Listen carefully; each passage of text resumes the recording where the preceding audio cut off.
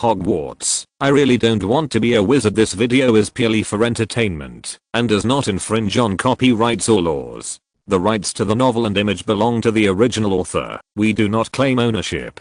Don't like waiting and want to listen to this fanfic in full now? Subscribe to our Patreon, where you'll find the best fanfics. Chapter 1: The Escaped Little Wizard. Great Britain. Southampton Harbour. McGarrett is the most worry-free child in St. Mary's Orphanage, the treasure of the director of the orphanage, a good helper for the caregivers, the idol of many younger brothers and sisters, and a veritable king of children. Now 11 years old, his face is full of melancholy, huddled next to a group of top-hatted gentlemen, his eyes scanning the surrounding sky sharply. His ears filled with the gentlemen's talk about the new world. Each one of them seems to be happy as soon as they arrive in Ammy. Be able to become a master of people. If it were before, he might not have complained, but now, he just wants to be quiet and stay away from the land of right and wrong and dying as soon as possible. As a time traveler who has been traveling for 10 years, McGarrett originally had very detailed plans for his future, such as studying hard, obtaining a degree from a prestigious school, and then using his vision beyond the times to engage in business. To compete for the title of the world's richest man reputation. Or study hard, obtain a degree from a prestigious school, and then make a bet in politics. You might as well become a famous prime minister and rise again. At least Mike, who has an extremely forward-looking vision, is more qualified than a certain person. However, all plans were ruined by a letter received half a month ago. The letter came from Hogwarts, the most famous magic school in Europe and even the world. God knows how Mike's heart was shocked when he received the letter. After all, for 10 years, McGarrett thought he was taking an urban script and made a complete plan for it. Who would have thought that the business would collapse before he was halfway through? But now tell him that what he was taking was actually an urban script. Fantasy magic script. Although since he was 5 years old, he has discovered something special about himself, such as being able to make things float at will, or make flower buds bloom, or summon the breeze. Then he simply thought that it might have changed from an ordinary urban script to an urban supernatural script. After all, the visible future will be an era of technological explosion, and wizards and other things are simply not within the scope of his thinking. When a black spot appeared in the distant sky, classmate McGarrett stood up helplessly, walked to an inconspicuous corner, and quietly waited for the messenger from Hogwarts, a grey and black owl. Muggle. Oh, now the unified name in the magic world, Muggle, as an owl messenger of magical creatures, is born with a confusion spell that confuses muggles, so that wizards cannot be discovered when receiving letters in the human world. Sure enough, it was the admission notice again. McGarrett sighed, not even bothering to open the cover, and conveniently handed the envelope with the notice. Mr. McGarrett received it from the waiting area of berth number 37, Southampton, Port Hampshire. The books were stuffed into the trash can. I'm very sorry, McGarrett apologized decisively, after throwing away the notice, and turning around, and bumping into someone else. The silver white beard fluttering in front of his eyes told McGarrett that he bumped into an elderly man. He didn't care to look at the appearance of the person he bumped into, and decisively reached out to help him. But without thinking, a hand was handed over, grabbed his hand and shook it twice. Hello, Mr. Mike Grete, would you mind chatting with me in a different place? McGarrett raised his head and was stunned for a moment. The person who came was tall and thin, with silver hair and a silver beard that was long enough to be tucked into his waist. He was wearing a robe, a purple cloak that reached the floor, and a pair of high-heeled boots with buckles behind the half-moon-shaped glasses. A pair of bright blue eyes are very deep and shining. Of course, I'm happy to, sir. McGarrett seemed to have lost all his strength, and his shoulders suddenly slumped. But I spent £125 on the ferry ticket. Professor, why don't you wait until I finish my words and let me refund the ticket? Grete complained, rubbing his forehead. Also, are you sure that you, a wizard, coming to a church-funded welfare home will not be blasphemous? Isn't the existence of wizards itself blasphemous? Dumbledore blinked. Then, do you mind if your family comes to observe our conversation? Of course not. Please wait a moment. I will bring the dean here. Gretel shrugged his shoulders, turned around and went out. You mean our little Gretel has to leave home and go to the so-called Hogwarts School of Witchcraft and Wizardry for 7 years to study magic? Grete, the director of St. Mary's Welfare Home, is an elderly man. Old nun point of course, to Dumbledore, she was just an older child. That's right, Mrs. Gretel. Hogwarts is a boarding school. Of course, when the holidays come, he will still come back to be with you family members. After all, the little wizard needs the company of his family.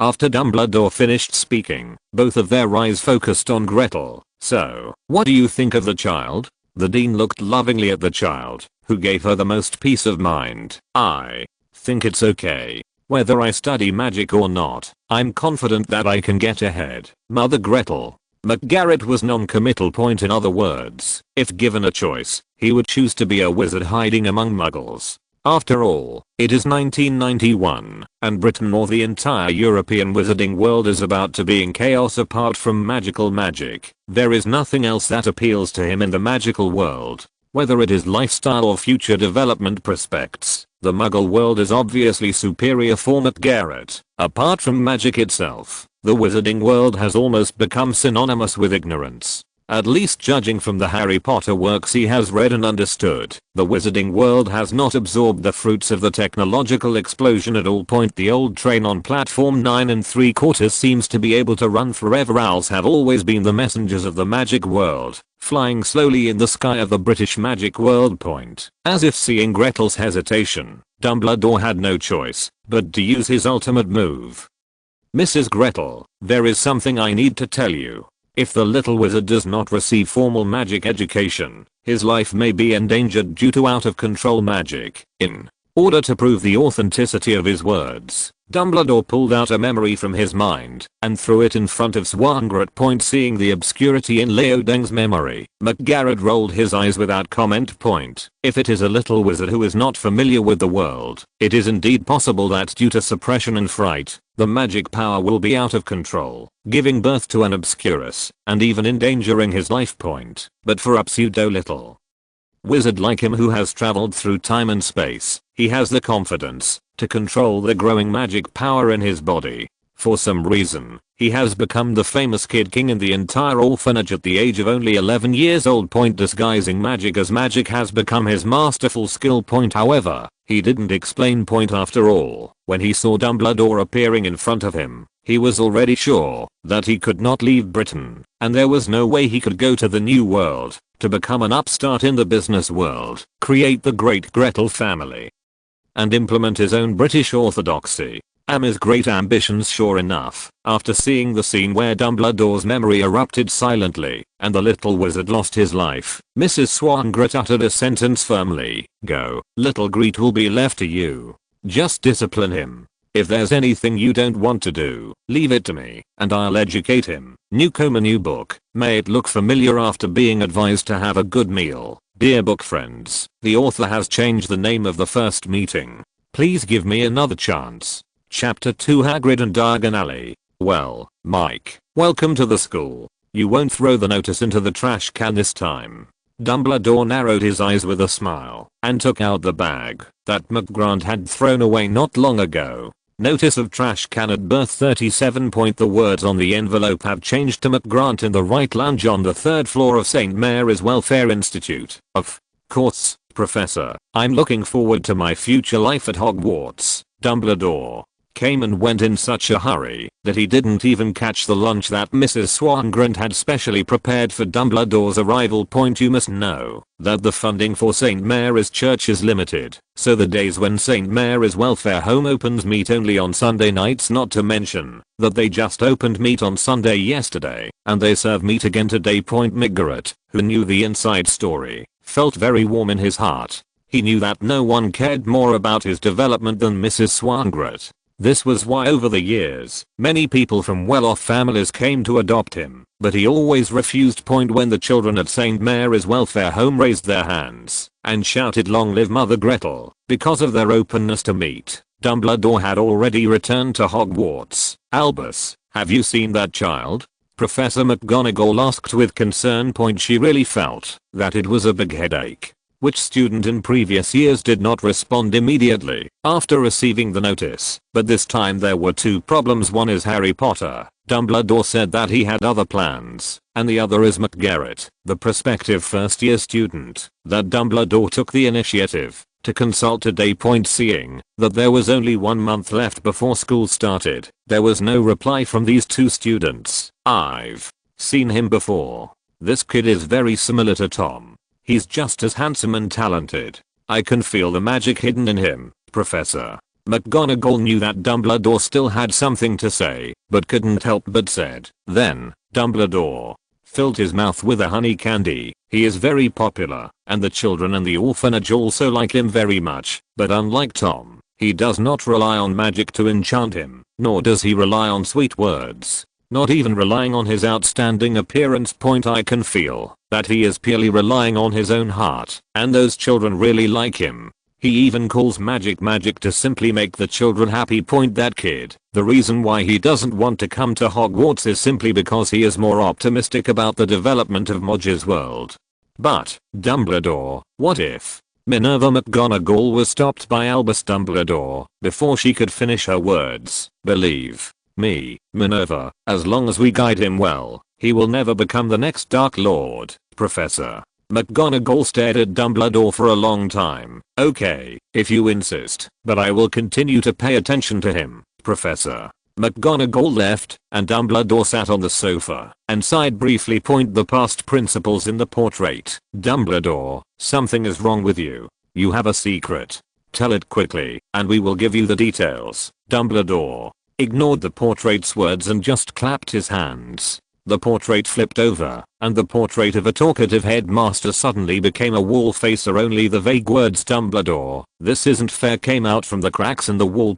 No one saw the trace of sadness hidden in Dumbledore's deep blue eyes. Same origin in an orphanage, same outstanding appearance, same outstanding talent, even more outstanding. In order not to cultivate another Dark Lord, he secretly used legilimency, but he didn't expect that McGarrett actually had a natural occlumency. In addition to being able to vaguely feel that his heart was not dark, he could not read anything else useful information. However, the sincere love from the people around him and the warm feeling around the child were not fake. Let everything go on like this for the time being. The most important thing now was Harry. At the same time, St. Mary's Welfare Home. Little Grete rushed into the bathroom, a translucent screen floating in front of her eyes. The entire screen was translucent blue, appearing or disappearing according to his thoughts. Name: McGarrett. Race: human. Age: 11 years old. Talent: visitor from the other side, as a life from another world. Refuse any supernatural prying eyes. Wizard: magic affinity. Skills: none. July 30th.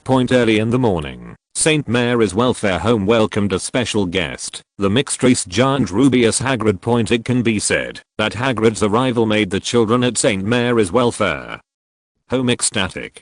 At least when McGarrett came over, he saw many children grabbing Hagrid's pants and climbing up. Hagrid carefully looked after these children, his eyes full of joy. He loved cubs so much. No matter what race they were all cute in his eyes. Compared with when he first arrived at the entrance of the orphanage, his 3-meter plus height shocked the children around him into silence.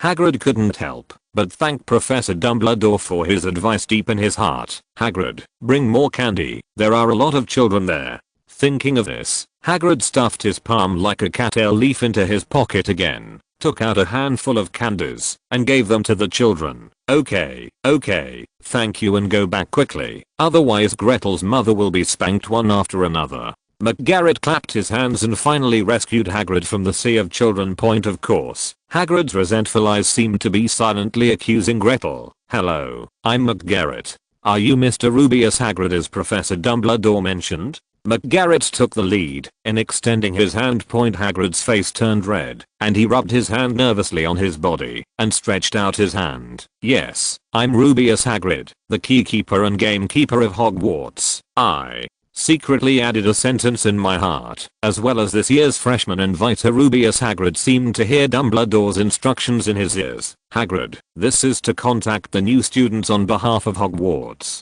I believe you are capable of the job. To be honest, after growing up so much, Dumbledore is the person Hagrid is most grateful to. When everyone thought he had killed Myrtle, it was Dumbledore who protected him, and not only did he not send himself to prison in the end, Azkaban graciously took him in at Hogwarts. Now he is even asked to represent Hogwarts to contact new students. Seeing Hagrid's eyes gradually wandering, little Gretel coughed lightly, finally recalling the half-blood giant's wandering thoughts. Bus, subway, walking point along the way.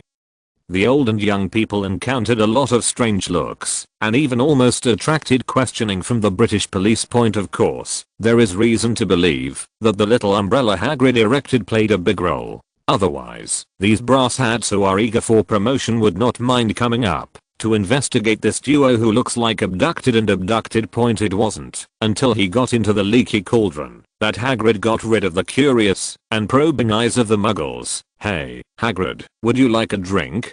Tom, the owner of the leaky cauldron, greeted Hagrid familiarly. After all, even if you are a real drunkard in this bar, there is no half-blood giant Hagrid who can drink better. But this is a little guy like him. The pub is truly a golden patron. No, Professor Dumbledore asked me to take the little wizard to Diagon Alley to buy some things. I will definitely do it next time. With difficulty, Hagrid squeezed out from a bunch of drunkards who were drunk in broad daylight, and Hagrid took Gretel into the tavern. Beside the brick wall of the small patio, Gretel, the entrance to Diagon Alley is here.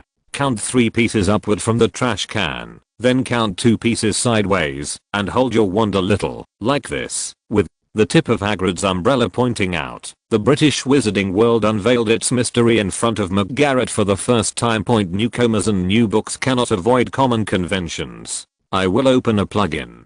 Book friends will forgive me. Basically, it doesn't follow the plot. If it does, I try to briefly mention it. It's not an Annie story. Chapter 3 OLLIVANDER and -039 S1 shop.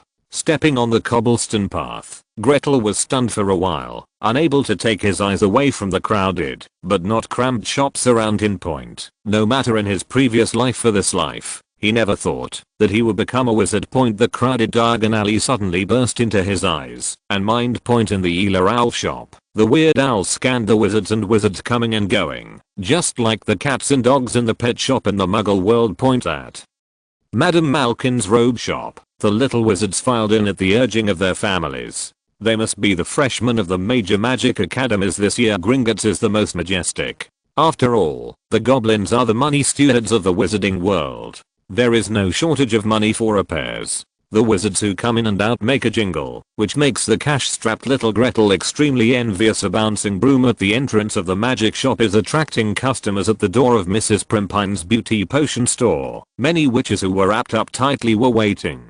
After a while, they walked out with their chests raised and their heads raised. The signboard of Patch's Crucible shop is shining, and each specially treated, bright and reflective crucible shows its charm to the wizards coming and going through the window. Another little wizard in flourish and blots disobeyed and stuck his finger into the iron cage. The bookstore salesperson had to take a broom and hit the spine of the book crazily to try to save the little wizard. Just looking at those flying books showing off their mighty teeth, Gretel knew that the disobedient little wizard was probably going to suffer a lot. The smell at the entrance of slug/U0026 Jigs Pharmacy is very mixed. Various leaves, bulbs, and powders are mixed with the bloody smell of the blood of magical animals. It is a bit like a Chinese medicine pharmacy, but it is not unpleasant. You can even vaguely smell something refreshing of fresh fragrance.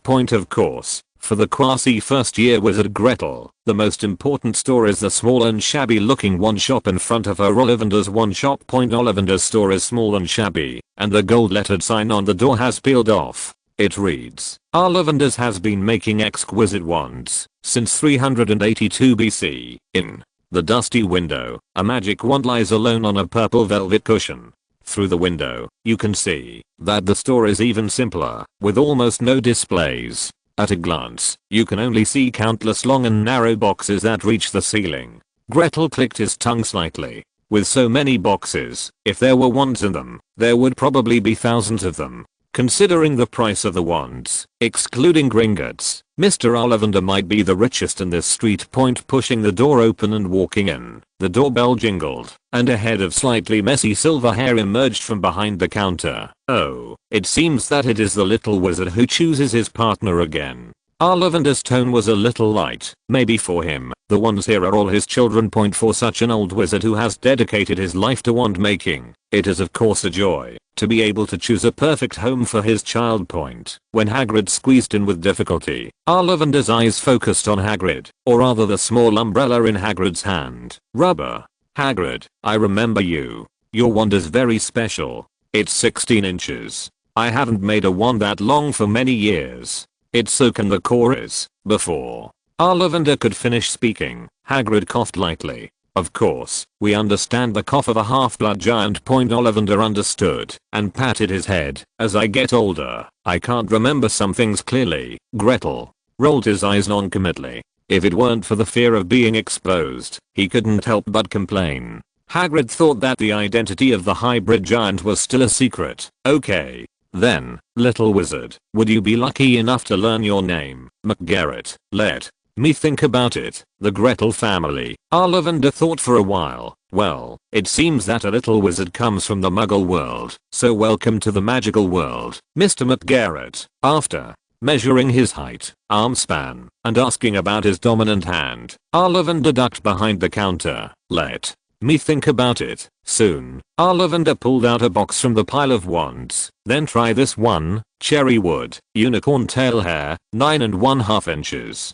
Cherry wood has always represented strong self-control and excellence. The unicorn hair represents absolute loyalty to one's partner. At Lavender's signal, Gretel took the wand and waved it gently, causing a breeze to blow. It seems that this wand is not suitable for you. Don't worry, try this one again. Hollywood, dragon's nerve, 10 inches. Hollywood represents luck, usually accompanied by those wizards who are not afraid of dangers. Dragon's nerve can always cast the most amazing spell and the most intimate connection with his fellow wizards. He took the wand again, waved it, and a firework exploded in the small wand shop. Still not suitable. Try something else. Laurel wood, phoenix feather, 11¾ inches. Even if the laurel wood wand is for the pursuit of glory, it cannot do dishonorable acts, and as long as you are diligent enough, she will always be loyal, and will spontaneously lightning strike when taken away.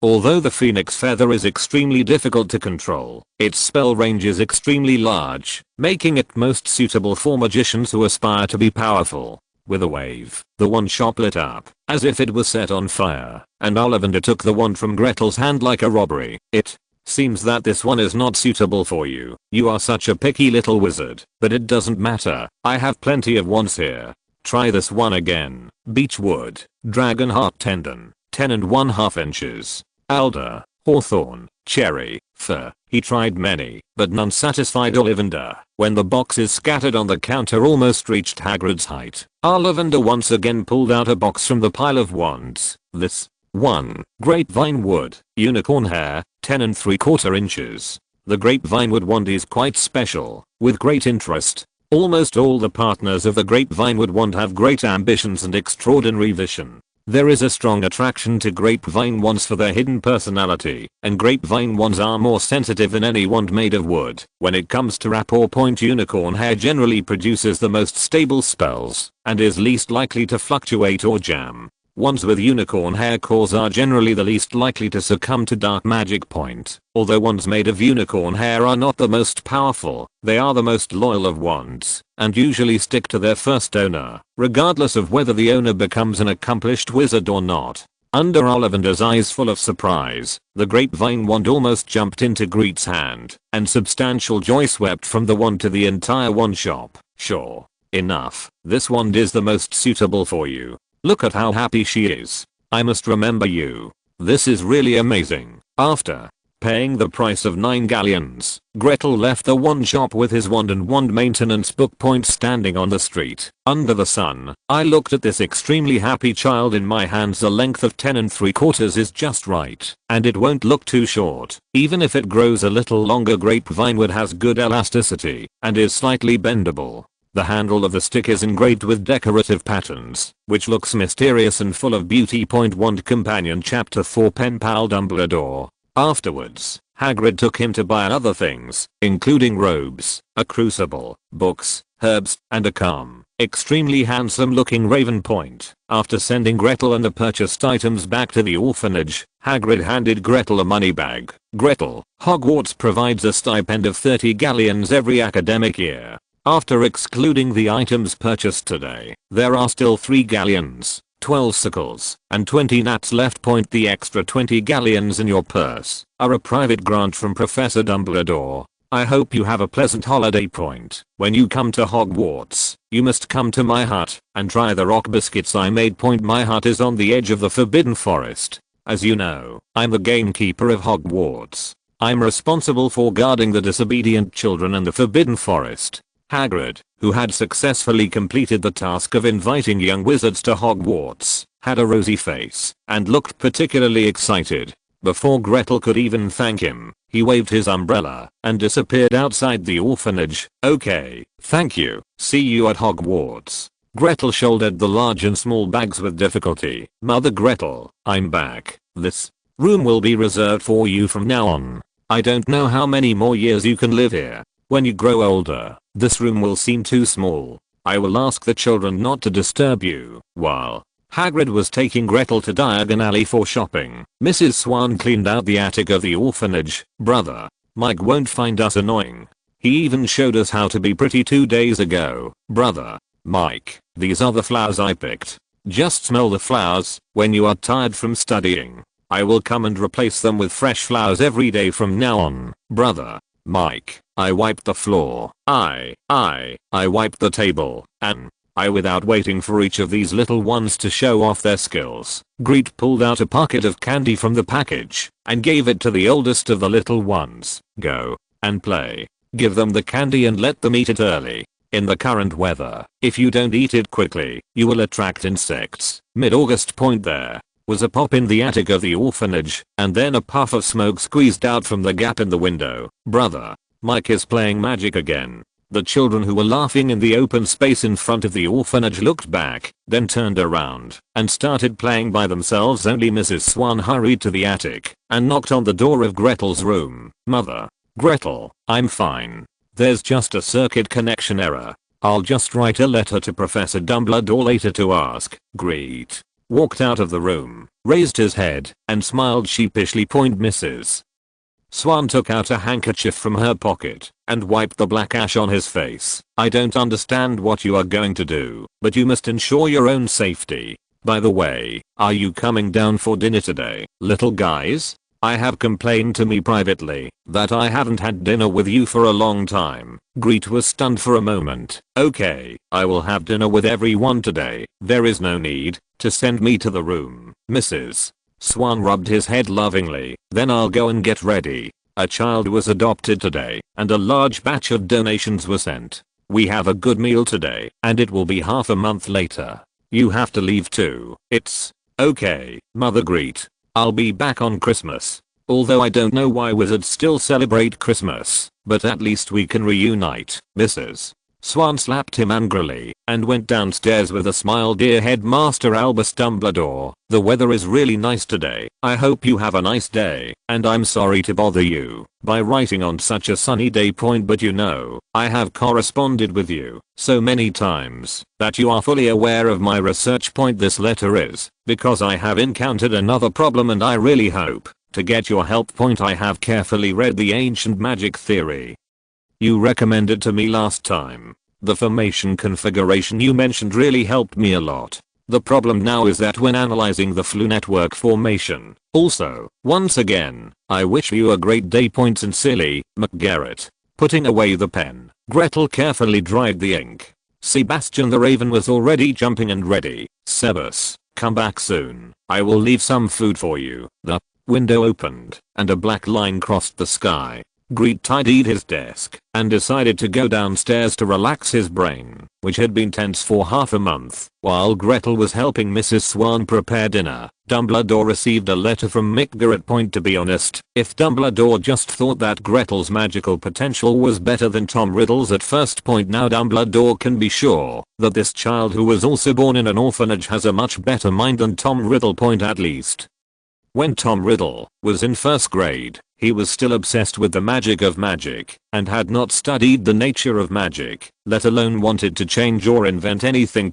As for the issues mentioned in the letter, Dumbledore was a little confused for a while. After all, as a native of the wizarding world, Flu Network was something that he was accustomed to in life. In the past few decades, he had never thought about studying it. If it hadn't been for the exchange with Gretel in the past half month, he wouldn't even have understood the principles on which this common Flu Network was based.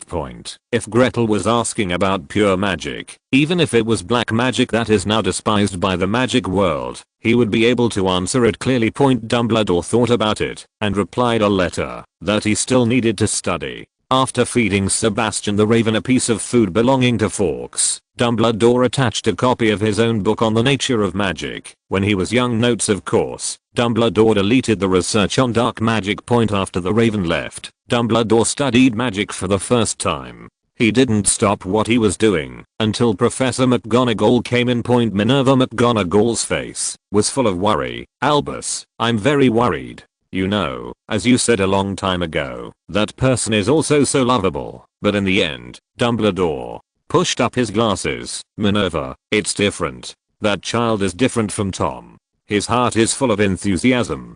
Come and see. As a little wizard who is exposed to magic for the first time in the Muggle world, he did not study those powerful or interesting spells, but instead concentrated on studying the Flu Network briefly mentioned in magic theory and modern magic history. Even the funding I gave him was used by him in Flourish and Blots has been replaced with related books. Do you know what he wants to do? Professor McGonagall did not speak, but frowned slightly, waiting for Dumbledore's explanation. This kid wants to separate and miniaturize the communication function of the Flu Network, just so that he can chat with Mrs. Swangret every day. Oh, Mrs. Swangret, the director of St. Mary's Welfare Home where little Grete was born, or rather the adoptive mother of little Grete. Oh. Professor McGonagall suddenly said that even before he had officially enrolled in the school, he had won the title of Headmaster of Hogwarts, Chief Wizard of the Wizengamot, and the current strongest white wizard in the wizarding world, Albus Percival Wulfric Bray. The students Dumbledore paid attention to had a curiosity. It can be said that in the past half month, Gretel has received much more attention from Dumbledore than the destined savior, the boy who lived Harry Potter, who is also enrolling in school this year. Small theater. Professor McGonagall, GG, come here quickly. Stop hiding in Nermengard. If you don't come here, AD will take the shape of milligram. Harry, Dumbledore, you will regret it. I'm the destined savior. Chapter 5 Train Savior Meeting. After receiving another reply from Dumbledore, Gretel decided to temporarily put aside his analysis of the magical configuration of the Flu Network and concentrate on studying first-year textbooks for young wizards, such as Standard Charms, Elementary, which recorded many interesting magics. Dumbledore felt that Gretel's current knowledge base was still quite poor, limited to the limits of a young wizard's magical knowledge. Analyzing and modifying a mature magic was not something that a young wizard who had first come into contact with the magical world could do. Even with his help, it was not enough to complete the analysis of the Flu Network configuration in a short time, let alone modify and improve it. In other words, he is now a civilian scientist with only ideas but no theory. His ideas are very strange and seem to make sense, but once he actually takes action, he will only be blinded. Of course, the wording in Dumbledore's letter was very tactful. Another advantage of Gretel is that he listens to advice. When he encountered problems in analyzing the magical configuration of the Flu Network for 3 consecutive days, Gretel decisively stopped. But he did not give up, but decided to conduct his own research after he had sufficient reserves. Nowadays, the 2 most urgent problems facing Gretel are 2 problems. One is solid knowledge. It was only after receiving Dumbledore's notes that he realized his lack of magical knowledge. For him, a quasi first year wizard, Dumbledore's notes are really difficult and obscure. Any discussion on magic configuration, verification, and speculation of magic theory is like a bible to him. It can be said that there are very few parts that he can understand and absorb. Trying to find relevant books at Flourish and Blots bookstore has little gain. After all, Flourish and Blot's bookstore mainly serves young wizards, and there are not so many advanced books of course. The salesperson said that, if there were books you particularly wanted to own, you could place an order with them, and they would help find them, but the price could easily be tens of galleons, so the cash-strapped Grete had no choice but to give up point after all, after the last round of purchasing. Dumbledore had very little galleons left to support him, so he couldn't just bend his neck and let Dumbledore burst into gold coins. Dumbledore seemed to have predicted his current situation, and several letters strongly recommended that he go to school and visit the Hogwarts library. The second problem that needed to be solved was that he only realized it at Flourish and Blot's. He lacked a sufficient financial foundation. Even in the Muggle world, a penny can stump the heroic man, let alone his desire to do magical research in the wizarding world. As we all know, research is a bottomless pit. For him, an almost impoverished little wizard, research was like a dream. Even if the early theoretical research does not require any other investment other than a head of hair, once the theory begins to be transformed into practice, economic issues will become a big mountain in front of him. He had to think of some way to raise money, at least to raise enough galleons to support his research before the theory came to fruition. But for him, this is not that urgent. After all, he is still young, and in his original life plan, before the age of 17 or 18, his only job was to study. Nowadays, it is just a matter of changing the learning process from the Muggle world to the magical world. Although he cannot become Gretel, the great capitalist in the British Orthodoxy in America, it is not bad to become the leading Gretel family in the magic world from scratch. Hogwarts Express. Platform 9 of King's Cross Station. Mike, my good boy, are wizards even so weird about trains? Mrs.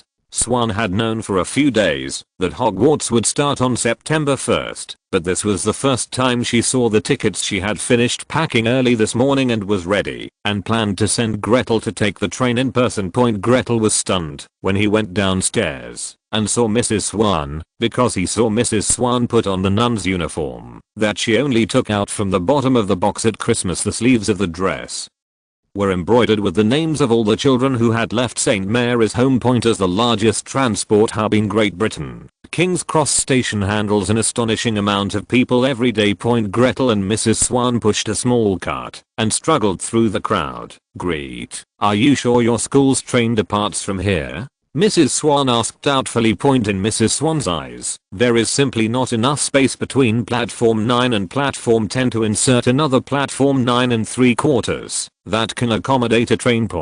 But in Gretel's eyes, the fluctuations on the pillars were so obvious, and there were extremely obvious ruts and long stepping footprints on the ground in front of the wall. There was no doubt that the two of them had found the right place. This was the platform leading to the Hogwarts Express. Mother, Gretel, believe me, hold on tight, we will rush over together. Out of trust in Grete, Mrs. Swan and Grete grabbed the trolley tightly together. The two started running and sprinting together, and rushed to another space with a wave of waves without any hindrance. The two of them raised their heads together, and the sign on platform 9 and 3/4 welcomed the new blood in the wizarding world. The express train bound for Hogwarts stopped at the platform.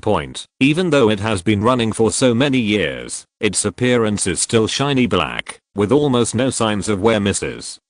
Swan made a sign of prayer and exhaled a long breath. Grete, what's wrong with you? It was only then that Mrs. Swan noticed that little Grete's body beside her was a little stiff. Now he looked a bit like a little hedgehog about to explode, and he was completely different from his usual gentleness. I'm fine, Mother Gretel, I'm just, a little nervous. Mrs. Swan no longer felt nervous outside the platform, and rubbed his head. Study hard when you get to school, and if you have nothing to do, send me a few more letters. Gretel nodded meekly, but his eyes were fixed on every wizard and wizard who passed by him. After all, given the current situation in the wizarding world, there are indeed many wizards who discriminate against muggles.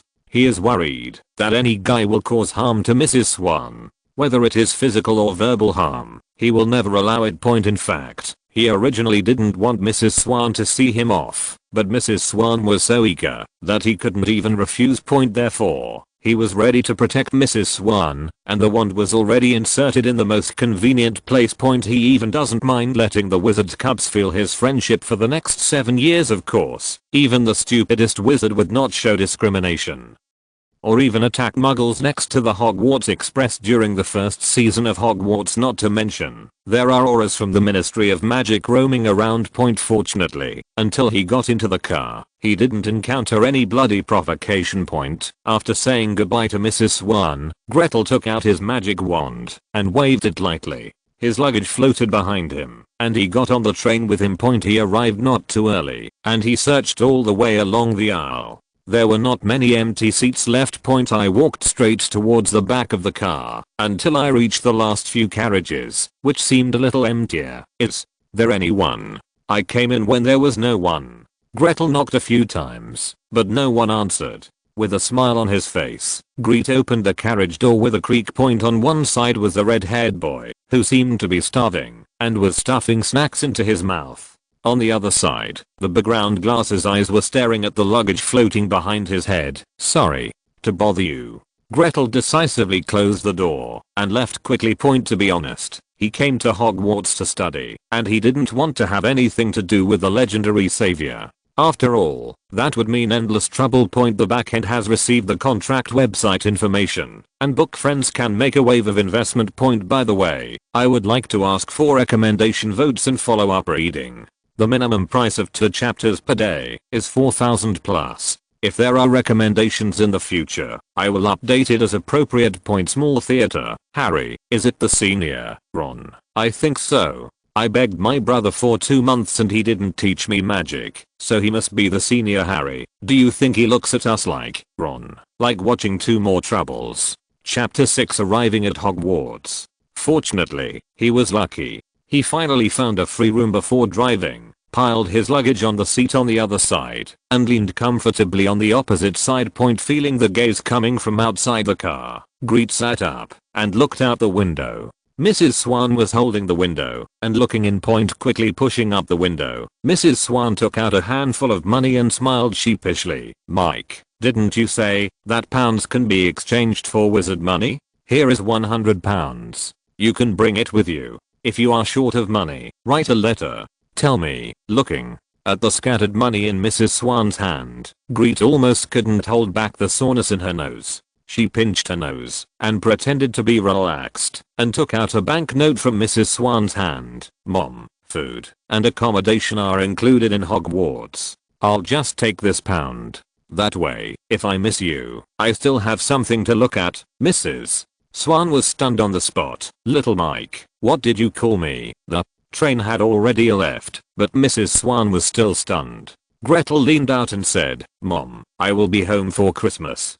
Don't send me gifts to school. The train went further and further away, and only a vague figure disappeared into the steam gushing from the train as we get further away from the city. The fields outside the car window become more and more desolate. Far away from human habitation, there are only endless forests, winding rivers and dark green hills. The farmland that suddenly flashes outside the window seems even more precious at this time.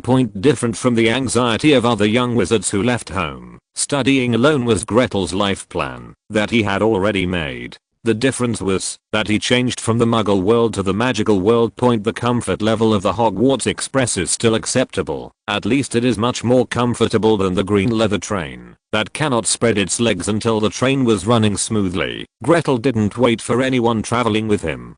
Fortunately, he didn't particularly like liveliness, and this kind of independent space was just right for him to sort out his recent learning results. Magic theory, ancient magic theory, overview of commonly used magic configurations. The large box table was filled with reference books by Gretel. What he holds in his hand are the notes Dumbledore took when he was young. Once he encounters a knowledge point that seems familiar, or does not understand, with a wave of the wand, relevant books will fly to you for reference. The door to the room was opened unceremoniously, and Gretel frowned and raised his head. 2 young wizards, a boy and a girl, were standing at the door. The boy had a round face and short hair, with a look of panic and cowardice that he could not hide. Looking at the girl again, she was wearing a plain robe with the characteristics of Hogwarts, and had thick brown hair. A ray of sunlight just happened to shine in through the glass, and her front teeth were astonishingly bright. Oh, those front teeth are so bright.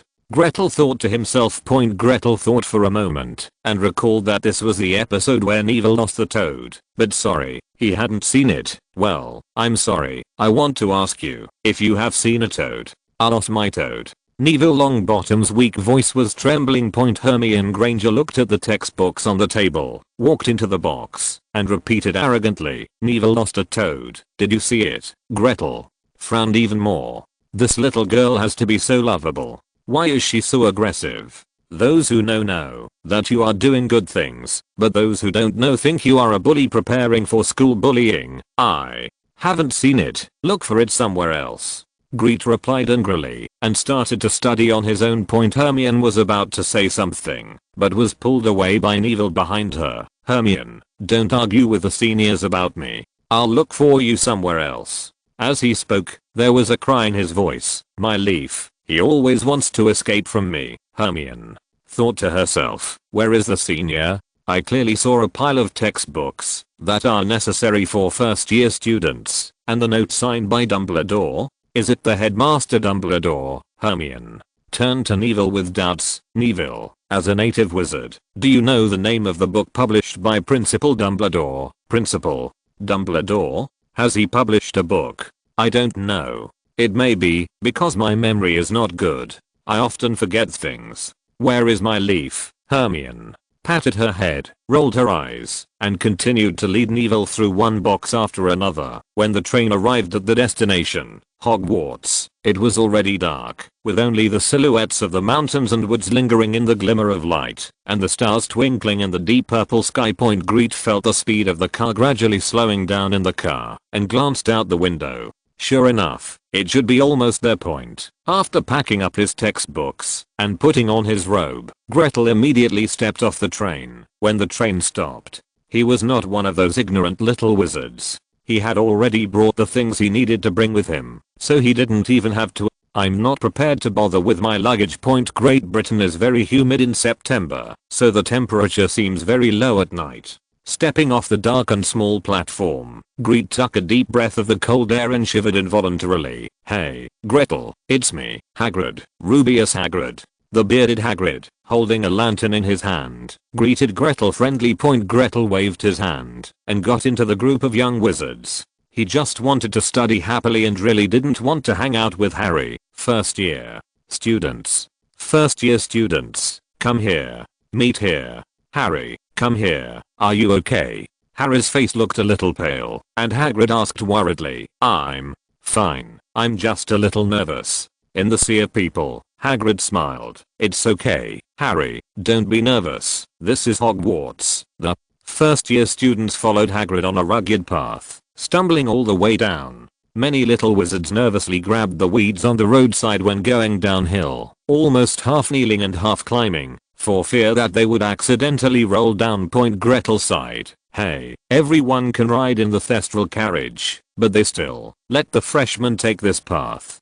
Could it be that they want to remember the bitterness and sweetness in the future? Besides, even if I have to pass through here, why don't I just install a light after all these years? Seeing that another little wizard was about to slip, Gretel had no choice but to draw out his wand. The fluorescent light flashes, pointing his wand towards the sky. The path under his feet was instantly clear. Under the grateful eyes of the surrounding young wizards, Gretel skillfully threw out a few more to clean up the new ones, saving those few young wizards who were about to fall into mud monkeys. Well done, Gretel. Can you help me take care of the little wizard behind me? I'll treat you to rock biscuits later. Grete complained in his heart that there was no need to repay kindness with hatred. Little wizards, look up. Hogwarts. The half-blood giant's voice was still deafening. Opposite the black pearl-like lake, Hogwarts, with its towering spires, stands majestically on the high cliff. Hagrid pointed to the small boats on the berth on the shore and shouted, choose your own boat. Each boat cannot exceed 4 people. After saying that, he motioned for Gretel to come to the boat next to him. Gretel just shook his head slightly, chanted Wingardium Leviosa in a low voice, and landed lightly on a boat.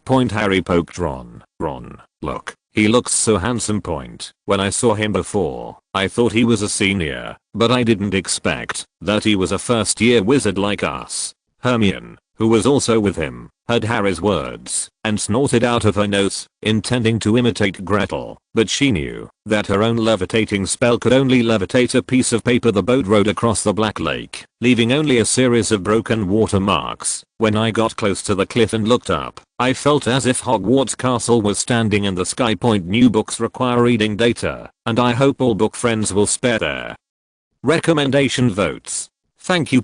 Small theater. Hermione McGregor, I challenge you. I must be the best student in Hogwarts class of 91. Gretel, little brat, let's play for a while. Ron and Harry clap their hands together. Idols are awesome.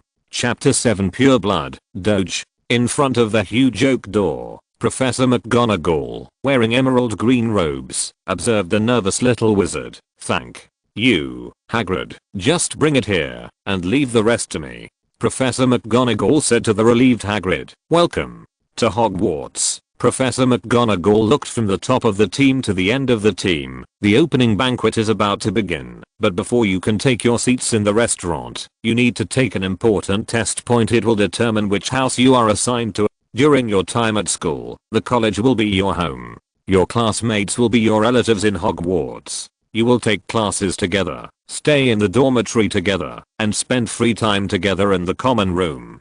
Rest time. The names of the 4 houses are Gryffindor, Hufflepuff, Ravenclaw and Slytherin. Before he finished speaking, the young wizards from wizard families suddenly started whispering to each other. As they exchanged information with each other, some children who were not so nervous at first turned pale in an instant. After all, anyone who hears that they have to fight an ugly giant monster or steal its eggs from under a ferocious dragon in order to enter school will feel that it is not something they can accomplish by themselves. Many young wizards have even fantasized about returning home dejectedly and telling their families that they were eliminated from Hogwarts. When they think of the disappointed eyes of their parents, the scene immediately becomes tearful. Quiet. Professor McGonagall cleared her throat, but did not tell them that their family and friends just played a friendly joke on them. This prank can even be traced back to their ancestors. Each of the 4 houses has its own glorious history and has educated countless outstanding wizards.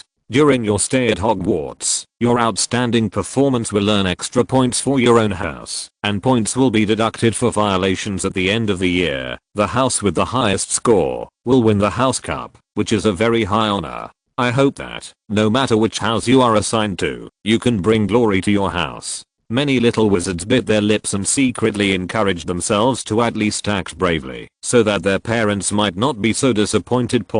While the other little wizards were anxious, Professor McGonagall finally found her target in the shadow of the little wizard's corner on the right. Gretel didn't notice Professor McGonagall's eyes, or in other words, his attention was completely focused on the torches stuck on the surrounding walls. When he climbed up with Hagrid, he noticed these torches. He was sure that these torches must also be the product of magic. When he passed by, he didn't feel the slightest warmth from the rising flames. It's just that, whether it is an alchemical product or a torch simply transformed by transfiguration, it should at least follow the most basic laws of physics, which he has verified in the past month of study. A feather can float on the water, but if it transforms into a stone, it will sink to the bottom. The knife turned from cotton can also be used as a knife. It is a complete transformation from the whole to the microscopic world, but this torch is amazing.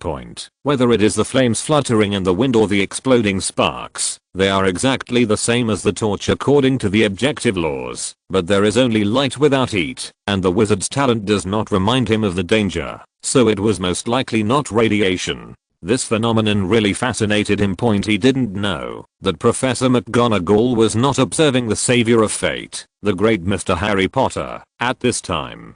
Or rather, for Harry Potter, Professor McGonagall only glanced at him, focusing more on his eyes onto him. Harry Potter felt the sight of Professor McGonagall, or in other words, from the time he came into contact with the wizarding world, everyone who saw him for the first time would cast their eyes on the lightning scar on his forehead. He was used to this kind of gaze. What he was not used to was that the seemingly serious witch in front of him, who he felt was not easy to mess with, just brushed past him without even staying for a second. This long lost sense of difference made him follow Professor McGonagall's eyes. Oh, it turns out to be today's cool guy. This kind of person who is a genius at first glance will of course get more favor. Harry lowered his head and thought about how he could defeat the giant. Ron was the first friend he knew, whether in the Muggle world or the Wizarding world. So he believed Ron's words deeply. Ron's brother told Ron that the sorting ceremony involves fighting a giant alone, and only those who succeed can enter Hogwarts. But what to do? He couldn't do any magic, and he couldn't even run fast. Harry couldn't help but worry about whether he would die at the feet of the giant. The little wizards here were all frightened, and the mascots of Hogwarts and the ghosts of each college emerged from the wall. They have nothing to do with the world, but Peeves, the little ghost who flees in panic at the front of the ghost team, can always bring the biggest emotional fluctuations to their group of ghosts. The appearance of the ghost was like the last straw that broke the camel's back, causing screams wherever it went. Peeves was running away and making trouble, floating on the head of the little wizard and laughing.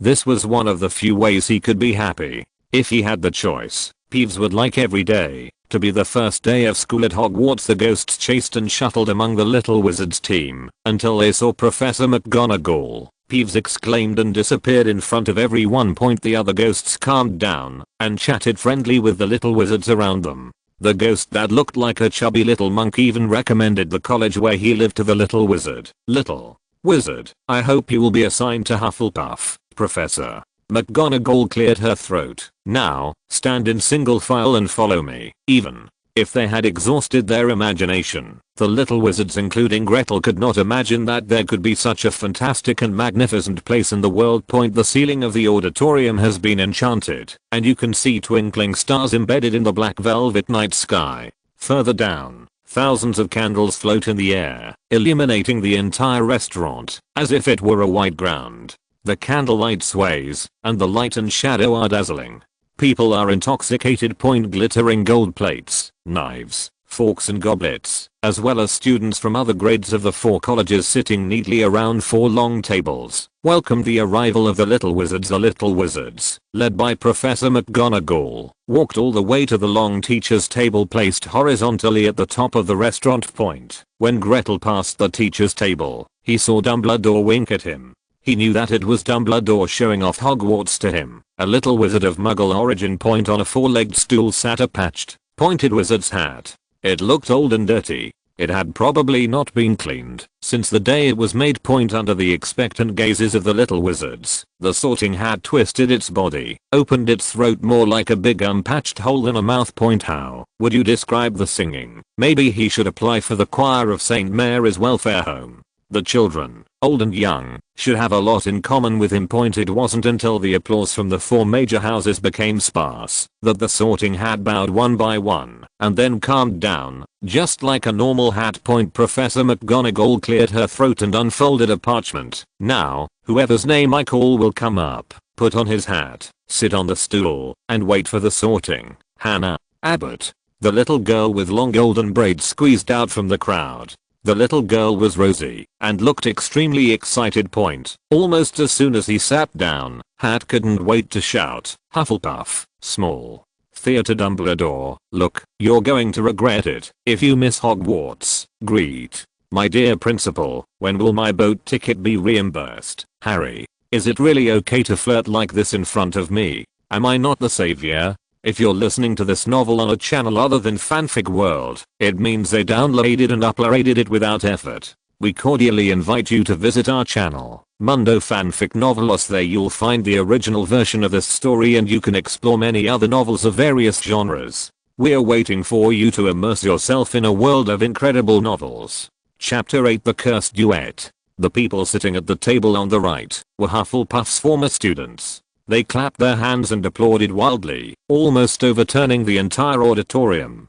The fat monk also celebrated among them. Susan Burns, Terry Boot. All that came to his ears were names that Gretel had never remembered. Not every student in the sorting hat called out the name of the house immediately. Some of the little wizards even sat on the stool for a long time, so long that Grete could hear the little wizard sobbing nervously. Grete guessed that he was probably worried that he would lose the election, so he lost his temper nervously. But fortunately, no young wizard has failed this election or been assigned to Azkaban so far at this moment. Hermione Granger.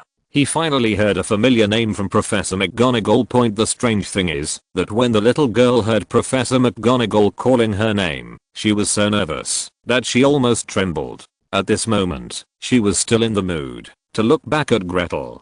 Gretel was confused because as Hermione Granger turned around, everyone in the restaurant turned to look at him. Fortunately, the little girl still knew her priorities. After Professor McGonagall called her name again, she almost ran to the stool and hurriedly put the sorting hat on her head. It's difficult. It's difficult. I have courage and kindness in my heart, and my talent. Oh, my talent is also very good.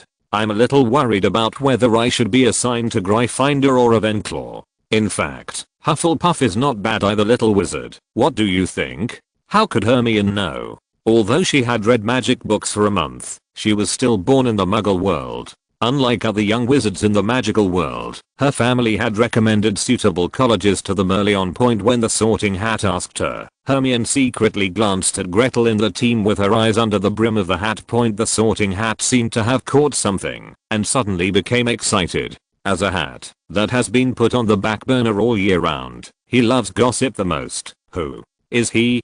Do you want to go to the same academy with him? What a pity. It would be great if he was sorted into the academy first. I will definitely sort you two together. McGarrett. His name is McGarrett. I've heard about it. I will definitely defeat him and become the best student in Hogwarts. Hermione communicated with the sorting hat in a low and inaudible voice.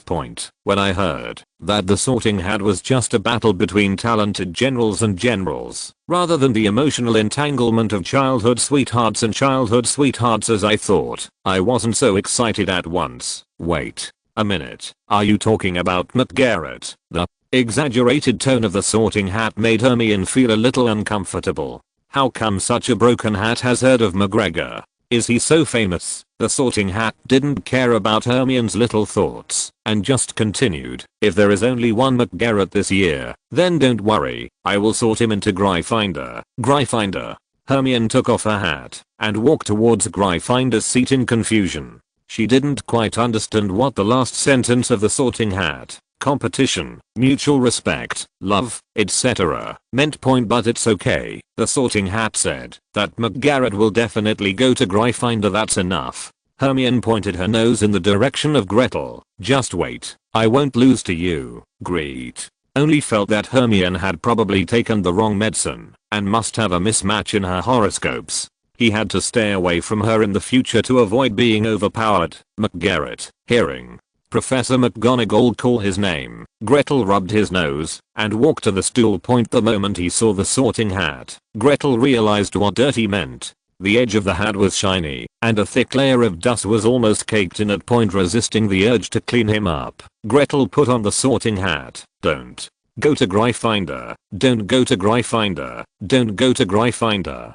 Gretel muttered. The sorting hat was still recalling Dumbledore's instructions. You must not sort him into Slytherin. This child is very talented, but he needs guidance. If possible, it is best to sort him into Gryffindor. Dumbledore's words were recalling in his mind, and Gretel's words were echoing in his hat. If there were any, he would definitely choose to give these two wizards, one big and one small, a big eye roll. Simply ignoring the little wizard's thoughts and ignoring the principal's instructions, the sorting hat felt Gretel's heart with all his heart. Sure enough, as Dumbledore said, this child has innate occlumency and cannot see memories or anything like that. However, look down on me. I'm not one of those low-level dark magic items. All I have to do is feel the little wizard's talent and his own characteristics with your heart. The sorting hat's thoughts flashed across his mind, and he felt it with all his heart. A sincere and friendly heart is so suitable for Hufflepuff. Hufflepuff wizards are undoubtedly the backbone of the magical world. You must not go to Gryffindor. Gretel continued to mutter. He really didn't want to go to Gryffindor and be a nanny for the three little ones. There is no shortage of courage to draw a sword to help. Gryffindor appreciates such little wizards the most. I believe that if Godric is still here, he will definitely take you to Gryffindor. You must not go to Gryffindor. You must not go to Gryffindor. Gretel knew that as long as he went to Gryffindor, Dumbledore would definitely find a way for him to help Harry Potter, but he really just wanted to study in peace, and did not want to get on the savior's boat full of trouble. The Sorting Hat finally couldn't stand the nagging anymore. After sensing Gretel's extremely outstanding talent, he shouted out with a voice that almost broke his throat, "Ravenclaw!" After hearing that he was not Gryffindor, nor was he assigned to Azkaban by the Hat, Gretel didn't care that the Hat almost jumped away from his head. It was probably the little wizard who had been assigned to Ravenclaw before. He told the seniors about what happened along the way after getting off the train. The attitude of the seniors in Ravenclaw was extremely enthusiastic. Ravenclaw Academy, which is famous for its wisdom, welcomes every talented little wizard. What's more, they are still so talented. At least, when they were like Gretel's age, they were also very talented. Half falling and half climbing, he moved from the train to the boat on the Black Lake. The Sorting Hat escaped from the Gretel curse, and seemed to have forgotten something. He didn't even notice the angry look in the eyes of the last Gryffindor. Next, after a series of familiar names such as Gregory Goyle, Vincent Crabbe, Neville Longbottom, Draco Malfoy, etc. were read out, there was another series of names that did not exist in Gretel's memory. Harry Potter, sure enough, as the name of the savior who had long been famous in the wizarding world, was called out by Professor McGonagall. The atmosphere in the entire restaurant suddenly became enthusiastic. The four houses, including Slytherin, all stared at the boy who survived with round-rummed eyes and a lightning bolt on his forehead. Harry was very nervous. This scene reminded him of when he was taking physical education exams in school, when everyone was staring at him, waiting to see him make something embarrassing. He felt like his legs were filled with lead, and every step he took required all his strength. He was almost cramping from nervousness, and felt like he was going to faint at any moment. Fortunately, he was not very far away from the stool. When the hat covered his sight, Harry relaxed. He felt as safe as returning to the cubicle under the stairs before the Sorting Hat had time to feel Harry's thoughts. The sorting curse echoed in the hat again. Don't go to Slytherin. Don't go to Slytherin. Don't go to Slytherin. Book. Friends, the heroine will not come out so soon. What is our goal? Studying. Only studying can make Grete happy. Small theater Hermione, you are here to trick me and sneak up on me, right? Just wait for me. One day I will dye you green. Hat, listen to my explanation. Hermione, covering her ears. I don't listen. I don't listen. I don't listen. Chapter 9 Banquet. Eagle Ring. Prank. Harry's sorting took a long time, and it was so long that all the houses were crowded, and everyone strained to raise their necks to look at the little wizard who was shrouded in the Sorting Hat. Until the end, the Sorting Hat seemed to compromise, announcing Harry's belonging with a long, almost desperate groan. Gryffindor. At that moment, the entire Gryffindor erupted, and the shouts, led by the Weasley twins, resounded throughout the restaurant. We have Potter. We have Potter. Although other colleges were disappointed, they still applauded in friendly ways to express their celebration. Except for Slytherin, everyone from the headmaster to the newly assigned first-year students had their hands intertwined and looked frosty. However, Harry only felt that the bustling scene had nothing to do with him. He took off the Sorting Hat and stood up. Harry looked at the last seat of Ravenclaw in the distance, feeling a sense of sadness and loss. Grete, who was enthusiastically consulting with Ms. Grey on whether the magical world in the eyes of ghosts was different from the magical world in life, also paid some attention to Harry and felt his gaze. Others may think that Harry is just observing other houses, but as the center of the point of view, Gretel can clearly tell that he is actually observing himself. What's going on with these two? Fortunately, I'm here in Ravenclaw. Gretel expressed congratulations on his wit. Fortunately, Harry finally knew that he had become a part of Gryffindor, and under Percy's guidance, he sat at the Gryffindor table. The little wizard's emotions always come and go quickly. Although he can't be in the same college as cool brother, he is very satisfied that he finally has a destination, and he has not been sorted into Slytherin, which he dislikes the most. This is enough. make him happy for a long time. The impression Draco Malfoy and his followers left on Harry was really bad, and coupled with the Black Sea of Slytherin when everyone was celebrating just now, Harry sincerely hoped to never have anything to do with Slytherin. There were only 3 people left in the long sorting team, and Lisa Dupin became Grete's classmate. The red-haired Ron inherited the tradition of the Weasley family and became a heroic Gryffindor. Fortunately, he didn't look at Ravenclaw, otherwise Gretel would really feel like he was going to explode. When Blaise Chabony fell into Slytherin, the sorting ceremony of the 91st level little wizard was successfully completed. Professor McGonagall rolled up the parchment and left with the sorting hat in hand, but Grete found that compared to before the sorting, the professor's attitude towards the pointed wizard hat seemed less friendly. Well, welcome everyone to Hogwarts to start the new school year. Dumbledore smiled broadly and stretched out his arms, as if hugging all the students. Well, before the banquet begins, let me say a few words. Idiot. Cry. Residue. Screw it. Thank you everyone. Gretel stared at the plates in front of him with wide eyes, watching them suddenly being filled with food. To be honest, compared to the tempting food in front of him, he was more curious about the principle and essence of this magic point, but he didn't have a reference book at hand, and he couldn't rush to the stage to ask Dumbledore for advice. So, Gretel's card worker, activate. To be honest, this meal was the best meal Gretel had eaten so far. Mary's orphanage will not starve the children, but given the financial level of the orphanage, it is impossible to provide such a sumptuous meal. Even with the recipes he had improved in the orphanage, even if a clever woman had no way to make ends meet, they still couldn't compare to the juicy veal, charred roast chicken and countless steaks at Hogwarts. Until everyone finished eating, the food piled on the table disappeared instantly, leaving not even a trace of residue or a drop of broth. Pudding, desserts, and ice cream appeared so suddenly. Unable to restrain his desire to explore, Grete suddenly reached out and took out a small cup of ice cream before everyone stopped, and the desserts on the table disappeared. It seemed that, because of his sudden behavior, the dinner plate was stuck for a moment when it disappeared. Unless he was so focused, he wouldn't have noticed it at all. After all, Sally Dupin's dinner plate next to her was still smoothly withdrawn. Have you not finished eating yet?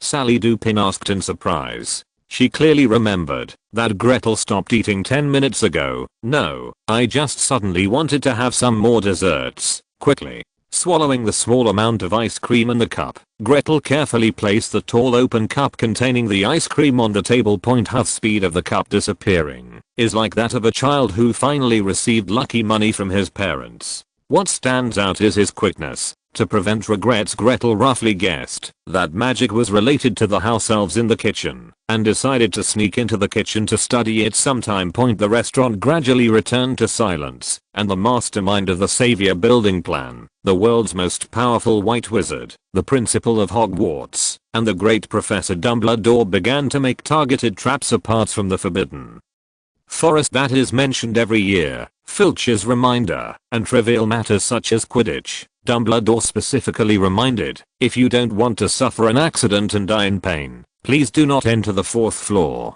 corridor on the right. Gretel clearly heard that Dumbledore added emphasis to the words corridor on the right of the 4th floor. It was not like he was reminding the Forbidden Forest not to enter because of the ferocity of the beast, which caused Gryffindors to whisper to each other.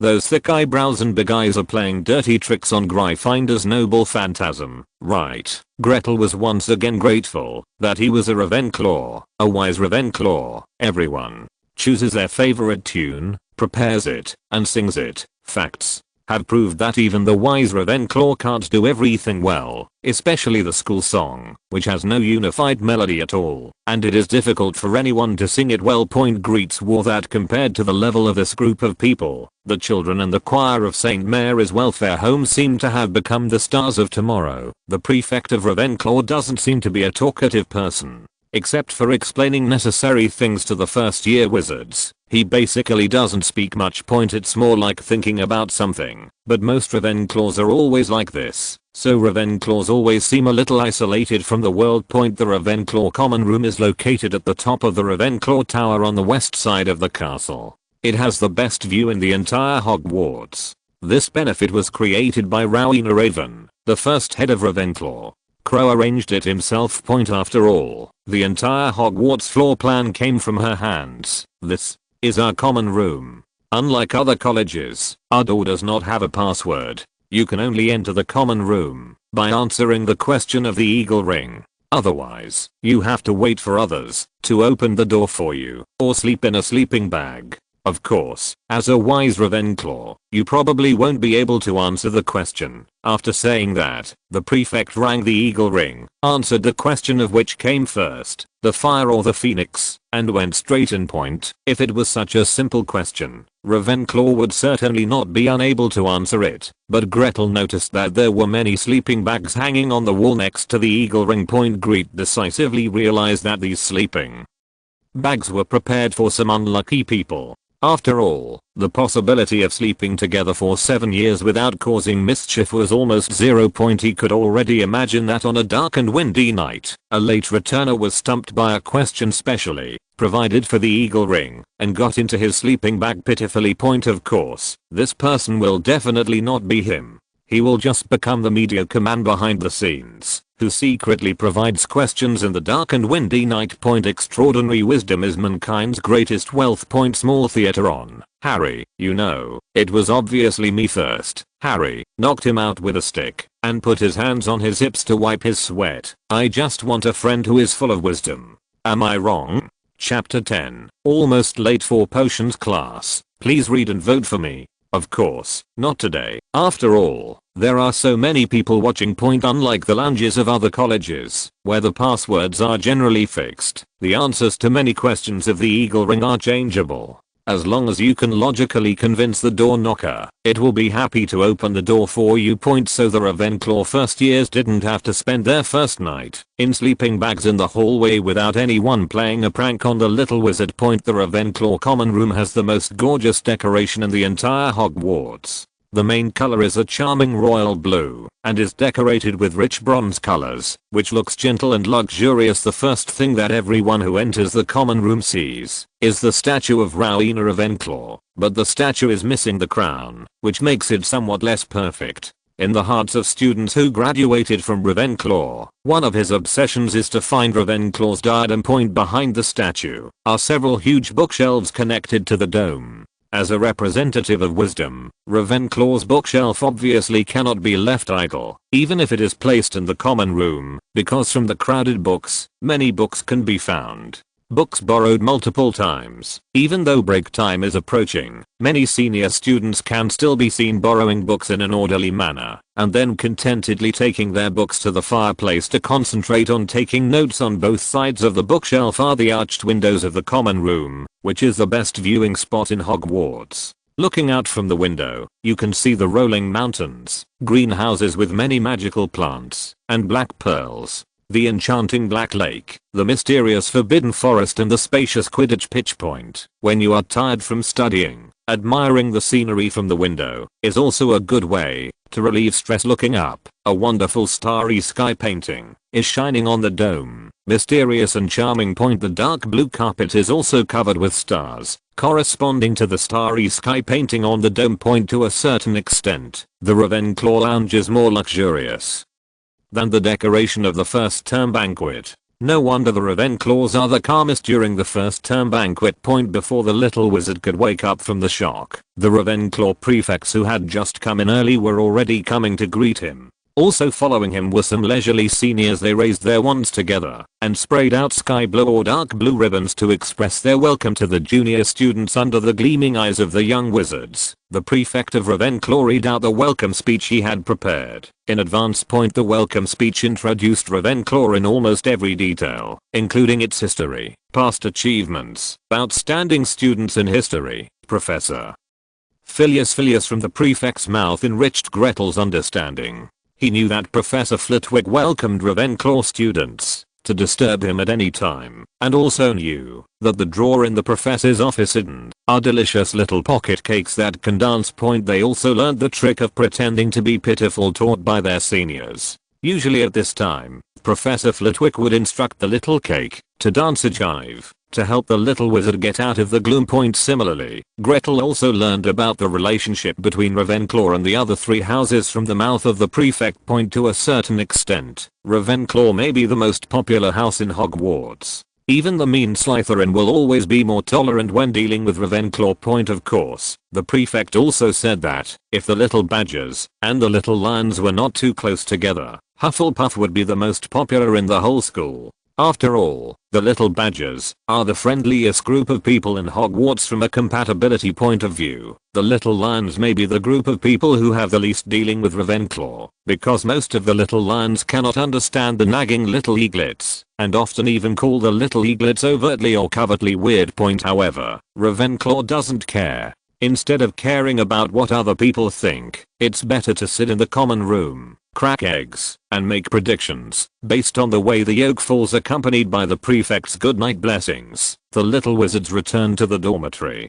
The smell of the sun on the sky blue velvet quilt was extremely warm. With the sound of the wind blowing on the windowsill, Gretel fell into sleep early the next morning. Gretel saw his class schedule next to the pillow. When Gretel saw clearly what the first class he was going to attend at Hogwarts was, he immediately started up and woke up completely. Potions class, the class of the oily and vicious Snape, who looked like he had never washed his hair. He had to finish his meal before 9 o'clock and then rush to the potions classroom in the basement. But it was almost 8:30 because Ravenclaw's bed was so comfortable that all the little wizards, including him, seemed to have taken the water of life and death, and no one got up before 8 o'clock. After a period of chaos, the little wizards finally finished cleaning up. Although they were somewhat disheveled. At this moment, Grete was very grateful that he was in the magical world. He cleaned up together and saved him and other little wizards a lot of time in washing up. In the common room, Gretel cleaned up the little wizard in the girls' dormitory, who had also just woken up. For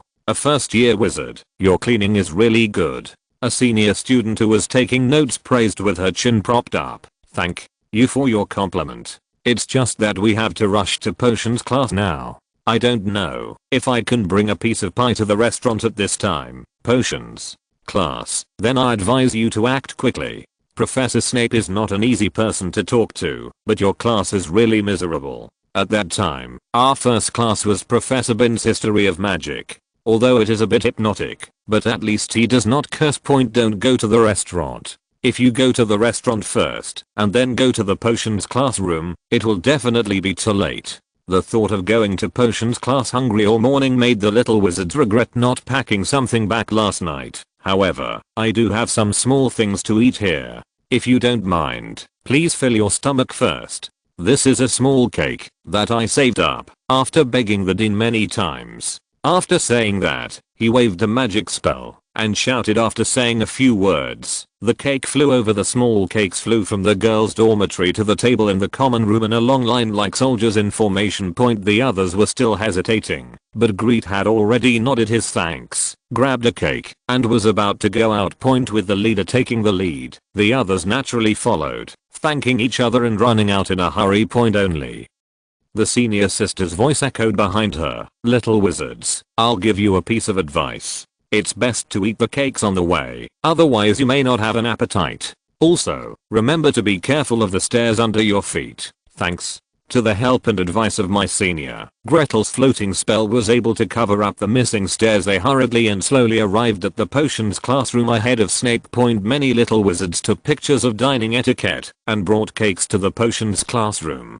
They also understood what their senior said, that they may not still have an appetite. The potions classroom is located underground and already has a cold, musty smell that lingers. Plus there are many glass jars filled with animal specimens placed against the walls. These little wizards, who were running out of breath, had no choice but to put the kindness of their senior sister in their pockets. Now they just pray that when class comes, these little cakes will not start a dance party in their pockets. As for Hufflepuff, who was in class together, they were not in such a mess.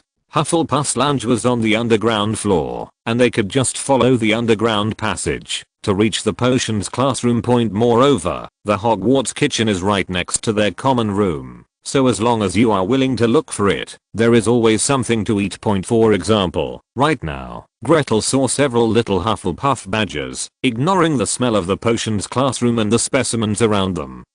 Eating happily. Book friends, can you please give me follow-up reading and recommendation votes? I will ask Grete to secretly take you to the lounge to play. Thank you, thank you, thank you. Small theater little badgers, even if Voldemort comes, he can't stop me from doing my job. Little eagle, little lion, little snake, thumbs up. 6 Chapter 11, but it's useless to target the opponent. Very good, no one is late.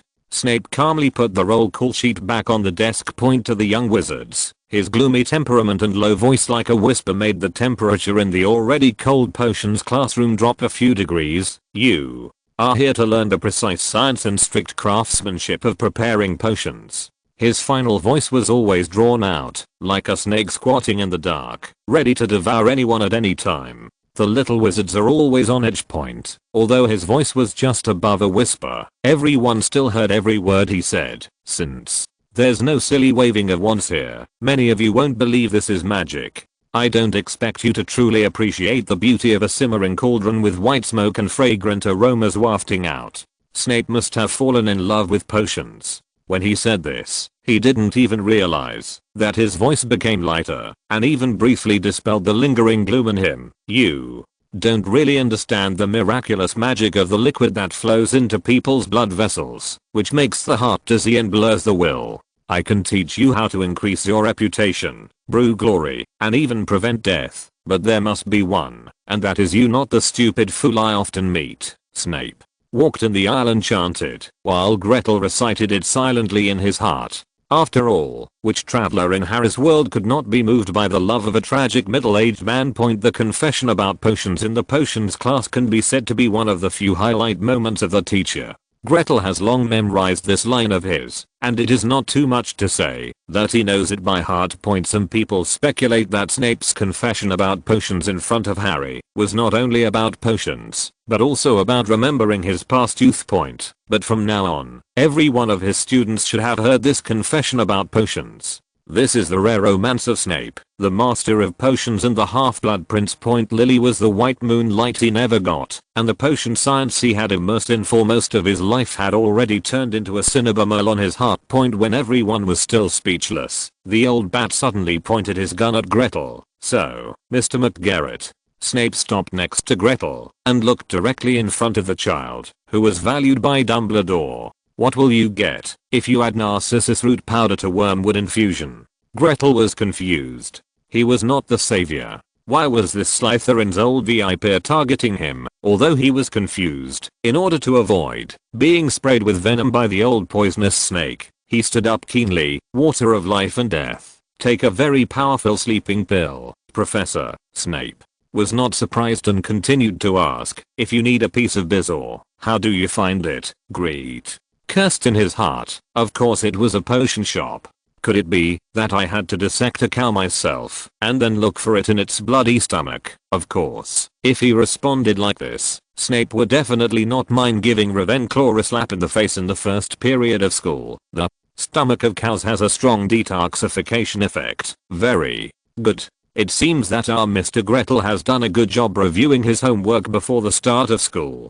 So, acconitum scapulae. Snape's attitude softened slightly. He never minded geniuses receiving special treatment, but I simply hate the idea of so-called geniuses tarnishing the halls of potions. Gretel has always been indifferent to assessments. Studying hard has always been the most important part of his life plan. Regardless of whether it is a subject he likes or dislikes, he will work 120%, as long as necessary. Not to mention that in the wizarding world, potions itself has a unique status. He just felt that there must be a reason for this unprovoked targeting, and it must have something to do with a certain centenarian old man.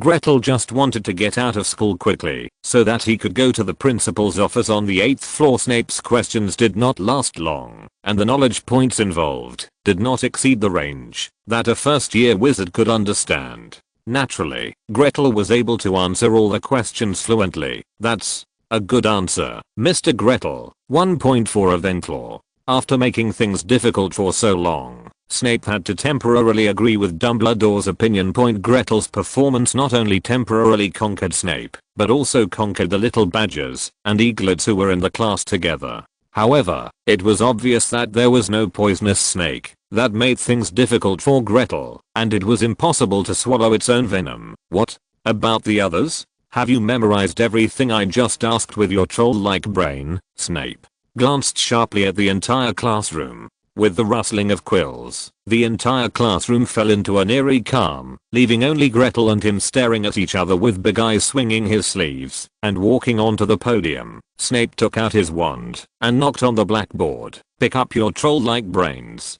You can memorize those things after class. Now show me the blackboard. With the tapping of the wand, a simple magic potion to treat scabies appeared on the blackboard, along with its operating procedures and precautions. Potions is a delicate subject.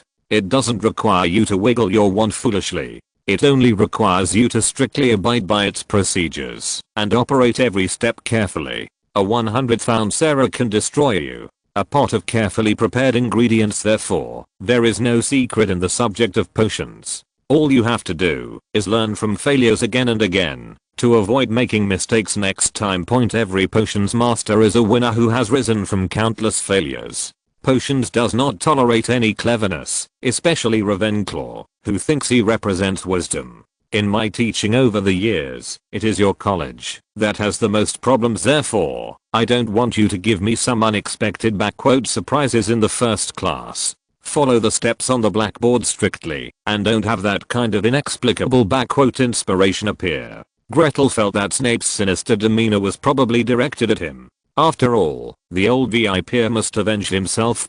However, who is afraid of whom? He is not a vegetarian.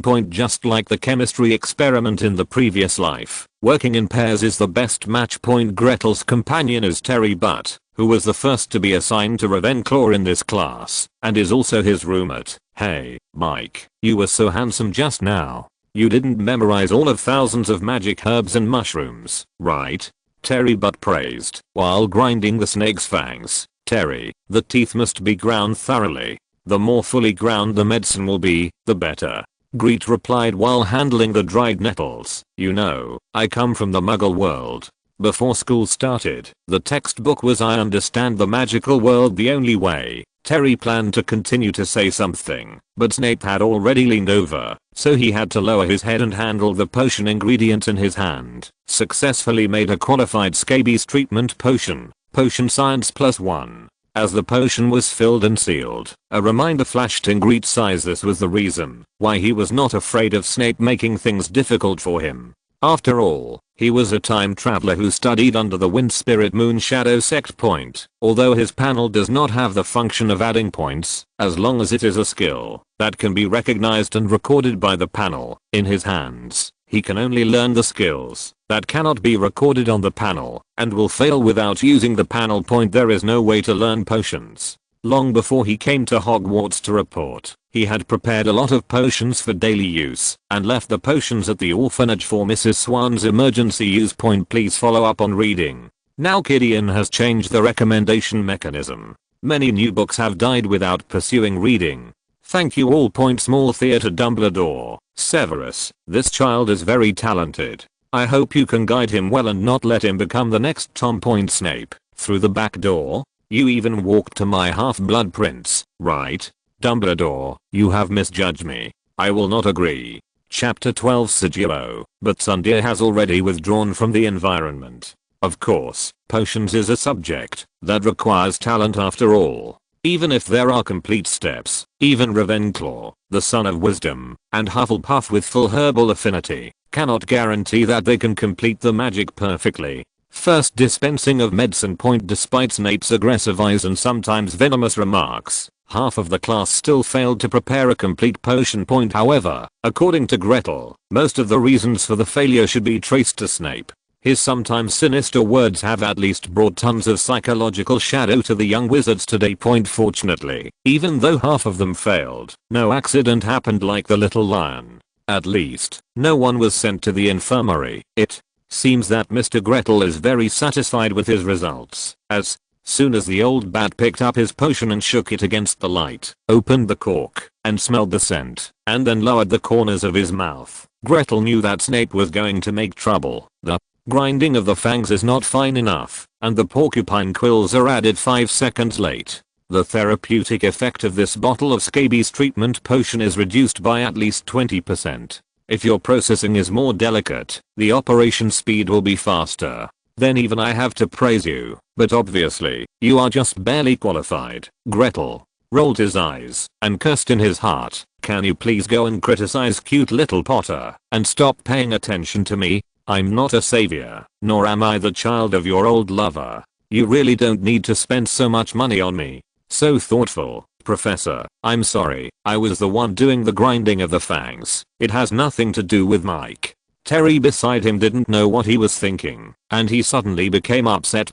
Terry spoke so fast that Gretel didn't even have time to stop him. Sure enough, in Gretel's finished look, Snape sneered. So, Mr. Terry, but do you think my evaluation is wrong? In order to prevent Terry from continuing to show off his courage and causing more serious consequences, Gretel decisively admitted his mistake. No, Professor, you are right. I will pay attention to it next time. But it was obvious that Snape, who had finally found the opportunity, would not give up the opportunity to spray venom. Well, Mr. Gretel, since you think what I said is right, out of friendship with classmates, I think you won't mind taking the place of Terry. Mr. Butt, come to my office every Monday night for some confinement. Without waiting for Gretel to answer, Snape swung his big cloak that almost touched the ground and walked to the podium, leaving only one sentence. Terror but contradicted the professor. 5 points from Ravenclaw. Grete, I'm sorry, I caused you to be imprisoned. And the score. Terry apologized to Grete with a red face. Grete comforted her while clearing the desk. It's okay. Besides, having a professor on the side who can ask for advice at any time is a rare good thing for us Ravenclaws, isn't it? Gretel said, winking at Terry and comforting his anxious roommate. You just have to earn points slowly. Looking at Snape's back, Grete calculated in his mind that Snape's attitude was definitely related to Dumbledore. If it hadn't been for Old Deng's explanation, who would have made things so difficult for a young wizard whom they met for the first time? After all, he is not Harry Potter, the son of an old lover and rival, who is called the savior. As Snape announced that get out of class was over, all the little wizards packed up their textbooks and cauldrons, as if they were running away, and hurriedly left the potions classroom, fearing that if they took one step at night, they would be left behind by the old VIP to ravage them to death. Dining room. Grete kept poking at the steak in front of him, while the little eagles and badgers on the side were talking to each other about their first lesson at Hogwarts rather than communicating. It was more like making complaints about the old VIP. I heard Ryan say before school started that you should never offend Slytherin's old bat. Swallowing obviously could not stop a certain little badger from spreading gossip.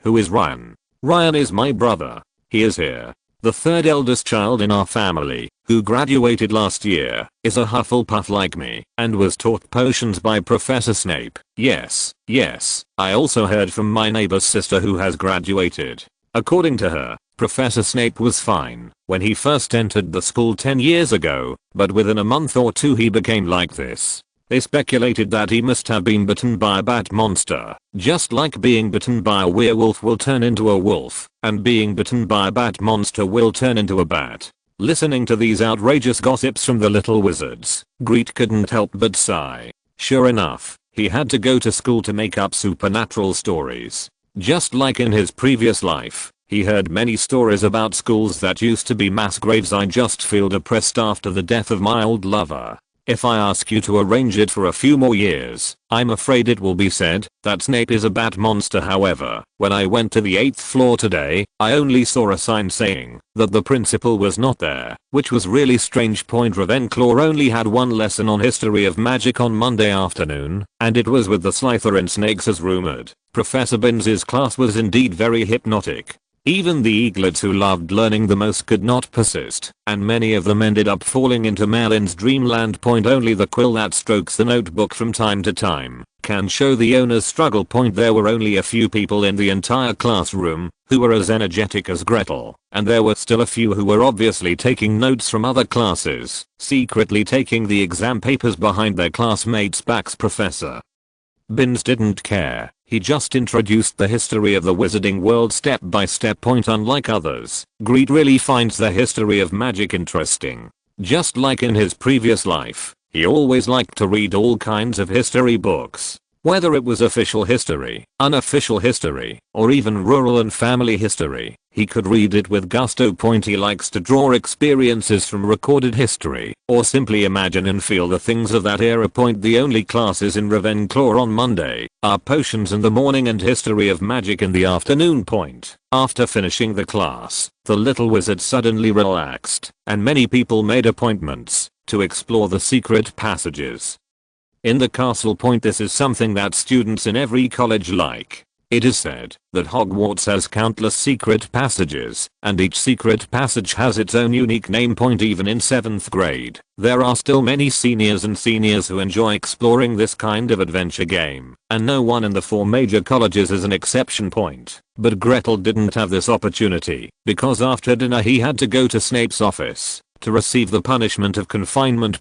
In response to this situation, Terry apologized to Grete countless times. Finally, after Grete seriously stated that it really didn't matter, Terry put aside his grudge and accompanied other students to play a castle exploration game. Professor, I'm here for detention. Before Grete's voice could even finish, the door of the office had already opened. I wonder if Slytherins like darkness. Like Slytherin's common room, Snape's office is also located underground. Because it is located underground, several bronze lampstands are mounted on the wall of the office for daylighting.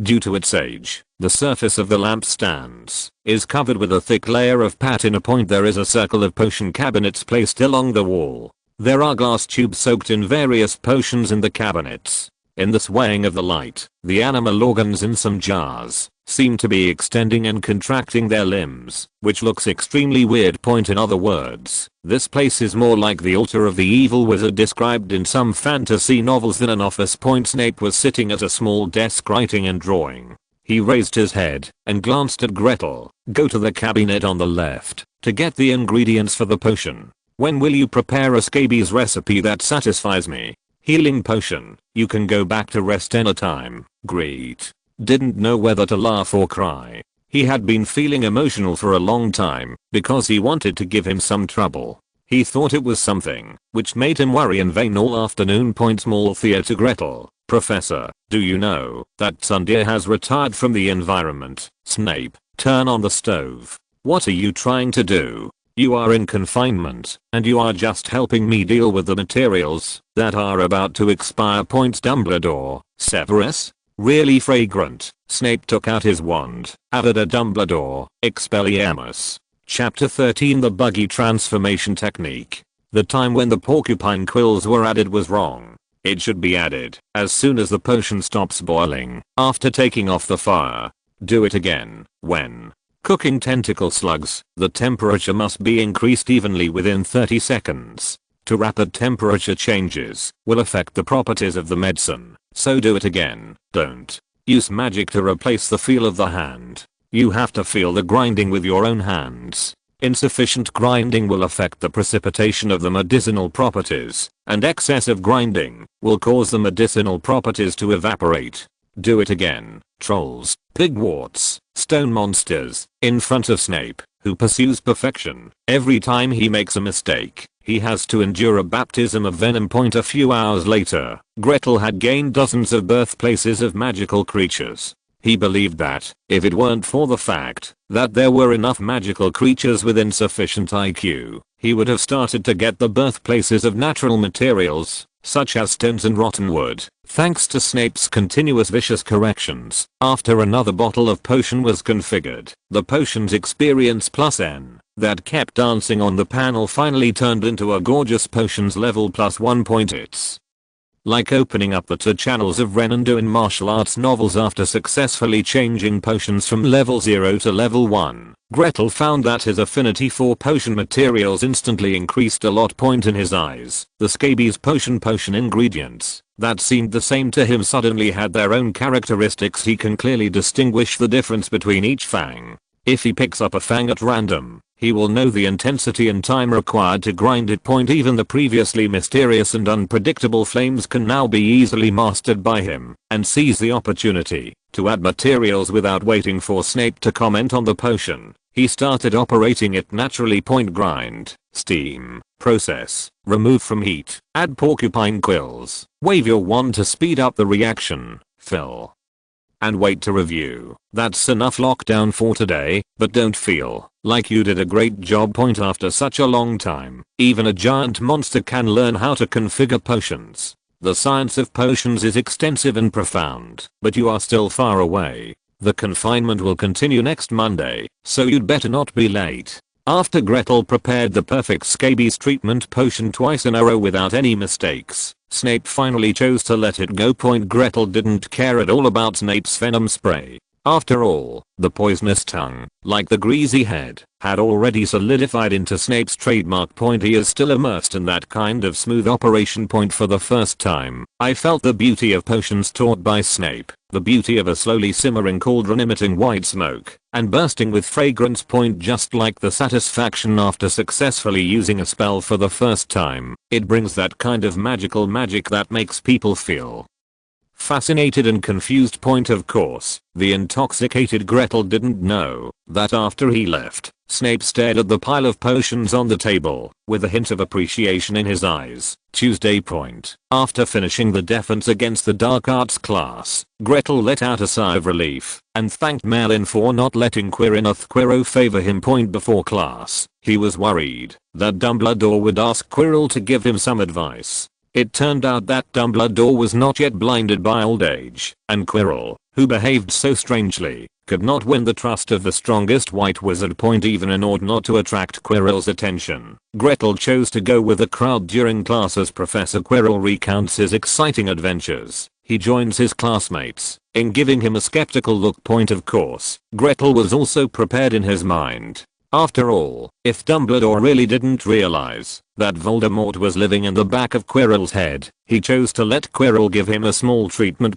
He said that he could not be a prophet and report Voldemort's conspiracy to Dumbledore, even if it would attract Voldemort's attention. As for the source of information, it can be attributed to prophecy. Although he has not learned it yet, it does not delay him from becoming a prophet. After all, if we really talk about the prophecy, Gretel can sweep the entire Hogwarts, and Trelawney will have to step aside. Fortunately, nothing happened, and there was still plenty of time for secret development. There were two classes in Ravenclaw on Tuesday morning. One was the defense against the dark arts class that had just ended and was unable to learn anything. The other course is the charms class taught by the respected dean of the Eagle Academy, Professor Phileas Flitwick. After parting ways with the Slytherin snakes, Gretel followed the eaglets to the charms classroom. Gryffindor's little lions also came back from the greenhouse outside the castle. When class started, Gretel noticed that his dean seemed a little excited. As expected, when Harry Potter was called upon, Professor Flitwick's face instantly turned red like a volcano erupting. Finally, after the great savior Harry Potter answered, Professor Flitwick screamed excitedly and fell to the ground and disappeared. It wasn't until more than 10 minutes later that the professor returned to the classroom with an apology. Of course, he also came back with a small cake that represented the professor's apology. When everyone was stroking their wands and preparing to learn the first spell in their lives, Professor Flitwick asked everyone to take out their textbooks and taught them the basics, the pronunciation, gestures, and magical configurations involved in the spell. In the words of Professor Flitwick, you can fail to cast any spell,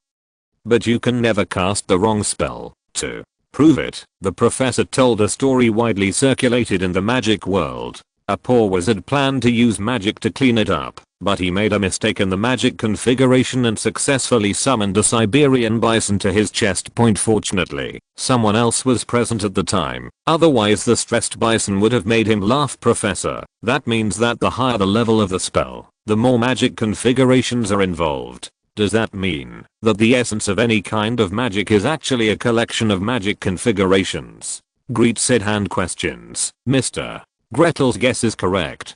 To a certain extent, it is correct. Just like the flying spell, by analyzing its magical configuration, we can divide it into 3 parts, the dynamic configuration and the floating configuration, shape and direction configuration point. Each configuration contains several other smaller configurations. In order to answer the question more intuitively, Professor Flitwick used his wand to project the complete configuration of the flying spell in the air and put each substructure into the type as introduced. Of course, these will be gradually handed over to everyone in the subsequent magic theory. Now let's continue to learn these basic magic configurations and the functions they perform. That's it for today's lesson. If you don't understand anything, you are welcome to come to my office and ask for help. I will be happy to answer it for you. Flitwick left with his front foot, and Gretel followed closely with his back foot. He didn't even notice the savior behind him, who was hesitant to speak, and the little bucktooth holding a letter of challenge in his hand. Forget it, it's okay. Anyway, I have to teach Transfiguration with Ravenclaw in the afternoon, and then I will challenge him. Hermione Granger comforted herself in her heart. Ron tugged on Harry's robes. Harry, I heard Fred say that what Ravenclaw dislikes the most is us Gryffindors, and even Slytherin is much closer to us. Harry, who was naturally sensitive, had long noticed the anxiety in Ron's words, and just sighed inconspicuously. It's nothing, Ron. I just want to make more friends, and promise Merlin that you will always be my friend. Really, believe me, Transfiguration is the most complex and dangerous spell in your Hogwarts curriculum. No one should be naughty in my class, or I will ask him to leave and never allow him to come in again. Day. The bespectacled Professor McGonagall announced the classroom discipline with a straight face. Although he had known for a long time that there was no older cat girl to watch, Gretel was still a little disappointed. After all, that was one of the only 7 registered and legal agmanas in the magic world. Transfiguration seems to be different from the charms class. It does not have complex magical configurations to analyze. In other words, today's Transfiguration is more similar to some strange power that I'm thinking about. Professor McGonagall turned the desk into a pig in front of all the little wizards, and then back again, without any unnecessary spells or gestures related to magical configurations. All it seemed to do was a simple knock, and the desk turned into a pig, and then another knock, and the pig turned into a desk again. After that, Professor McGonagall gave each of the little wizards a match and asked them to try to turn it into a needle. Everyone tried it, but only Grete sat there, staring at the match in front of him and thinking deeply. Professor McGonagall was patrolling the classroom, observing McGarrett, who had signed up with her early. It is not difficult for Gretel to turn into a needle. He has successfully performed the transformation spell more than once before reporting for duty, but he only knew about it, but did not know why. In layman's terms, I know how to use it, but I don't know how it works. Originally, he thought that Professor McGonagall would be like Professor Flitwick, leading the young wizard to understand the principles first, and then formally casting spells. Who would have thought that this course would not teach theory and start directly with practice? Of the skills on the panel. After last night's breakthrough and upgrade in potions, only Transfiguration had a 0 on it. Potions class is an experimental class. As long as there are enough potion materials to consume, you can always break through with proficiency by slowly grinding. Various magic spells require him to understand various configurations. If he understands enough magic configurations, the more proficiency he will gain. After casting spells only knowing the deformation technique, but not knowing the reason, is like having a bug and completely pretending to be dead after successfully logging into the panel. No matter how successfully he casts the spell, he has not gained any more proficiency, and there is still a big 0 hanging on it. Of course, Gretel had long since given up any hope for the prophecy technique that had not yet been logged into the panel. It was too mysterious and could not be understood by an ordinary person like him. Mr. Gretel, do you have any opinions on this course? Professor McGonagall walked over to Gretel and asked. Of course not, Professor. I'm just wondering, what are the rules that an object follows when it transforms into another? Does it mean it's just a sensory deception? Or does it really change completely from the inside out? Another substance, Professor. McGonagall burst into laughter. Mr. Gretel, you are actually thinking too much. You have to know that countless wise men have thought about this problem from ancient times to the present. But do you know what the conclusion is? Gretel raised his head and cast a curious gaze. The conclusion is that the existence of transfiguration itself is a natural law, a law that exists with the emergence of wizards. You can understand it as an illusion, or you can understand it as a transformation of matter, but in the final analysis, it is a natural law that can run smoothly under the command of your magic power. When you choose to end the spell and dispel the magic power, or wait until the magic power is exhausted, it will still turn into its original form. Gretel's eyes gradually brightened, and after hesitating for a moment, he took out his wand from his arms. Today I will update a 3,000 word chapter for the time being, and tomorrow I will add another 3,000 word chapter for all book friends. I hope you will read it. Thank you. Small theater on. I feel like I'm going to lose my friend. Harry. Ron, you think too much. There are 3 gangs of men, multiple friends and multiple paths. Gretel, please give me some partners with whom I can study together. Hermione, do you think I can? Chapter 14 Visiting the Kind-Hearted Hagrid, but rock cake soaked in milk is really good. Chapter 14 Visiting the Kind-Hearted Hagrid, but the rock cake soaked in milk is really delicious. Grete kept giving hints to himself in his mind, not to care about the changes in the microscopic world, nor to consider the transition of electronic energy levels, but to follow the guidance of magic and let the magic soak into the match in front of him. Follow your instincts and let the matches change according to your own ideas, just like a person needs to breathe when alive and sleep when sleepy. Let everything happen naturally. This is a world where magic exists, and transfiguration is an objective truth. Maybe he really convinced himself, or maybe he was hypnotized. As the wand fell, the magic power soaked in, and the match in front of him glowed with a metallic luster with its sharp needle head, smooth needle body, and needle tail with holes. In just a few seconds, the match turned into a sewing needle very smoothly. Ignoring the prompt of +1 transfiguration experience on the panel, Grete pulled a piece of hair from his head, sipped it carefully, and passed it straight through. Professor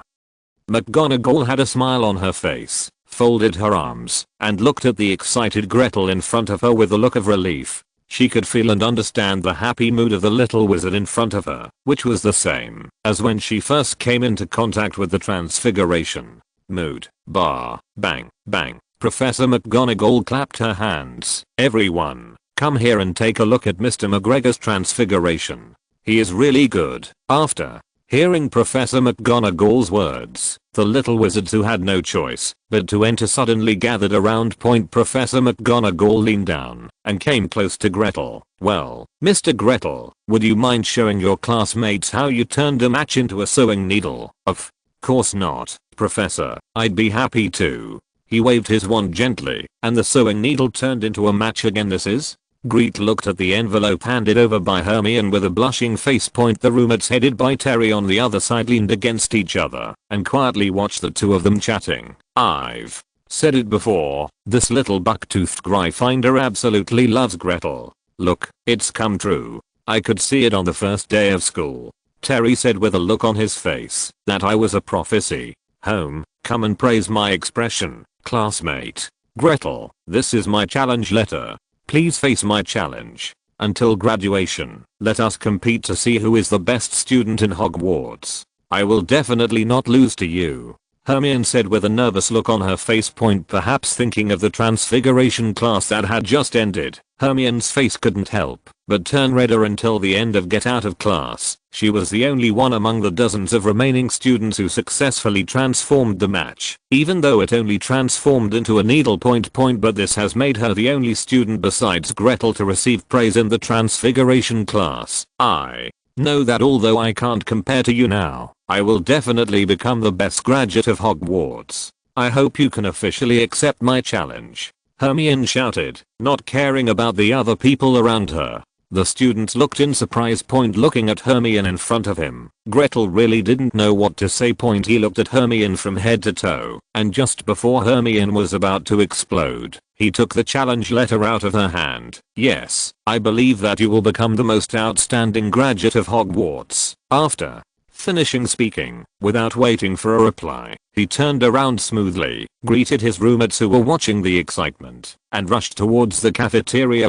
He didn't have time to play the game of lifelong rivalry and life fetters with the little girl here. After dinner, he had to go to Professor Flitwick's office for advice. It was now 3:30, and Professor Flitwick had just finished the charms class for the little badgers and snakes from now until 8 o'clock in the evening. Professor Flitwick will have a rare amount of free time. Grete wanted to take this time to ask how many basic configurations the Flu network magic contained. After the research is clear, the professor's help will naturally be needed to modify the magical configuration involved in the Flu network. Gretel walked away neatly, without leaving a single thought behind, leaving only a look of astonishment and his little buck teeth messy in the wind.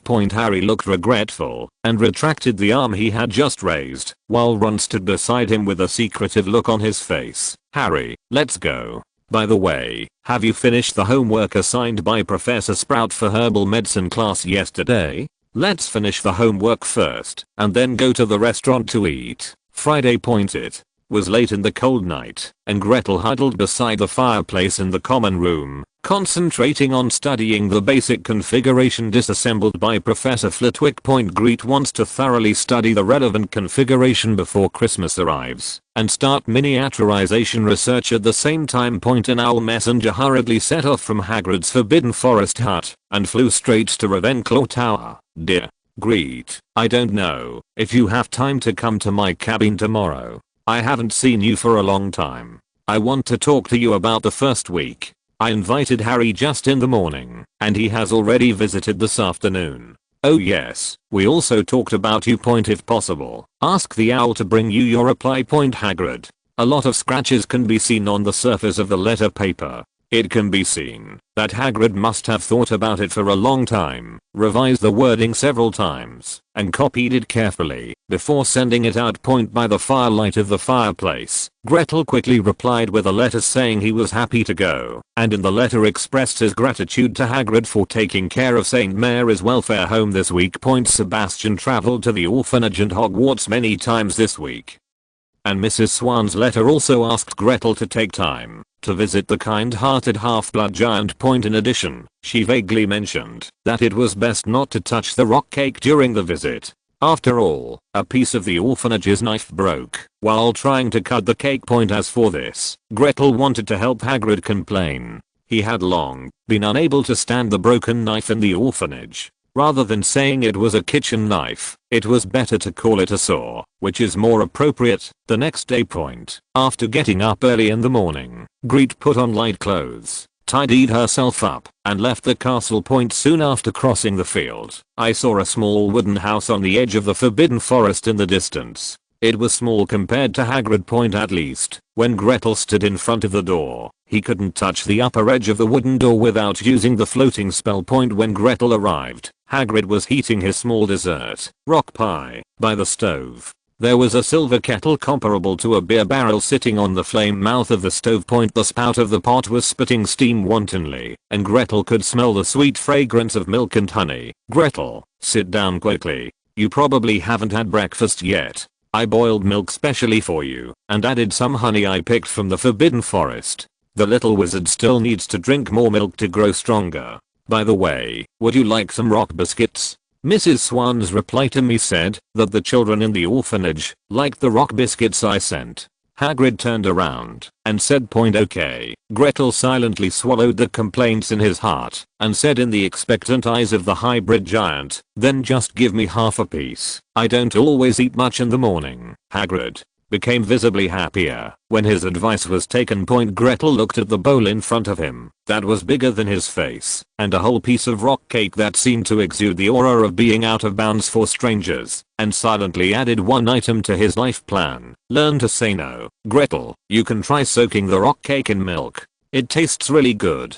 Hagrid suggested again, his two big copper bell eyes filled with recommendations almost using all his strength. Gretel failed to tear off a piece of the soft and delicious rock cake that Hagrid described. He really didn't know how good the savior duo's teeth were, that they could actually chew such a hard lump. He simply gave up, dipped the rock cake in the milk, and stuffed it into his mouth, as if he were dead. Unexpectedly, the rock cake is not as unpalatable as expected, and you can even suck the mellow milk from the soaked area. Gretel gave a thumbs up, fully expressing his agreement with Hagrid's proposal.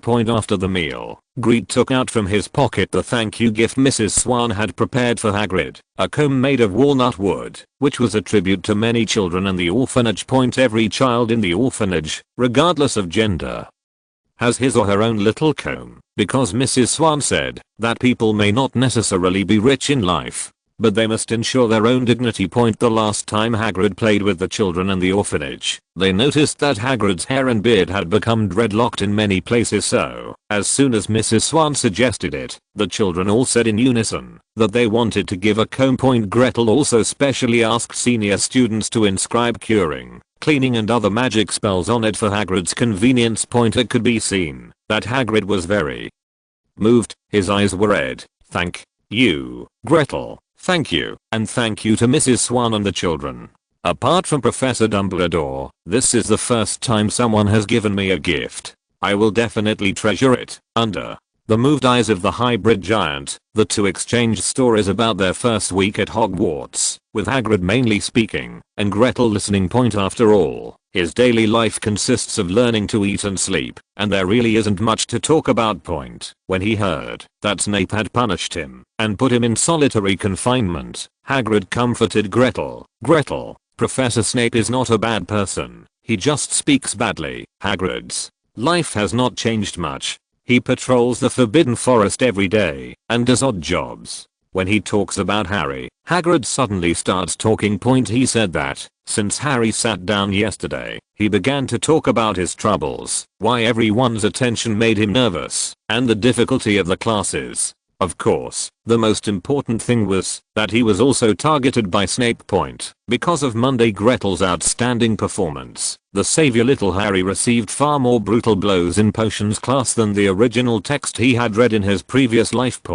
Even because he hated it, Snape took the opportunity to find trouble. After a big lesson, Gryffindor was deducted a full 20 points. Harry had to go to Snape's office every Friday night for solitary confinement, cross out, turn on the stove. But of course Harry didn't think so. He thought he might not make it out of that office alive. Also, Harry never found a chance to contact Gretel, and he didn't realize that Gretel was avoiding him, which was a big problem. So after hearing that Gretel was familiar with Hagrid, he asked Hagrid to create opportunities for him to make friends before Gretel could hide. How could he make friends with him and tell Hagrid that he was currently conducting a very important research with Professor Flitwick? A long list of technical terms for structures and theories instantly overwhelmed this mixed-race giant who had left school early. Hagrid's eyes went straight. Okay, you go ahead and do your business first. You will be classmates for 7 years anyway, so you have plenty of time. There is no rush to make friends. You are busy, so go ahead and do your business. I ask for daily reading and recommendation votes. Thank you. 3000 chapters have been completed, and there are still 2 chapters left today. Also, I'm very curious about where you guys found this book. I'm very curious. Small theater. Hagrid's letters were carefully collected together with letters from home. Hey, that letter over there, I will be a colleague from now on. It looks familiar. A challenge letter thrown casually in the garbage pile. Resentment +1, +1, +1. Thinking casually, Mike Gretel, just wait. My master will definitely defeat you as promised.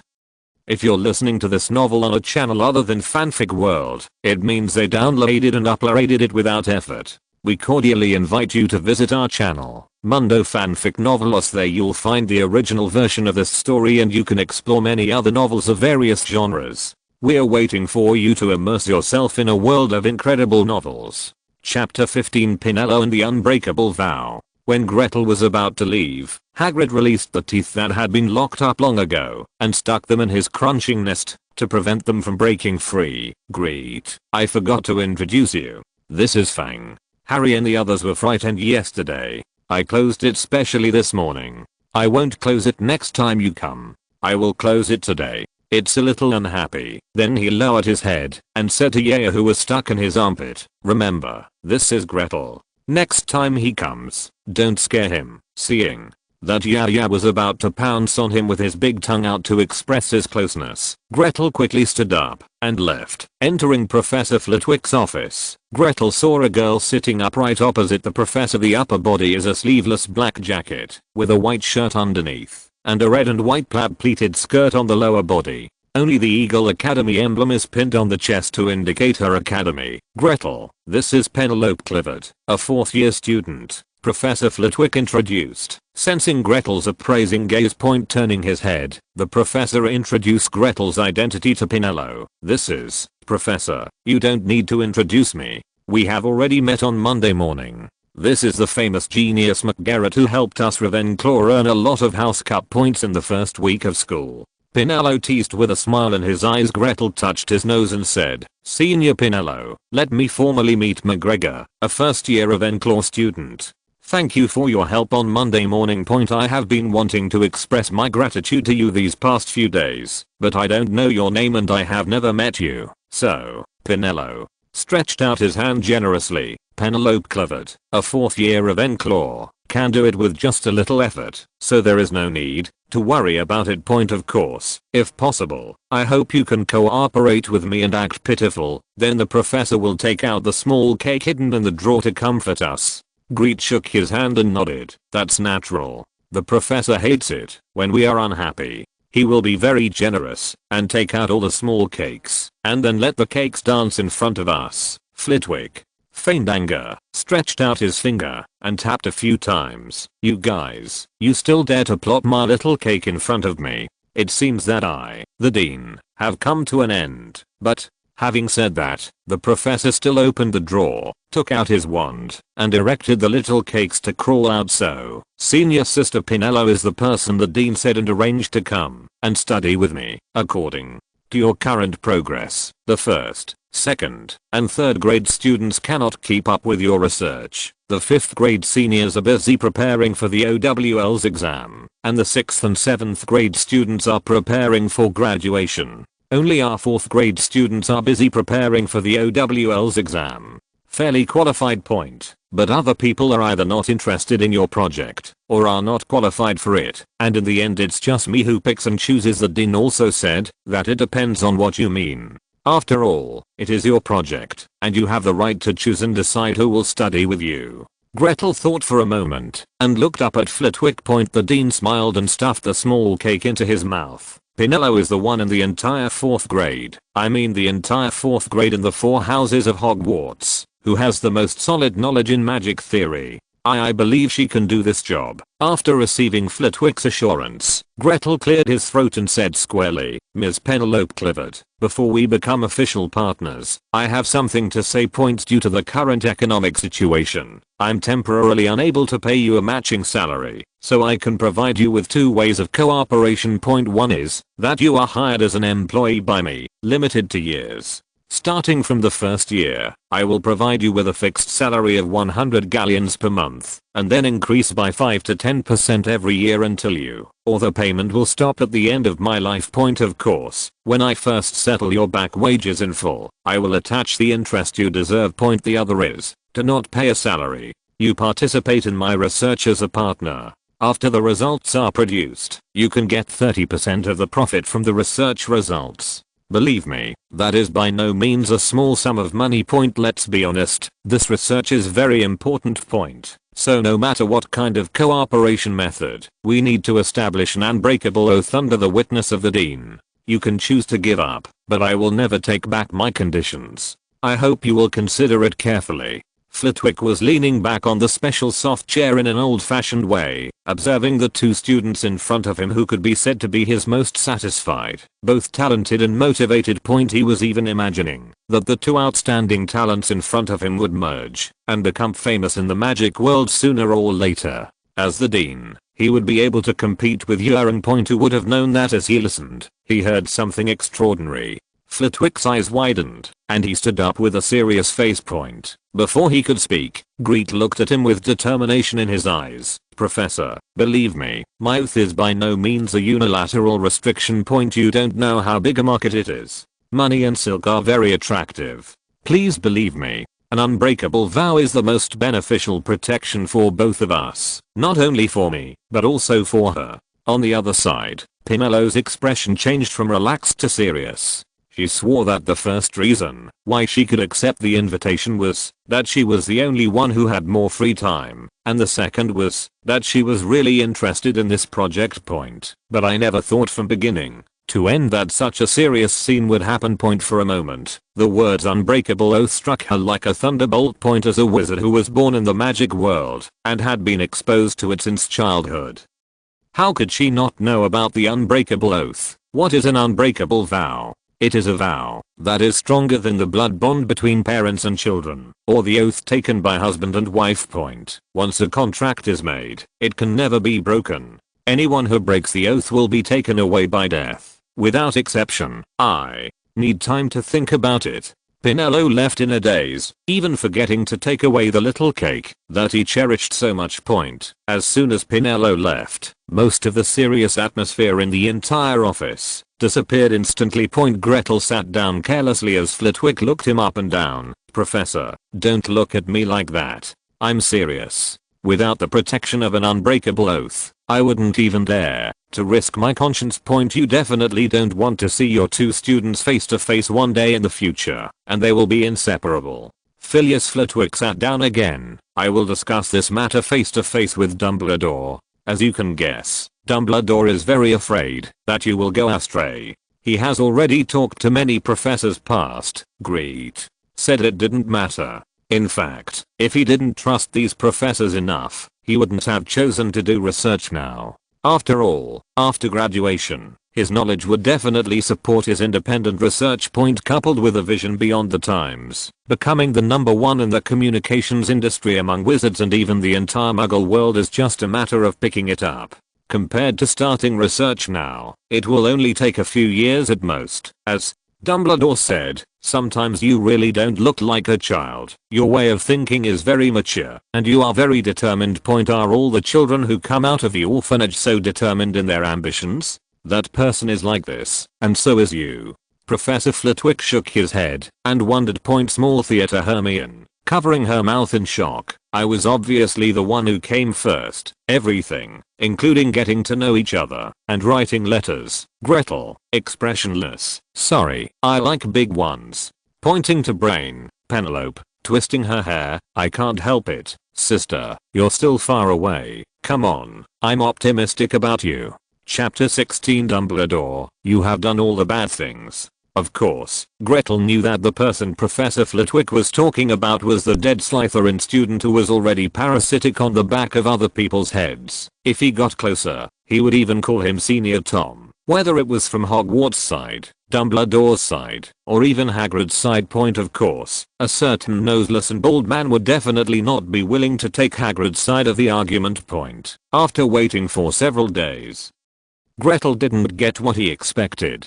Dumbledore's conversation with him seemed to let him go. Penelope didn't show up either, but based on what he heard about it, the fourth year senior had been particularly out of sorts these days, and even burned up the cauldron in Snape's potions class. This behavior certainly received a rating from Snape that was comparable to a troll, and earned Ravenclaw a solid -10. Gretel had not changed much. He went to class and studied as usual, step by step. When he had free time, he would wander around in the sea of books at Hogwarts. When he encountered a problem, he would sneak into Professor Flitwick's office for advice. By the way, I took some time every day to go to the principal's office on the 8th floor to say hello, but I didn't get what I wanted. Gretel guessed that the strongest white devil in the world must be patching up his savior training plan. From his point of view, during Harry Potter's first year career, even if Voldemort had not appeared, Dumbledore would not have let him escape the trials that Harry should have had. At least, a certain oil-headed toolman must be willing to be the villain in Dumbledore's script. As for Voldemort sneaking in, according to Gretel, Dumbledore probably didn't know about it. Otherwise, with the temper of the White Devil, he would definitely not allow the Dark Lord to cause trouble in Hogwarts. After all, if the Dark Lord goes crazy, it is possible that several students will face a life or death crisis. According to Dumbledore's temperament, he will definitely nip such a thing in the bud. Of course, even though he didn't know that Voldemort had sneaked in, Quirinithera was definitely on Dumbledore's watch list. Putting this unfortunate professor's current performance together with his performance in school, anyone who is not a fool can spot the clues. Don't you see why Gretel has been on the training list of almost all professors? But Quirrell alone is still kept in the dark. As for why not all professors are willing to train Gretel, then you have to ask the great divination Professor Sybil Trelawney McGarrett. Tell me what you saw in the crystal ball. Professor Trelawney's eyes seemed to be shining. She was really looking forward to a student with the gift of prophecy. Professor, I saw 2 palms. Gretel answered truthfully. Tell me, what kind of palm? In prophecy, the symbol of the palm can represent many things. Trelawney asked excitedly. After so many years, some students are finally able to see prophecy symbols in the crystal ball in the first class. Professor Trelawney was really excited, her tone even trembling with excitement. Until she saw Gretel put down the crystal ball and raised his hands. I saw palms like this. To be honest, this was the first time Gretel saw what it was like to have a heart filled with despair. Professor Trelawney's eyes were like incandescent lamps whose tungsten filaments had burned out and suddenly became dim. From that day on, Gretel was sentenced to death by Trelawney, and he was nothing more than an ordinary person without the talent for divination. From that day on, Gretel was banned from attending by a professor for the first time. Before the door to divination could even open a crack, Professor Trelawney locked it tightly from the inside. But it's really not his fault. He really tried his best, but the crystal ball made him dizzy, and he didn't see anything with prophetic imagery. The flying lessons were not as interesting as expected. Those flying broomsticks that were shedding hair and about to fall apart really did not provide Grete with the slightest sense of security. And that broom made his butt hurt from sitting on it. The seat charm on it must have not been optimized for a long time. I didn't realize at all the soft comfort of their home that was as soft as a sofa that my roommates boasted about. The most important thing is that he doesn't look handsome at all. Even if flying is a desire rooted in human DNA, Gretel doesn't want to be a wizard knight with a broom under his arm. After all, the flight in his fantasy would either involve stepping on a long sword or using Feng Zhu to control the wind and be so handsome as to be immortal. If that didn't work, he could also accept a handsome flying car. Gretel's fantasy only received a round of boos from his roommates. Even the most courageous Quidditch player would not dare to stand up on the broom at will. That would be a joke with his own life. As for the flying curse, they even said that they had never heard of it. If it weren't for the fear of scaring these little wizards who have never seen the world, and a certain noseless one, they are now lurking in Hogwarts and preparing to cause trouble. Gretel would definitely swear to ask these little wizards to write home and ask their ancestors if they still remembered a certain cloud of black smoke flying in the sky. Or there is a saying that if Tom had not grown crooked, the wizarding world would have made great strides forward for at least 100 years. No, he had studied and practiced the flying magic that others could not even imagine many years ago, and even developed it into his own special symbol. Worry, Gretel really feels sad. As long as he has enough knowledge, he will study the flying spell. Gretel has his own style. Or if he was brave enough, he could sneak into Quirrell's office, point at Voldemort's nose, and threaten him to teach him the flying spell Voldemort's unique style. Otherwise he would report him to Dumbledore. But he didn't dare. After all, he didn't consider himself, but also the relatives of St. Mary's welfare home. Voldemort couldn't be offended for the time being, and Voldemort couldn't be offended even more as his Death Eaters were always at his disposal. Besides, if he dares to threaten the notorious Dark Lord, he will most likely be met with not a compromise, but a fatal blow to Avatar. After all, the Horcrux has not been destroyed, and Leo Fu is not afraid of death.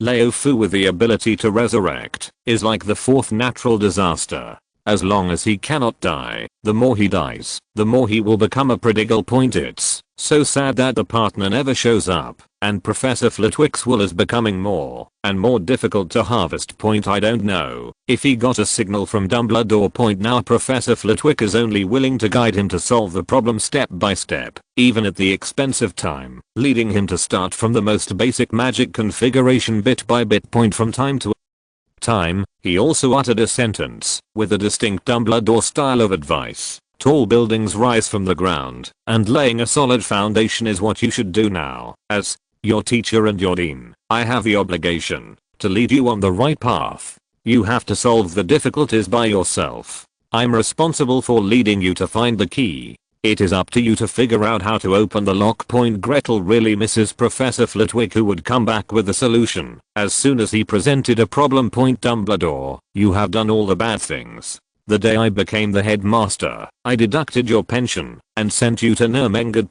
Gretel's thoughts are not known to outsiders, but whenever he fantasizes like this, his roommate always feels gloomy and sinister and wishes he could stay far away. On another weekend, Gretel received 2 letters at the same time, one from Hagrid's Forbidden Forest cabin. In the letter, Hagrid asked if he was still busy and also wrote that he wanted to take this opportunity to introduce him and Harry to each other. The other letter came from the girls' lounge in Ravenclaw Tower, where Penelope Civet had been struggling for a week. Please read, recommend, and compare your feelings. Backquote, small theatre noseless bald monster, thumping the ground. Dumbledore, you have done all kinds of bad things. You said that if you let me become a professor, why would I have to suffer so much? Gretel, thumping the ground. Dumbledore, you have done all the bad things. You have given me Professor Flitwick, who is always responsive to my needs. I feel like I have lost a lot of hair this week.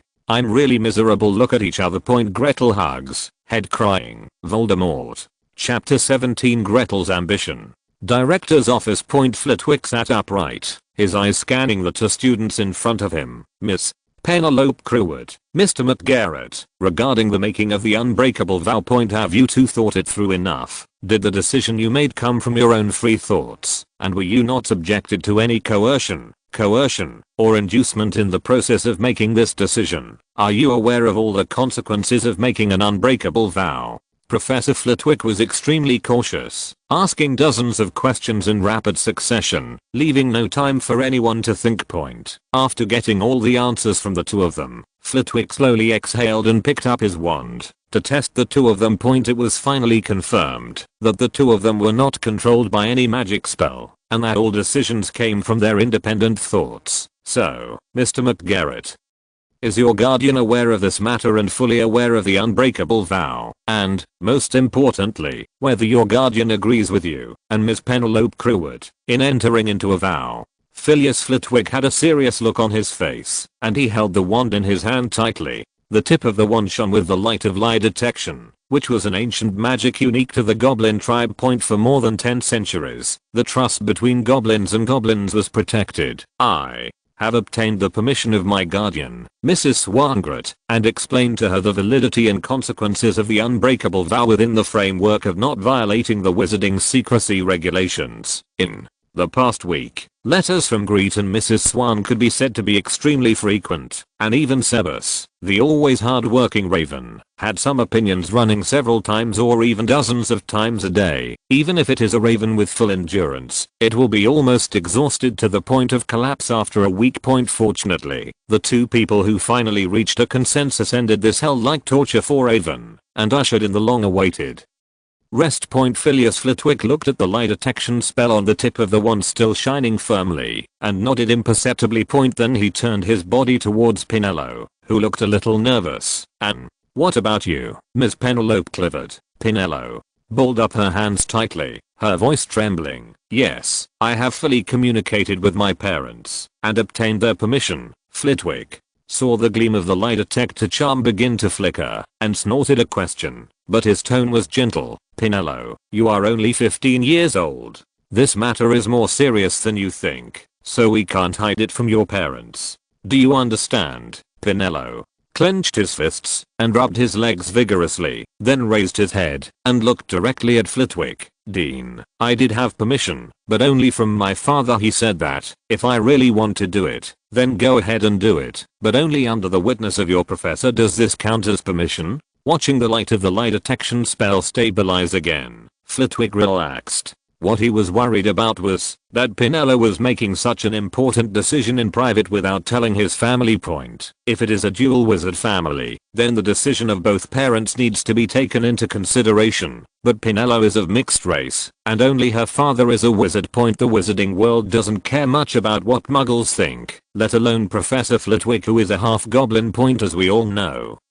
Wizards /U003 are magical creatures /U003 muggles. This is the consensus of all wizards in the wizarding world. Then, since you have obtained permission and both parties have entered into an unbreakable oath voluntarily, I will serve as a witness to your oaths and bear witness to your oaths. Following Phileas Flitwick's instructions, Gretel and Pinello knelt down on one knee facing each other, holding each other's right hands tightly. Flitwick picked up the staff and pressed it against their joined hands. They began to conclude the oath that Grete had drawn up early on and that was recognized by both parties. Pinello. Clivert, are you willing to provide your knowledge without reservation in McGarrett's research and try your best to complete the research? I do. Are you willing to keep the research results of both parties confidential and never leak the secrets to others behind McGarrett's back in any way? I do. Would you like to? McGarrett, are you willing to do everything you can to protect Penelope Clivert during the study? I do. Will you promise to never harm Penelope Clivert in any way? I do. With every oath taken, a dazzling tongue of fire emerges from the wand and wraps around the two clasped hands a full 10 minutes. Dozens or hundreds of oaths, the hands held by the two people have been completely covered by the chain formed by tongues of fire. Just like the rising sun in the early morning. Flitwick swore to Merlin that today's oath was the most complete and strictest unbreakable oath he had ever seen since the recorded history of the wizarding world. If he were not a witness and needed to keep everything that happened when the oath was made secret, he would definitely write this shocking scene into the family history for future generations to admire. The Room of Requirement. Legend has it that there is a magical room of requirement in Hogwarts. When a person really needs it, it will appear just in time and perfectly meet the needs of the person in need. Penelope had searched for it when she entered Hogwarts, but there was no clue at all. She thought she would be like those seniors who had graduated, either regretting missing it or telling the later generations that it was a legend. Who would have thought that she would receive such a big surprise just after she made a vow with Gretel? Yes. We are now in the research room created by the Room of Requirement. We will study the theory here in the future, and when the samples are manufactured, we will push the products to the entire wizarding world and build our business empire. In fact, Gretel's desire is not something that a small wizarding world can satisfy. The billions of people outside the wizarding world are his ultimate goal. But now these must not be told to Penelope, otherwise this 4th year student who just turned 15 will be scared silly. Through Gretel's understanding, he can be sure that the wizarding world and the muggle world are definitely not parallel lines that do not intersect. At least this is the case with the wizarding world and Great Britain. The land around those wizarding towns alone cannot support the wizards of Great Britain. Therefore, within the scope of Great Britain, there is definitely a very close cooperation between the wizard authorities and the muggle authorities that is unknown to the public. From myself to others, no matter which continent they are in, wizards can never really break away from human society. At least, most wizards who do not produce cannot break away. From the surface data, no matter which country the wizards are from, most of them think that wizards are superior to humans, so they do not accept to live with humans. But in fact, the isolation of wizards is largely due to fear of muggles. The backward witch hunting movement in the Middle Ages still makes wizards afraid, and in the eyes of the pioneers, the muggle world, which has made great strides in preparing for technological leaps, is even more so. Gretel has no interest in unifying the world, nor does he have the idea of becoming the uncrowned king of the world. But it is impossible for him to give up the muggle market worth billions. Magic can only be a shortcut for him to realize his life plan, but it is not, and will never be the end of his life plan. Small theater. Dumbledore, GG. Do they look like when they make an unbreakable oath, and when we make a blood oath? GG. Albus, are you saying that little Gretel or little Penelope will be locked Up by another person in some damn place called Newgam or Monumentha. Dumbledore, with a dark face. If you say that, I won't come to pay my respects when you die. Chapter 18 Urgent. What should I do if I'm targeted by Voldemort? What a pity. Harry missed another opportunity to make friends with you. Grete held a cup of hot tea and sat on Hagrid's chair, listening to his sigh. If you meet him, you will definitely like that young man. Did you hear that Harry joined the Gryffindor Quidditch team? I said he is a great young man. There was something very important yesterday, and I can only regret that I missed it, Grete said, blowing on the tea. By the way, Hagrid, Mother Gretel asked me to advise you not to spend too much money. You sent so much meat this week. Even if the children in the orphanage eat 3 meals a day, they still have to eat it for half a month. Hagrid took out a small comb from his pocket, touched it carefully, and put it back into his arms. There is nothing to spend on it. The meat is all the prey I killed in the Forbidden Forest. Gretel glanced at Hagrid and silently mourned for the animals in the Forbidden Forest. Hagrid, even if you don't have to spend money, you have to know that you are a gamekeeper, not a hunter in the Forbidden Forest. It's okay. The Forbidden Forest is so big. Even if I fight every day, I won't be able to fight much. Gretel took a sip of tea, thought for a while and said, that's what I said, but you really sent too much meat. You have also seen the situation in the orphanage. Even if it is cold now, it will not last long. When the time comes, if it goes bad, Grete's mother and children will be sad. Hagrid thought about it carefully, and then agreed in Gretel's sincere eyes. Okay, I will give less in the future, and I will give it to the children when they are almost finished eating. Gretel added, also, Hagrid, I would like to ask if you have seen Principal Dumbledore recently. I have visited him in the office many times, but he is not here. Hagrid was not good at lying. He smacked his lips many times, his face turned red from suppressing it, and he said in a sullen voice, the principal has something to do recently, so he probably won't have time to see you. Is there something wrong with you? Why don't you go first? Talk to me and see if I can help you solve it. Of course, Gretel couldn't tell Hagrid that he wanted to settle a score with Dumbledore. He could only use the excuse that he had a question he didn't understand and wanted to ask Dumbledore for advice. Under Hagrid's helpless eyes, Gretel settled down again. It has to be said that Hagrid's place is really suitable for resting, away from the Ravenclaw crowd and away from the nagging questions of his partner, Ms. Pinello. Since Pinello was brought into the research room yesterday, his ears have never been idle. Grete, I can understand this communication function, but why do you need to add an information storage function? Gretel, why do you need to add a positioning function? No wizard would like to have his whereabouts exposed. Pinello is a qualified researcher, but she is really not a good partner. She seems to be very curious about everything, and she also has a persistence to break the casserole and get to the bottom of it.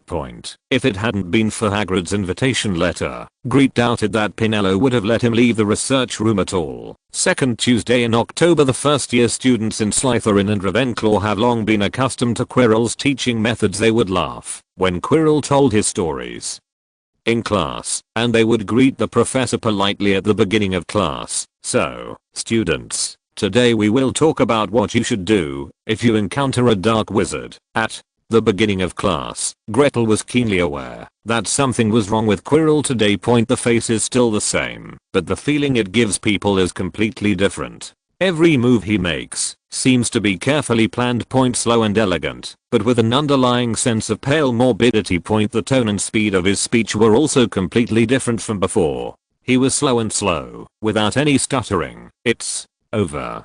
Gretel felt that his vision went dark, and he shrank his body downwards without leaving a trace. Hide. A little snake whose name was called answered cautiously. Judging from his wizard robes, which are not so clean, and can vaguely see footprints, his status in Slytherin should not be too high. Quirrell, oh no, it should be Voldemort, was obviously not very satisfied with this answer. Judging from his slight frown, he probably disliked this answer. Then, this classmate, if I remember correctly, your name should be Terry, but please answer. The wand pointed at Terry, who was sitting next to Gretel. Terry was indeed a reckless man who planned to have sex with Snape. In Gretel's view, Terry was the little lion who was mistakenly assigned to the Eagle Yard. Considering death, everyone should kill dark wizards. If I encounter a dark wizard, I will definitely fight them to the death, if possible. Gretel really wanted to poison Terry. You said in front of the biggest leader of the dark wizards that you wanted to fight to the death with the dark wizards. How strong is your head? Unexpectedly, this answer seemed to poke Voldemort's point of laughter, and he laughed loudly and motioned for Terry to sit back down. I admire classmate Terry's courage, but I don't agree with his idea. Not to mention that you have just started school for a month and have not mastered a few spells. You are an aura of the Ministry of Magic. You will not be able to meet a dark wizard. You may not be able to beat it. So, is there any other little wizard who would like to answer this question? Voldemort obviously enjoyed his time as a defense against the dark arts professor. He asked several more students, including Little Eagle and Little Snake Point, but no one's answers satisfied him, and none of them even made him feel better. Mr. McGarrett, a gifted first year Ravenclaw student, would you like to answer my question? What would you do if you encountered a dark wizard caught off guard? Voldemort pointed his finger at Gretel, who was pretending to be a wooden man. He really didn't know how he attracted Voldemort's attention. After all, he had never heard of him making trouble with Harry Potter in Gryffindor class. Grete was extremely reluctant, but still had an innocent smile on his face, and stood up honestly. Professor, if I encounter a dark wizard, I will choose to run away as far as I can until stop when it's safe. Gretel cursed in his heart. This is what I'm thinking now too. Very. But, please sit down. Mr. Gretel's answer is the answer I want to hear. Voldemort turned around and strode back to the podium, even not forgetting to give Ravenclaw a point. Walking onto the podium, Voldemort put his hands on the desk and glanced at the whole class. As young wizards, when we encounter a dark wizard, our first choice is always to save our lives. You are not auras. Going up to fight is not heroic. It is reckless. Hiding is unrealistic. Dark wizards can feel your fear, and they like this cat and mouse game. The deeper you hide, the more interested they are in treating you as a toy. Mr. Gretel's approach is the most correct, but it is not rigorous enough. Generally speaking, dark wizards have their own purposes, not mission targets. They generally will not hunt you down to the end. Escape is the best choice you can make when encountering a dark wizard, but when escaping, don't forget to pay attention to what is behind you, otherwise you may be torn apart. A flash of magic power flashed from the wand, and an unoccupied desk in the distance instantly exploded. After shocking the little wizards present, they returned to their original state and restored the desk. The consequences may be like this. Voldemort's performance received bursts of applause from the young wizards. Next, I'll teach you a magic spell that can help you escape, the obstacle charm. Until the end of get out of class, everyone felt that they had gained a lot. The little wizards gained a new spell, and Voldemort gained the experience of a defense against the dark arts professor. The little wizards also said their sincere farewell to the professor for the first time. Just when Gretel thought that Voldemort was just here to experience it, everything would pass by calmly. Voldemort, who had taken advantage of Professor Quirrell's body, spoke. 2 updates are sent, as usual. Please read and recommend small theater. Voldemort. Hello, Mr. Gretel. I'm your senior. Are you interested? Not finished yet. Gretel, running wildly waving his wand. There are many obstacles. Dumbledore, where are you? Voldemort is eating children. Come and save them. Chapter 19. I have a trick called suing parents. McGarrett, come to my office after dinner. Gretel really wanted to ask Professor, can I not go? But when he turned around and saw the slightly playful look in Quirrell's eyes, he decisively chose to bow his head and agree honestly. What should you do as a wizard cub if you are targeted by a dark wizard? If asked again now, what Grete would like to answer most is that if possible, of course he would sue the parents, especially the parents who are full of moral integrity and have outstanding ability to protect the calf. The most coincidental thing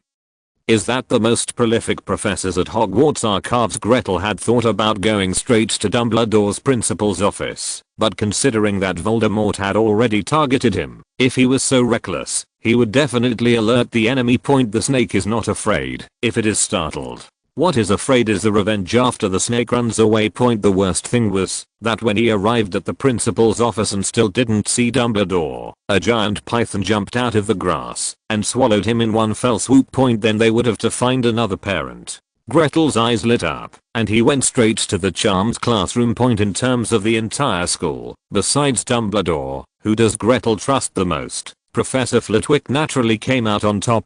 Judging from the history of the school, all the previous charms professors at Hogwarts were good duelists. The reason why Professor Flitwick came to teach at Hogwarts was because he had been the dueling champion for countless times. If Dean Flitwick is willing to accompany him to Quirrell's office, then as long as Voldemort is not willing to break up, Mike McGarrett, a first-year wizard and the genius of the Eagle Academy, could just put his hands on his hips and declare that he was extremely safe. But the troublesome part is how to make Professor Flitwick willingly accompany him without exposing the existence of Voldemort. Mainly because Leo Fu's lurking was so good that even Dumbledore was hidden from him. If he directly revealed Voldemort's identity, it would be easy to silence him. So, even if it is clear, you still have to find a way to pluck yourself clean to avoid being secretly poked by this poisonous snake. After dinner, Gretel followed Flitwick with a sheepish expression on his face. There was nothing he could do. He relied on his aura of genius to trick his own dean. But this was the best way he could think of at the moment, without revealing Voldemort's identity to the professor, and without Voldemort having any additional thoughts about him. He sold Quirrell. In the charms class, he deliberately pretended to ask for advice, saying that he had a spell configuration that he didn't quite understand. Then he released all the obstacles in front of Professor Flitwick. What's even more unfortunate is that, because of their insufficient level, there were many obstacles and they couldn't control the range well, pushing many little wizards away. If Professor Flitwick hadn't cast the stop curse quickly with his quick eyesight, everyone would have been kicked out of the classroom by the out of control obstacle curse. Professor Flitwick, a good old man, got angry for the first time. He even scolded Quirrell in a thorough class, saying that he had forgotten all the things he taught after so many years of graduation. Later, when he heard that Quirrell wanted Gretel to come to his office at night, the professor immediately thought that he was poaching behind his back as the dean of the Eagle Academy. Everyone loves gifted students, but not everyone has the ability to teach them well. The professor immediately said that if he went there, he would take him with him, and he would have a good discussion with Quirrell about the training of the little wizard. In fact, in the afternoon transfiguration class, Gretel also hinted to Professor McGonagall that someone wanted to interfere in the cultivation of genius wizards. To be honest, based on Quirrell's performance since the beginning of school, everyone knew that he was simply not qualified to work as a formal professor. If they had known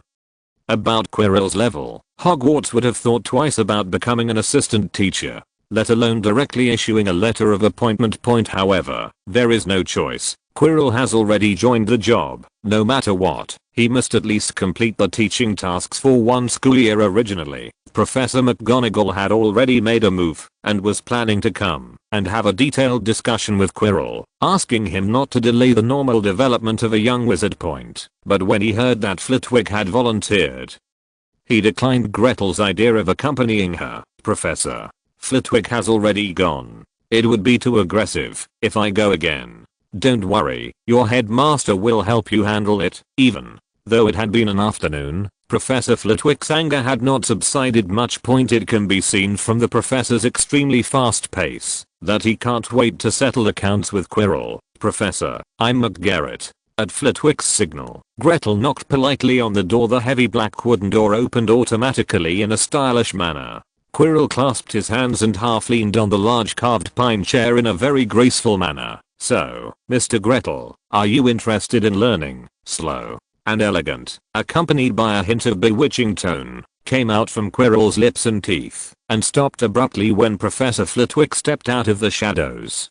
Professor Flitwick. Voldemort's teasing eyes disappeared instantly and were replaced by the cowardice and nervousness that belonged to Quirin Axillo. Why are you here? Flitwick walked into the office with his hands behind his back and a serious look on his face. He did not see him waving his wand, and it floated straight to Quirrell's desk. Quirina. Chillo. Yes, Professor. Quirrell lowered his head slightly, trying to keep the back of his head in the blind spot of Flitwick's eyes. Snap, a book flew up and hit Quirrell hard on the head. Holy shit, Gretel gasped, his head spinning rapidly, now reminding the professor to prepare to take action to ensure the safety of the two of them. Before Gretel could finish thinking, the big book, which was more than 10 centimeters thick, was smashed several times. It seems that you haven't forgotten that I taught you about spells. So how could you forget that I have emphasized time and time again that the most important thing for a young wizard is to lay a good foundation. How old is he? 11 years old. And how long has he been in school? 1 month and 8 days. May I ask, when did I let you officially start learning spells? When you were in school? Gretel noticed that Quirrell's expression struggled for a moment, but he finally answered meekly, Professor, I remember clearly that at the end of the 2nd month of school, the first magic I learned was the levitation spell. Then, how dare you let a bunch of first-year students who haven't learned basic magic theory and basic magic configurations to cast with so many obstacles. It could be seen that Professor Flitwick was really angry. Every time he said a word, the big book made love to the back of Quirrell's head. In order to prevent Leofu from being humiliated and going full force, Gretel immediately stood up. Professor, it's not Professor Quirrell's fault. He didn't ask us how to cast the spell. He just told us that, if we encounter a dark wizard, this spell can help us escape. It's really not Professor Quirrell's fault. It's just that I want to learn. You know, I always want to learn something new. So I ask you for advice. I know I was wrong, and I promise that I will not recklessly cast spells that I have not mastered in the future. So please don't. Gretel didn't finish his words, but Flitwick had already realized that Quirrell in front of him was no longer his student, but a formal professor with the same identity as him, and everyone was a colleague. The floating book fell down instantly. Professor Flitwick looked apologetic, and even the gold-rimmed glasses on the bridge of his nose were twisted. Professor Quirrell, I'm really sorry. I was impulsive. You know, we are always afraid of something happening to the little wizard. Your head was not injured, right? Let me see. The back of the head was a forbidden area. How could Quirrell allow Flitwick to take off his turban? Finally, with the assurance that Quirrell sincerely stated that he had no grudge against Flitwick and that his head was definitely not injured. Flitwick finally calmed down and left Quirrell's office with Gretel. Along the way, Flitwick stopped Gretel from trying to say anything until he closed the door of his office and suddenly relaxed. Gretel, you did the right thing. You must not stay alone with Quirrell. Flitwick's eyes were full of caution. Life is not easy. Gretel sighed and asked for Theater. Quirrell, Master, are you okay? I will apply healing potion on you right now. The unusually flat Leofu. Quirrell, I find Gretel more and more interesting. Tell me, does he know something? Quirrell cursed. It's over. The master has been beaten. Stupid. Is it too late for me to get off the boat now? How is it possible? Dumbledore didn't even find you. The master. How is it possible for a little wizard? Leofu sighed. These are all crooked subordinates. I really want to cultivate a perfect subordinate with my own hands. Chapter 20 Voldemort, you actually seduced me. You are so despicable. I'm sorry, Gretel, I took advantage of you. Flitwick's face was full of apology. Albus and I had discussed privately a long time ago, saying that we would find a suitable opportunity to test Quirrell. After all, his performance is so strange, and we know Quirrell Shillow's deeds after graduation. Otherwise it would be impossible to hire him. He shouldn't behave like this. At least being a defense against the dark arts professor shouldn't be so difficult for him. You should have read the records. In ancient history of magic, many ancient spells classified as black magic, although powerful, can cause irreversible harm to the caster, so we suspect that may be the case with Quirrell. But after more than a month of private investigation, we found nothing. Fortunately, I have you. Just now, the moment the office door opened, I smelled a disgusting smell of black magic. But it disappeared again in an instant. Just like the day of the sorting ceremony, it suddenly appeared and disappeared again. If I were not face to face with Quirrell, I might even think it was an illusion. Therefore, for your safety, you must not come into contact with Quirrell alone. I suspect that he may have learned about your talent and wanted to use you as a sacrifice for black magic spells. Grete also apologized silently in his heart. "I'm sorry, Professor. I used you to be a firefighter." As for Flitwick's worries, Gretel didn't really care. Although he didn't know what Voldemort wanted to do, he knew that he would never be the sacrifice Voldemort needed. The only thing he was worried about was that Voldemort thought Quirrell was not useful, so he forcibly parasitized him and tattooed a big, noseless, bald face on the back of his head. Even without Flitwick's warning, he would not have met Quirrell in private. I don't know why he was avoiding Harry, the savior of course, to avoid trouble. Who is the trouble? The biggest trouble is of course the big melon on the back of Quirrell's head. He was out of his mind, so he went to get close to Quirrell. It was too late to hide. If possible, he even wanted to skip the defense against the dark arts class, but no. Quirrell takes roll every time in class. This is the only time he does it like a professor. Farewell to Flitwick. Gretel went straight back to the tower. This behavior shocked even Ravenclaw, the king of scrolls after all. The genius Gretel is a representative who is smarter than you and works harder than you. Rain or shine, as long as there is no class, he spends time in the library. However, Merlin, Gretel actually returned to the lounge early. Many people came over and asked Gretel if he was feeling unwell and if they needed to go to the infirmary to find Madame Pomfrey for help. There are even people who have rolled up their sleeves and plan to carry Gretel to receive treatment. Declining the kindness of the eaglets, Grete got into bed. To be honest, he was really scared today. The moment he was stopped by Voldemort, he felt that at least half of his brain cells were dead. The other half died from Professor Flitwick's heroic act of hitting the back of the head. He didn't want to think about anything now. He just wanted to sleep peacefully. Early in the morning, Grete got up sleepily. With dark eyes, he had a nightmare all night, in which he was covered in noseless faces, and those faces kept repeating, "McGarrett, you can't escape." Oh, what a bad luck. Grete spat out the toothpaste in his mouth angrily. He was thinking in his mind that, if he pretended to have a talent for divination, revealed Voldemort's identity to Dumbledore, and asked Old Deng to drive Voldemort away, he might not be blamed by the noseless senior afterwards. After thinking about it for a long time, I gave up the idea. Gretel still felt that Dumbledore probably knew that Voldemort was parasitic on the back of Quirrell's head. Otherwise he would not be able to explain why he brought the Sorcerer's Stone into Hogwarts. Trelawney's divination of Voldemort's special offense divination noble phantasm would reveal only insignificant pieces of information. The more important information has definitely been hidden by Dumbledore, the White Devil. So Gretel made a bold assumption that Dumbledore knew Voldemort's current state. So what would Leo Deng do if he could pinch it at will? The first step was to hide and create the illusion that he was often absent from school. Otherwise, with him guarding the magic stone, Nose would be in its current state. Even if he had 100 more courage, he would not dare to stroke the tiger's whiskers. A second step is to observe Quirrell's movements and wait for the fish to take the bait. The third step is to use this opportunity to improve the savior training plan. After connecting all the information together, Gretel understood that Leo Deng was now the sixth child.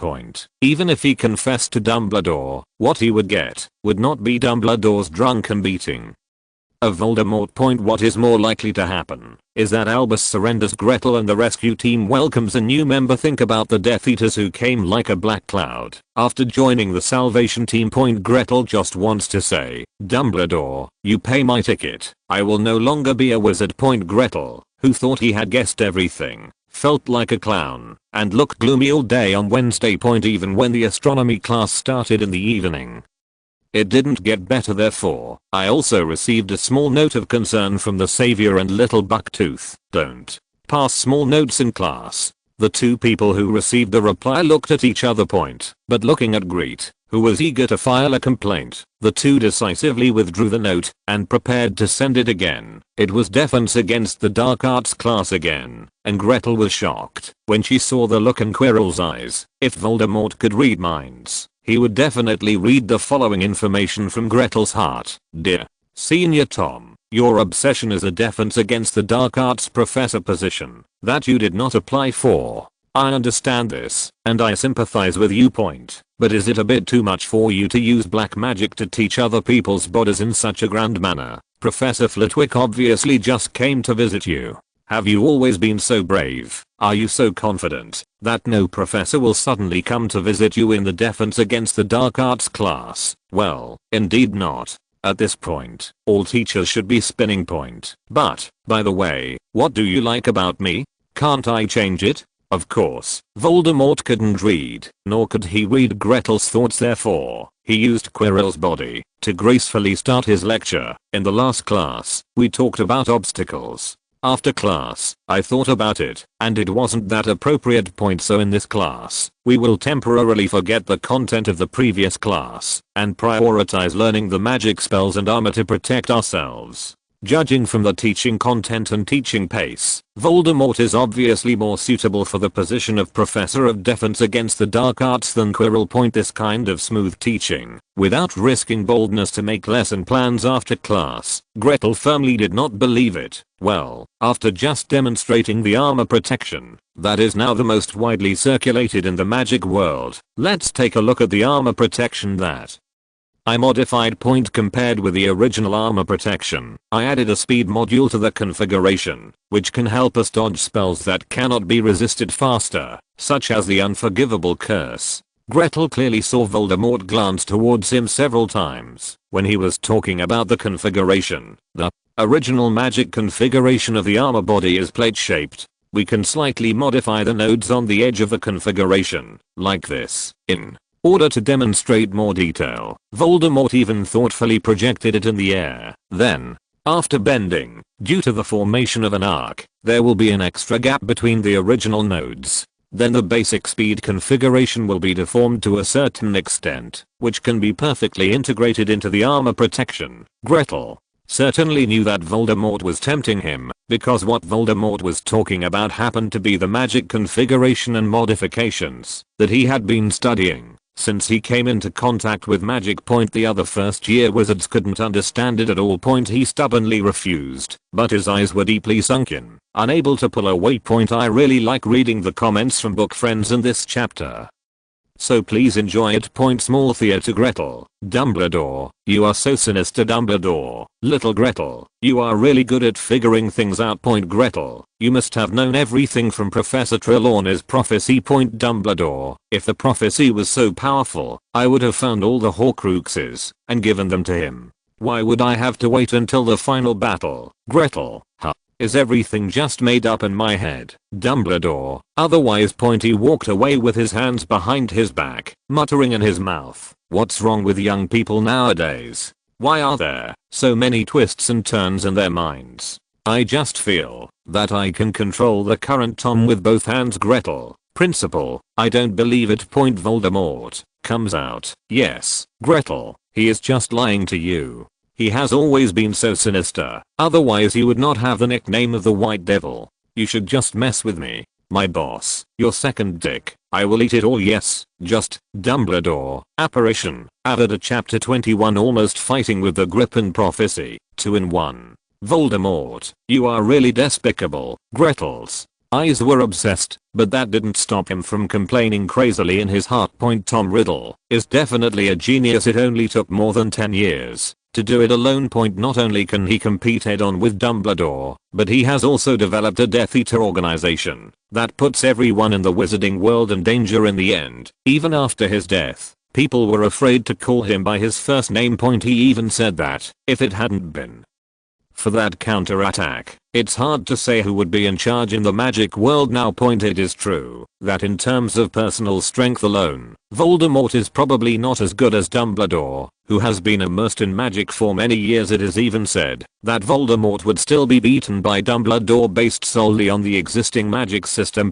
However, judging from today's lecture, Gretel probably guessed the way Voldemort became stronger, that is, to start with the magic configuration, and then supplement it with those powerful but unstable ancient magics, and finally allowed Voldemort to successfully find another waypoint. Compared with people who have lived in the wizarding world since childhood, Voldemort lacked the necessary common sense. But that's not a bad thing. Voldemort is the same as Gretel.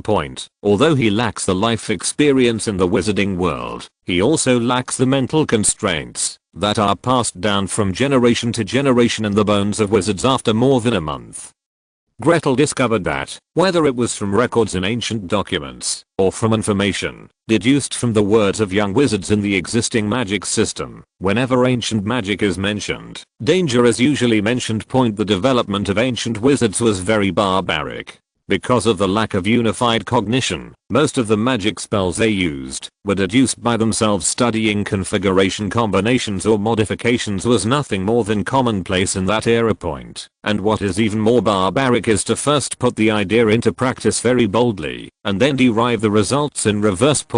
By consulting all the recorded documents, it can be found that the death and injury rate of research wizards is much higher than the average level of other wizards at the same time. This also creates a kind of qualitative thinking that has been formed since that era of barbaric development. Research is equivalent to death and injury.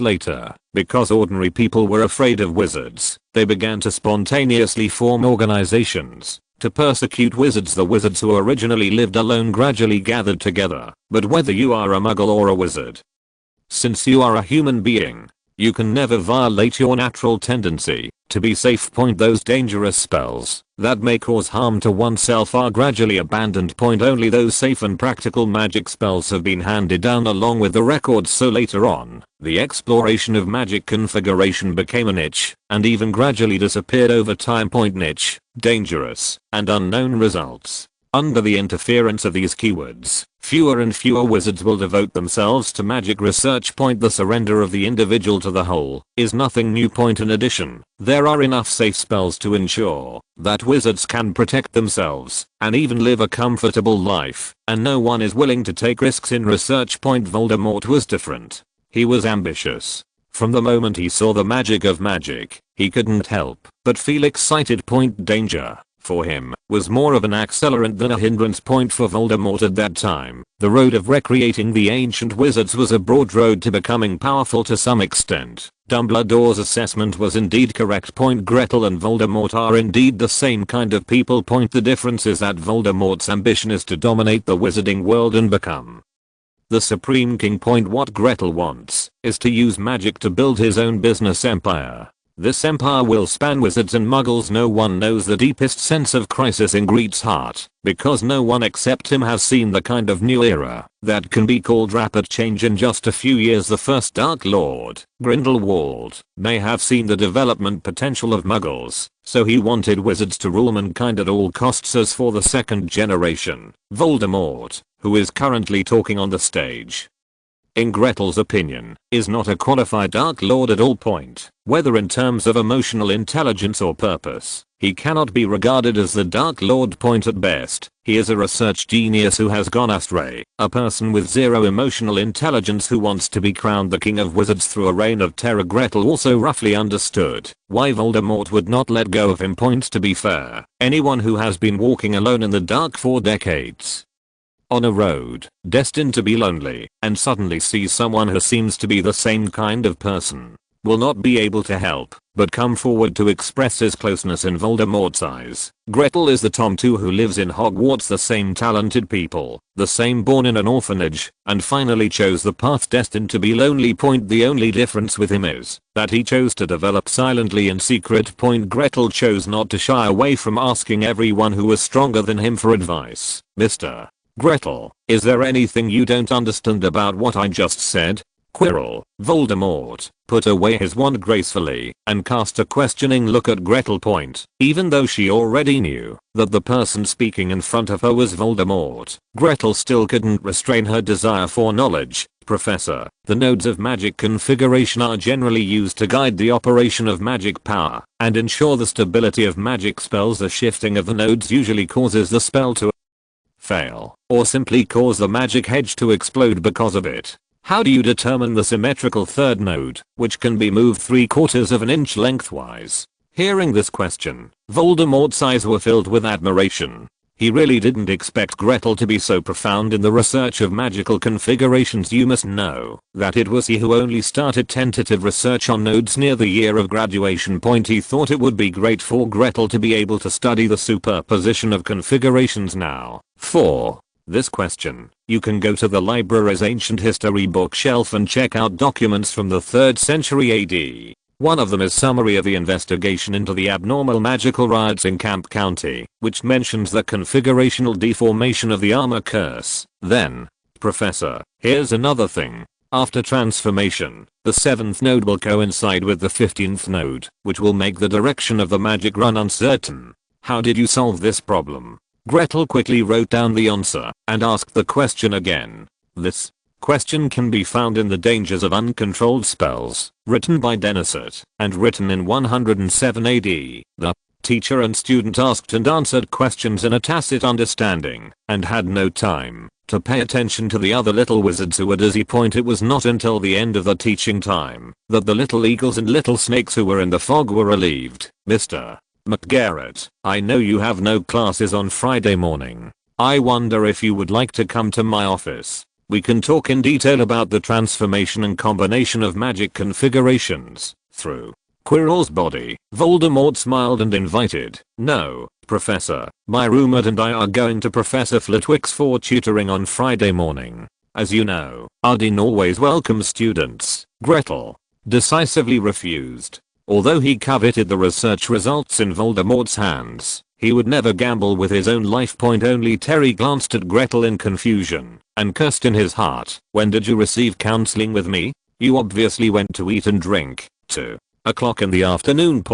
When Gretel walked into the transfiguration classroom, it felt like walking into a vegetable market. Before Professor McGonagall arrived, the eaglets started quarreling with the lion cubs for some unknown reason. Terry took the lead and stood in front of the group of eaglets, spraying wildly at the little lion in front of him. As a popular figure among first-year wizards, Gretel naturally attracted everyone's attention.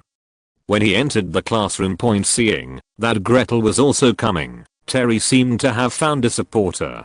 He hurriedly squeezed out of the crowd and dragged Gretel over. Mike, please tell them quickly what Professor Quirrell taught in defense against the dark arts. The Gryffindor people are going to make me mad to death. Professor Quirrell is obviously a good professor, but they say that the professor is an idiot. As a Ravenclaw, I will never allow anyone to be so disrespectful to a knowledgeable professor. After speaking, Terry briefly explained to Gretel what had just happened. It turned out that when Gretel didn't come, the eaglets were communicating with each other about the armor protection that Voldemort taught in the morning.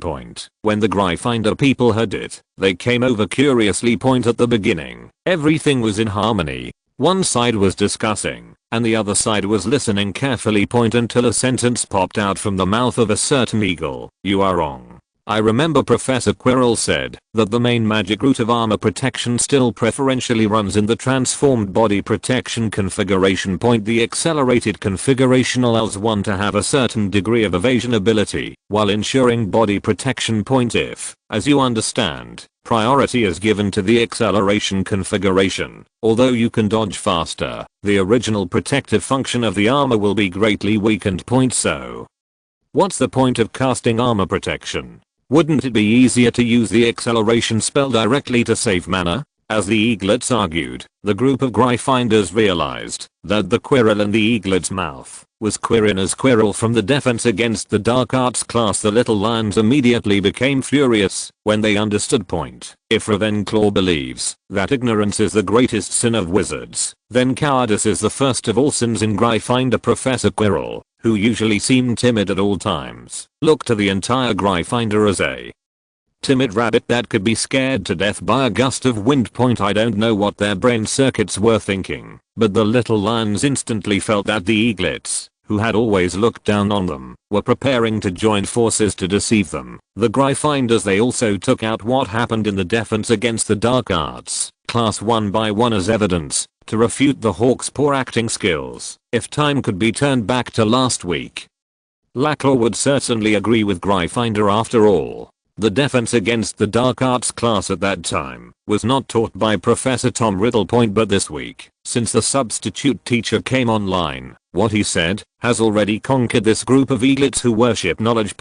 In order to restore the image of the professor and maintain the dignity of knowledge, the uncontested eagles, led by Terry, launched a fearless charge against the little lion. However, the intelligence on both sides was really Very different, and no one could convince the other even after a certain eagle said that. If you don't believe it, you can ask Slytherin. This war has developed from a confrontation of public opinions to a class conflict point. After figuring out the ins and outs of the whole thing, Gretel felt dumbfounded point, but he did not intend to join this battle. After all, neither he nor Voldemort cared about Quirrell's reputation point. Even Quirrell himself doesn't necessarily care point. This war is an inevitable disaster for both Gryffindor and Ravenclaw point. After all, both sides have different perceptions. The Little Lions have never seen Voldemort teach as a substitute, while the Little Eagles don't know that the person who is taking the class is already a substitute professor. Therefore, the two sides can never reach a consensus in their arguments, unless dear Professor Tom Riddle is willing to open his heart to Gryffindor and give a vivid confession point. But it's obviously impossible point, not to mention the long-standing grudge between Gryffindor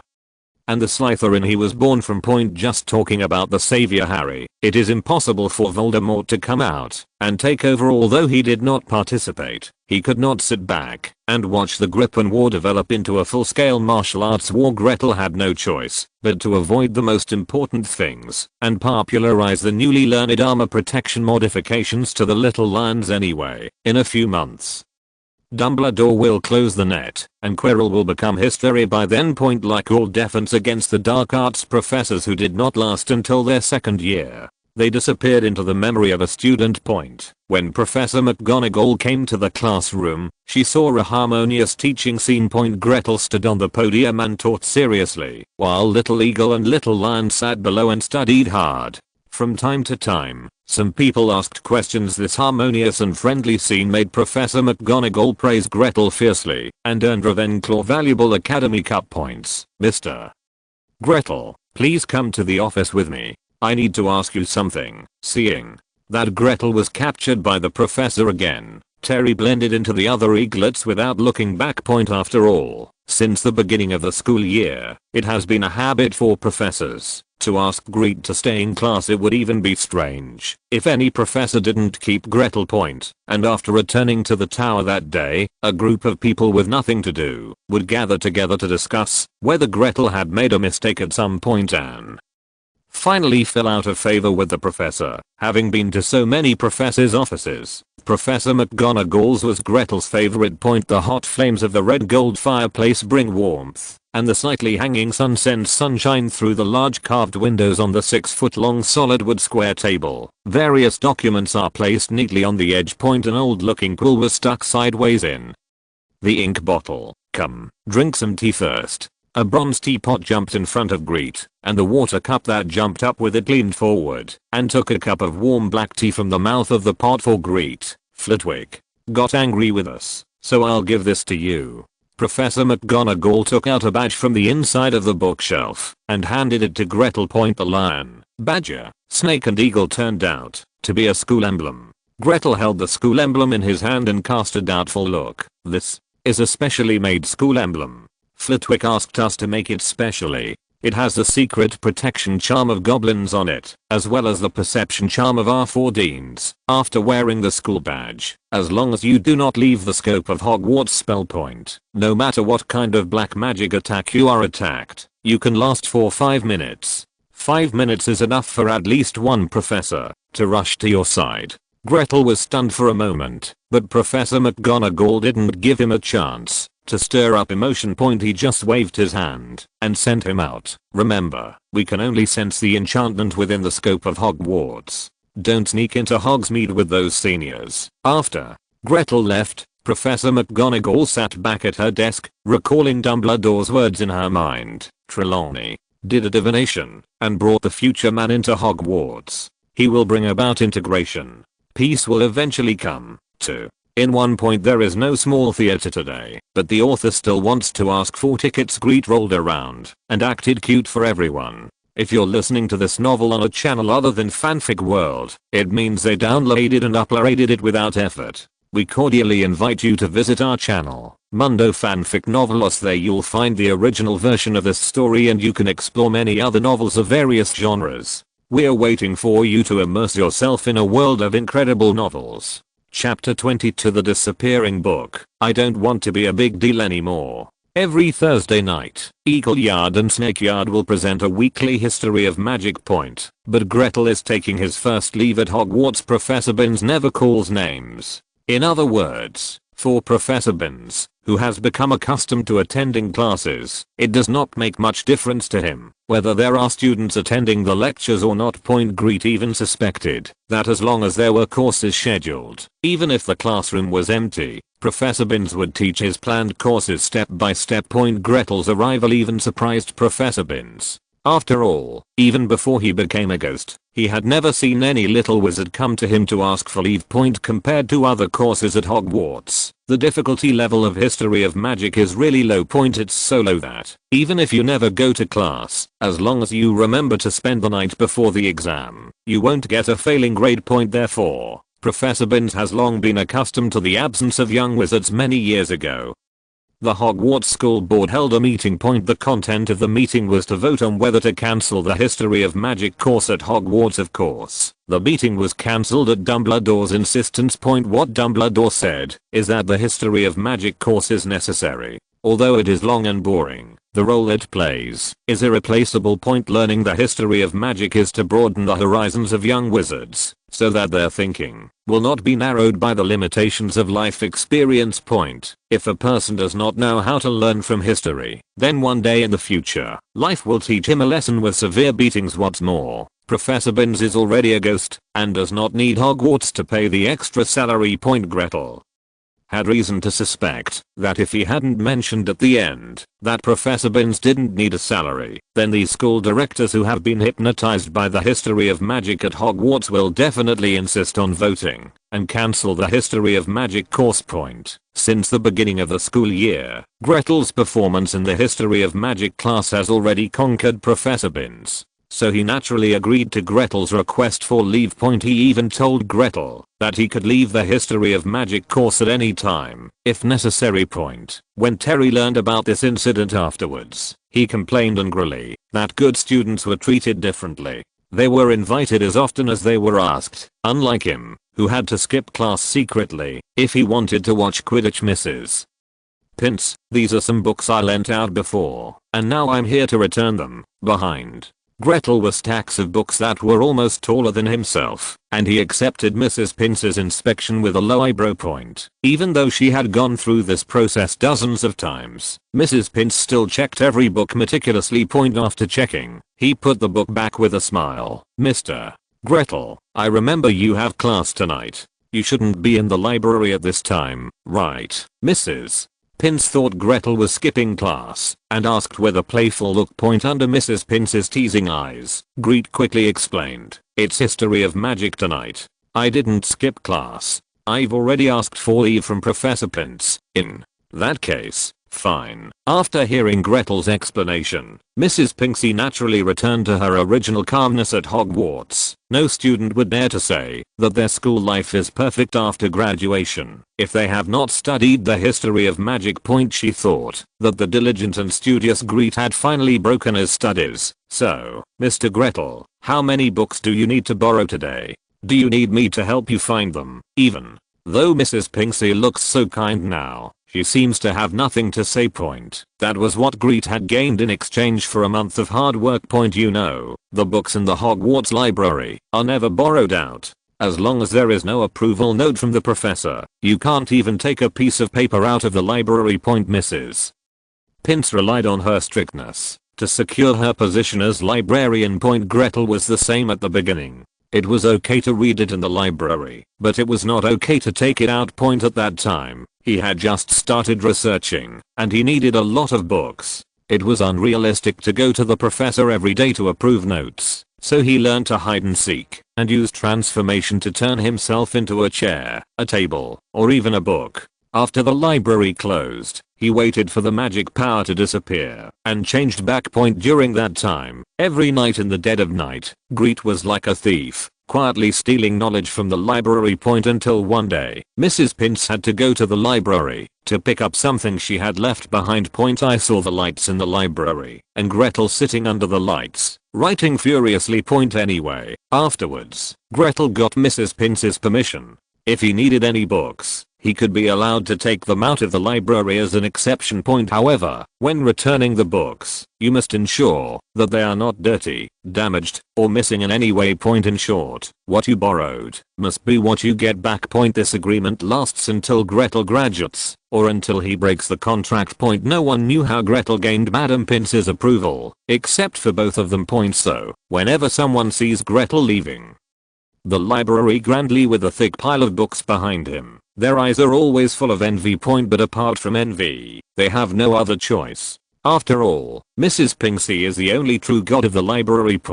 As long as there is no approval note from the professor, you can't even think about taking away a book from here, even if you have a bad reputation. No, I'll just take a look. Gretel quickly walked into the library and went straight to the ancient literature bookshelf. The bookshelf of ancient documents is only so large, but I have searched it from beginning to end many times, but I have not seen a few books recommended by Voldemort. According to Mrs. Pince's habit, she did not mix different types of books together. Gretel was confused. He felt that he was being appetized by Voldemort. Just like a fisherman must make a nest with nest materials before fishing, and then wait for the fish to take the bait.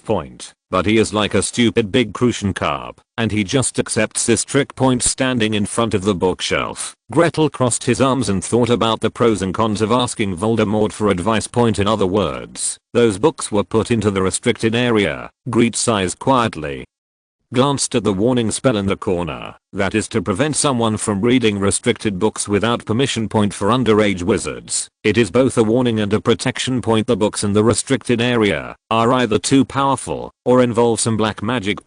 If there is no warning and the little wizard is allowed to read it, it is estimated that in a few years, Hogwarts will no longer be called the safest magic school. It wasn't that Grete didn't want to apply for the professor's approval. It was because no one was willing to give it to him.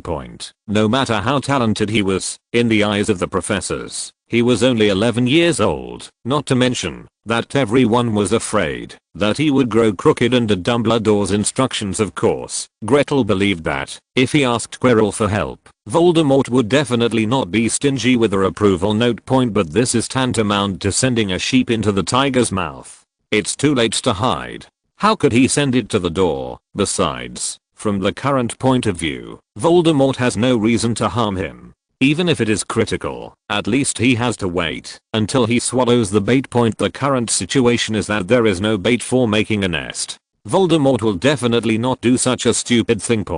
So he planned to ask Madame Pince. As the only true god in the library, Madame Pince remembered all the books that were checked out. Grete needed to verify whether someone had borrowed these books in advance with the approval slip.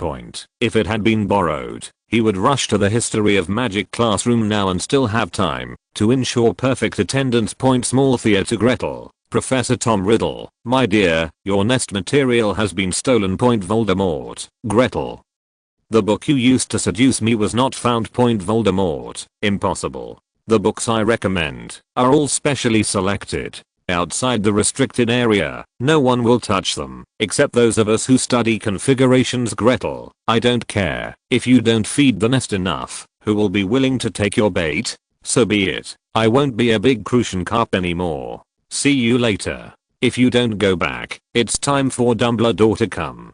Chapter 23 Genius in Progress. After turning a corner, Gretel suddenly had a few question marks on his head. On the desk a few steps away, Miss Otter was frowning, flipping through an ancient document that looked extremely obscure. In front of him were stacked high several ancient documents that were also covered with traces of time. The top book is clearly The Dangers of Out of Control Curses recommended by Professor Tom Riddle. After closer inspection, as expected by Gretel, all the books he had not found were lying in front of Hermione Granger. Gretel silently walked behind Hermione and found that she was reading summary of the investigation into the abnormal magic riot in Camp County. Miss Otter looked really distressed. She was chewing her fingers and pulling her hair, and the light in her eyes disappeared. Grete stood there for several minutes and finally decided to speak out. After all, looking at Hermione's expression of bitterness and hatred, she didn't look like she could get out of a bull's horn in a short time. Although he didn't want to be associated with the rescue team, he couldn't allow the specially requested leave to go to waste. It's Too early to read this now. If you are willing to listen, I suggest you start with Magic Theory, an overview of ancient magic theory and history of the development of ancient magic. The sudden sound startled Hermione, and she turned around to see Gretel's sparkling eyes staring at a table of documents. His cheeks turned red. He stood up suddenly and said sheepishly, "Well, I'm sorry, I asked Terry, but about the content of your class I heard that you guys have a history of magic tonight. So I thought I would read the book recommended by Professor Quirrell. First point, I didn't mean to take these books away. You can take them away now if you need." Seeing Miss Otter's helpless look, Gretel finally pulled his eyes away from the document. "The books in the library are for public use. Although I do need them. You borrowed them. First point. If you don't mind, maybe we can watch it together." Gretel shrugged. "Look, there are so many books here, but we only have 2 pairs of eyes combined. Of course, if you mind, I can borrow them later." "Of course." "Oh no, I mean I don't mind if you read it with me." "No, I mean you can take the book away if you need to. I can't understand the things mentioned in it anyway." Hermione looked a little depressed. For the first time, she felt that she might not become the best student at Hogwarts. "It's not that you can't understand, it's that you lack the basic knowledge structure. The books recommended by Professor Quirrell are not meant for people who don't have enough understanding of magic configurations. If you really want to learn, like I said, you can first read the Magic Theory, which covers the basics. After you have basically understood the theory inside, you will not be clueless when reading this book."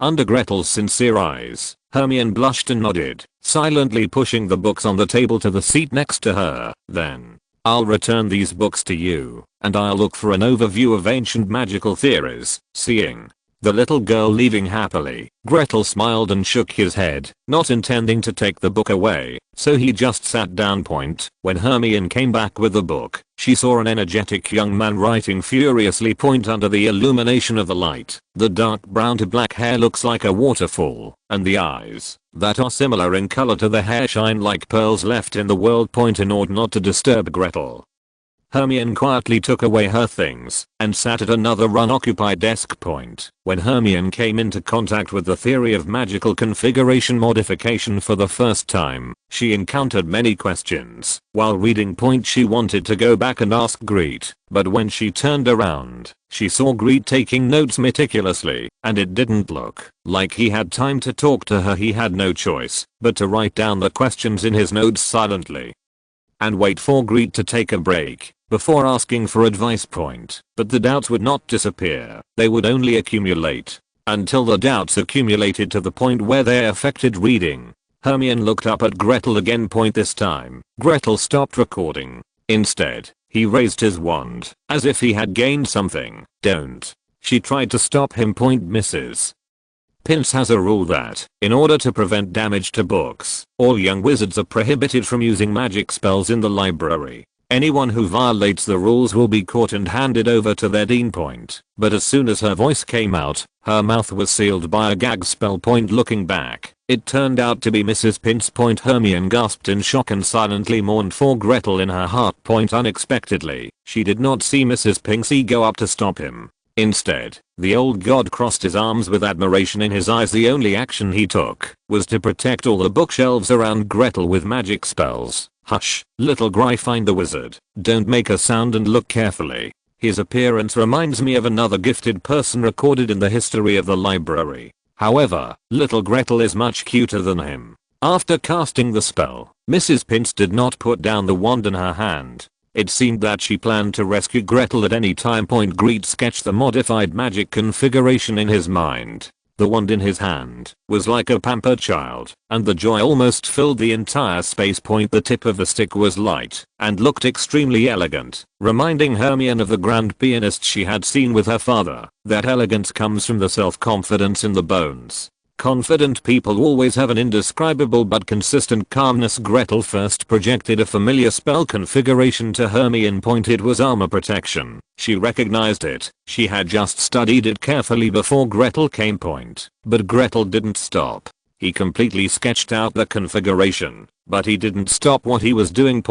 As if there is no need to think, use magic power to push the nodes. Hermione covered her mouth nervously, for fear of disturbing Gretel. After all, the documents she had just read not long ago recorded many casualties caused by modifying the magic configuration. She forgot that Mrs. Pince was afraid that she would disturb Gretel and had just used a silence spell on her, unlike Voldemort's armor. Gretel did not choose to move the nodes outwards, but pushed the edge nodes inward as much as possible to make the configuration tighter after the node reached the predetermined position. Grete used the armor to protect himself again, and operated exactly the same point with Gretel's operation. There were as many as 8 armors that transformed into carapace-like armor in the air when Mrs. Pince's breathing became rapid. Gretel brought these identical carapace-like armor guards together. No one needed to explain. Hermione understood. Gretel wanted to connect these armor protections together through nodes to form all-round protection without blind spots. The superposition of nodes often means losing control, so wizards are willing to choose to add a few more layers of magic spells to try to leave no blind spots for the enemy to attack. Unlike Mrs. Pince and Hermione, who looked nervous, the movements in Grete's hands were full of ease. Because when he conquered this configuration, the panel had already given a prompt, and the only thing needed now was to cast it step by step. Magic, unnamed, forms an all-round protective barrier around the caster. Attacks on any side will be evenly distributed to the other 7 directions. It is an extremely powerful protective barrier curse. Compared with the original armor protection, build an invisible wall around the caster to resist and reflect simple magic spells. It lacks the ability to reflect simple magic spells, but its protective function is greatly enhanced. According to Gretel's estimation, once he has a sufficient supply of magic power, resisting Avada will no longer be a dream. Thank you all for your votes. Please give me more and kill the author. Thank you. Small Thea to Gretel. My dear Professor Tom, you don't want me to teach Dumbledore this spell. Voldemort. So what are your terms? Gretel. So old man, give me gold coins quickly. Teach me everything you know. Please me. Maybe I will be willing to take you on the ship of the new era. Voldemort. Dumbledore, look what kind of monster you brought back. You said you wanted him to go to the new world honestly and become a business boss. Dumbledore. Tom, I'm sorry, I made a mistake. You'd better retire with me. Chapter 24, Dumbledore's kidnapping case. 2 in 1. The curse names Utopia. The curse Utopia. Grete silently named it, and with the confirmation of the name of the curse naturally appeared in his mind. All the configurations in the void are combined together, and the nodes are merged together without any accident. The magic power surges out from the tip of the wand, flows unimpeded through the magic channels, and lights up inch by inch to form an overall magic configuration. An inexplicable wave swept across, and the sharp edge spell became rounded, completely protecting Gretel. After calming down the extremely excited wand in his hand, Gretel took time to thank Mrs. Pince. Should we say that Mrs. Pince is worthy of being the coldest library tyrant in Hogwarts? Mrs. Pince didn't even pause for a moment to thank Grete. Only 1 sentence is left. If you don't need to borrow it, remember to return the book to its original location. Mrs. Pince left, leaving Hermione standing there with an adoring look on her face. However, Mrs. Pince seemed to have forgotten something, making Miss Otter's face flush with anxiety. Gretel smiled kindly, waved her staff, and used the spell to stop and help Miss Otter lift the gag spell. Gretel, this is really handsome. Can I create my own magic spell like you in the future? Hermione asked excitedly with a blush on her cheeks. Of course, the existing magic spells were originally created bit by wizards. Ancient wizards can do it, so how can you not be able to do it? The affirmation in Grete's words gave Miss Otter a lot of confidence. At least, after hearing these words, Miss Otter immediately approached him holding a notebook where she had written down many questions. Here, the first section of an overview of ancient magic theory says that magic comes from will, but it also says that configuration is the basis of magic. They are not antagonistic, but more like complementary auxiliaries. The will determines the intensity of the magic, and the configuration determines the speed at which you learn the magic and your mastery of the magic. Just like Professor Dumbledore, He mastered all the existing curses in the wizarding world decades ago and formed his own knowledge structure point. But the principal is definitely much stronger now than he was when he was young. This is the bonus of his will that has been tempered over the years. But if you look at our first year students, the more proficient they are in mastering configurations, the faster they will learn magic point. Like you, like me. Can it be said that our will is much stronger than others? When Mrs. Pince was chasing people away before closing, Hermione finally reluctantly took back her notebook full of questions and sincerely thanked Gretel. Then, can I still ask you questions in the future, perhaps? Because she was afraid of Gretel's rejection, the little girl added slyly. Or are you worried that I will catch up and defeat you? Gretel stared into Hermione's eyes until Miss Granger's face turned red, and then she squeezed out a sentence from her lips. Of course, you can ask me any questions at any time. Now that Voldemort is targeting him, he doesn't have to worry about getting involved with the savior team point. If you have too many lice, you won't be itchy. If you have too many debts, you won't have to worry point. After all, from now on, it's really unclear who is dragging whom down point. Of course, he still refused to be a nanny to the savior. Even if Dumbledore would set him up point, his plan never included saving the world. This kind of life and death matter should be left to professionals. Gretel just wants to study quietly and have a good time. There are many places for him to explore in this magical world, and he has no time to play war games, at least, judging from the current attitudes of both good and evil point. No matter, according to the original world line, the savior will win point. Or maybe because of his little butterfly, Voldemort eventually killed the savior, but it had no impact on his life point. If that doesn't work, just go to the new world.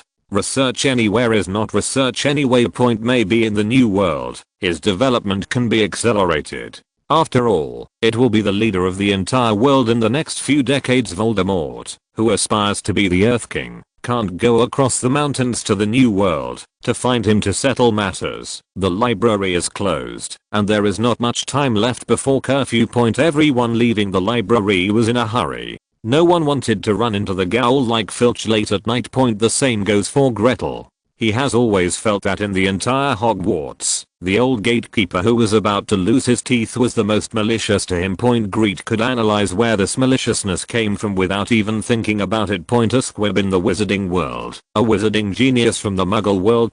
Many times, a person's malice has almost no reason, just because you live a better life than him and have better talents than him. Then, as long as there is a chance, they will do whatever it takes to drag you into the mire. How many times at night, while walking in the corridors of Hogwarts, would I always see Filch's cat, squatting in the corner of the corridor and staring at me.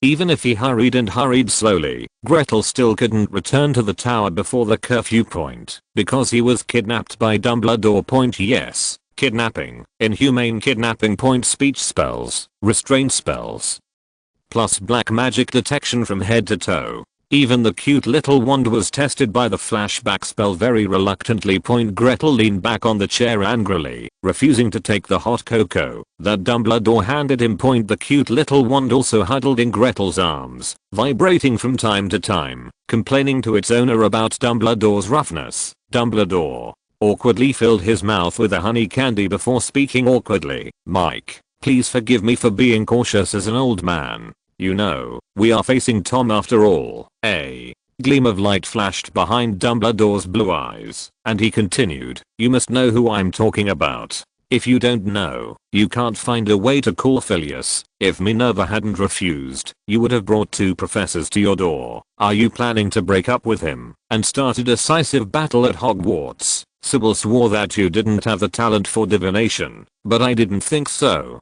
Dumbledore took a meaningful sip of the same hot cocoa and waited for Gretel's answer. Dear Principal Dumbledore, if you are worried about training another Dark Lord, then you don't have to. You personally captured me from the dock back then. A person who is deliberately trying to escape from the magical world is definitely not suitable to become the next generation of the Dark Lord of the magical world.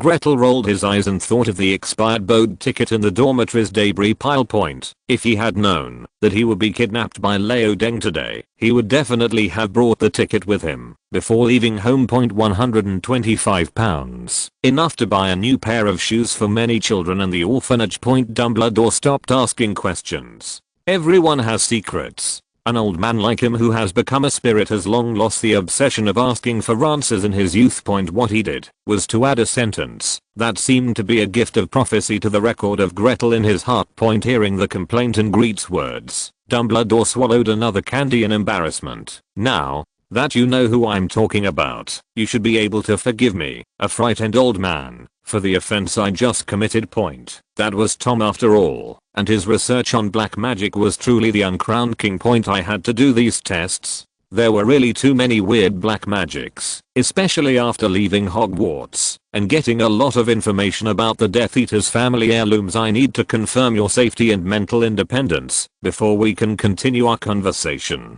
Gretel shrugged and picked up the hot cocoa in front of him. Point. Dumbledore smiled. Then his expression turned serious. His full name is Tom Riddle, and as for his current name, no one in the wizarding world even dares to mention it. Point. He is usually called the Dark Lord or the mysterious person who cannot be directly named. Point. Arguably, he is one of the most gifted wizards I have ever met, and even before meeting you, he was the most gifted I have ever seen. Point. It was exactly as I expected. Since arriving at Hogwarts, he has become the best wizard in the entire Hogwarts. I believe you have also seen the trophy cabinet in the college. Tom took away almost all the awards when he was in school. Point. Everyone regarded him as a rising star in the wizarding world and did everything they could to pave the way for him. Point. Everyone was conquered by him, except me. Point. Because I was the only one who had seen his true face, and even the moment I saw him, I felt the abyss-like darkness that could not be hidden in him. Point. I thought forcing him into Hogwarts would slowly lead him to be good. Point. Facts have proved that I was wrong. If he had become a wild wizard, he might not have caused such great harm to the British magic world. Grete raised his hand. Since you, Principal, have confirmed his identity now, why don't you simply get rid of him by keeping such a hidden danger? Aren't you afraid that he might do something in Hogwarts that you would regret? Dumbledore frowned. If possible, of course I would, but he doesn't know what kind of dark magic he has mastered, and it can't be eliminated at all. When he first started to wreak havoc, I didn't come to him. Point. But it won't be long before he reappears, even more powerful. Point. If it hadn't been for Harry's mother's curse, the wizarding world might have changed its owner long ago. Point. The reason for keeping him is to observe his current state. Point. This state he is in now is the weakest he has been in decades, and it is also the first time he is acting openly and secretly. Point. If you miss this opportunity to observe, you may never have the chance to learn the truth about the black magic that can bring him back from the dead. Gretel pretended to frown in distress, but in fact, she was thinking about the pros and cons of betraying Voldemort. Point. Cooperate with Dumbledore and reveal the secret of the Horcrux. The final result is to kill Voldemort and return to long-term peace and stability in the British wizarding world. Point. But he gained nothing, and might even be targeted by Voldemort and Dumbledore at the same time. Point. After all, Dumbledore kept his words, and the treatment given to him was basically the treatment given to Voldemort. Point. He was brought into Hogwarts by Dumbledore, and loved by almost all professors. The only difference was that Dumbledore seemed to have given him trust. At least he didn't give him a blow when he met him for the first time. Point. But if he doesn't cooperate with Dumbledore, then he can get the knowledge of Voldemort's secret. Point. At least, so far, all Voldemort had shown him was kindness. Besides, even without him, when Horace Slughorn returns to Hogwarts, someone will still reveal the secret of the Horcruxes. There was no need for him to take risks, and Voldemort wouldn't hate him for it. Point. In this calculation, it's a win-win situation inside and out. He wins twice. Point. There is no need to worry about being targeted by Dumbledore, and Professor Tom Riddle's guidance can be obtained for free. Point. No matter how cost effective it is. But obviously Dumbledore didn't intend for him to deal with Voldemort. Mike, after observing for so long, I can basically confirm that Tom's goal is the Philosopher's Stone. Point. Then he won't do anything to you until he gets the Sorcerer's Stone. And even, I don't understand, he actually has some good intentions towards you. Point. This is what makes me strangest. How can a person like Tom be kind to others? There is only cruelty and endless darkness in his nature. In other words, did he see something in you that I didn't? Gretel certainly didn't want the white devil to target her, so she quickly interrupted Dumbledore's thoughts. Then, dear principal, what do you need me to do? If you tie me here late at night, you can't just reminisce with me about the past and remind me to be careful of the Dark Lord. Before you, Professor Flitwick. Professor McGonagall has warned me many times to ensure my safety. Professor Flitwick even did a favor and made me a special school badge. Dumbledore pushed up his glasses sheepishly. I want you to go to Tom and observe his every move. After all, no one except you has the opportunity to get close to him and observe him. Of course, I know this is dangerous, even if I don't feel his malice towards you now, but that is the Dark Lord after all. But don't worry, since I dare to keep him in Hogwarts, I can guarantee that he can't hurt you. Gretel certainly believed in Dumbledore's guarantee, not to mention that Voldemort was still a remnant soul. Even if the full version of Voldemort is in front of him, Leoden can fight him 8,000 times and still ensure his own safety. But he couldn't agree so readily, no matter how much he coveted Voldemort's knowledge. Otherwise, this old man who has been fighting the Dark Lord all his life will definitely think nonsense. He just wants to be a simple little spy and doesn't want to become an infernal affairsman who is suspected by both sides at the same time. In front of this kind of old man, the more actions you do, the easier it is to appear fake. There is no need to do anything else. As long as you remain silent, smart people will figure out your inner hesitations that have sat in silence for a long time. Finally, Dumbledore seemed to have made up his mind and pulled his beard and said, well, when this matter is over, I can lend you the magic stone to study for a period of time. Grete, who was almost unable to hold himself up, finally managed to speak out. Hey, what's the use of that thing? I don't plan to live for hundreds or thousands of years. Life and death are determined by fate. Live as long as you should live. If you live for a long time, you will be upset. Don't do it. Don't do it. Gretel didn't notice that Dumbledore's eyes were relieved of his guard and worry. Well, then, I remember I gave you a copy of my research notes from when I was young. Grete's eyes lit up. Although he still couldn't study the notes thoroughly, the ones he could understand had already helped him a lot. If you are willing to help, I can give you a note from an old friend. His talent is rare in the world. Dumbledore had a look of sadness on his face, and his eyes were full of memories. Make a deal. In order to prevent Dumbledore from going back on his word, Gretel jumped up, picked up the cup of hot cocoa, and rushed to Dumbledore to clink the cup with him. I hope that book lovers can read it every day. For new books, it is really important to read them now. The author guarantees that there will be at least 4,000 plus updates every day, and there will be more feedback after it is put on the shelves. If you are lucky enough to be recommended, the recommendation period will be extended. Small theater. Voldemort, McGregor, I've been so good to you, and you turned out to be a spy. Gretel, I'm sorry, Principal Dumbledore gave me too much.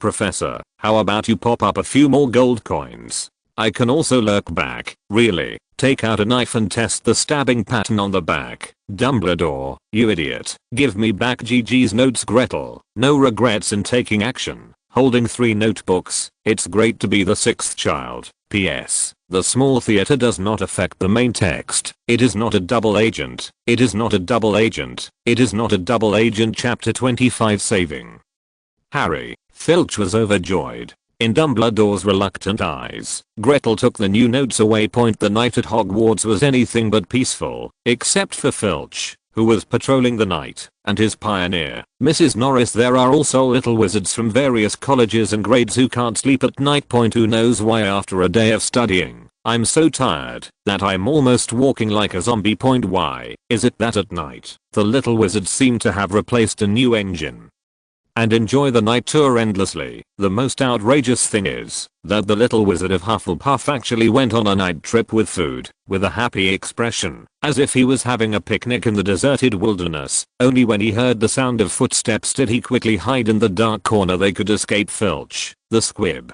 but they couldn't escape Gretel. Whenever Gretel looked meaningfully into a dark corner, He could always hear a soft hiss. He had no interest in being Filch's accomplice. He just missed the wizards on their night tour with a smile on his face. In order to prevent Filch from causing trouble, Dumbledore even sent Fawkes out to hover over Gretel's head. There is no doubt that Filch, the gatekeeper of Hogwarts, has such an open and honest intention towards the little wizard that he never hides it. Even in order to accommodate Filch, the huge Hogwarts did not allow the little wizards to use magic in the corridors sometimes. Gretel even wondered if Filch had saved the life of any Hogwarts principal, or if he had such a powerful background. How could a wizard school accommodate a squib like this? It's really a big joke in the world. On such a late night, in the Hogwarts castle, only Gretel, with the phoenix on his head, walked struttingly as if there was no one else around.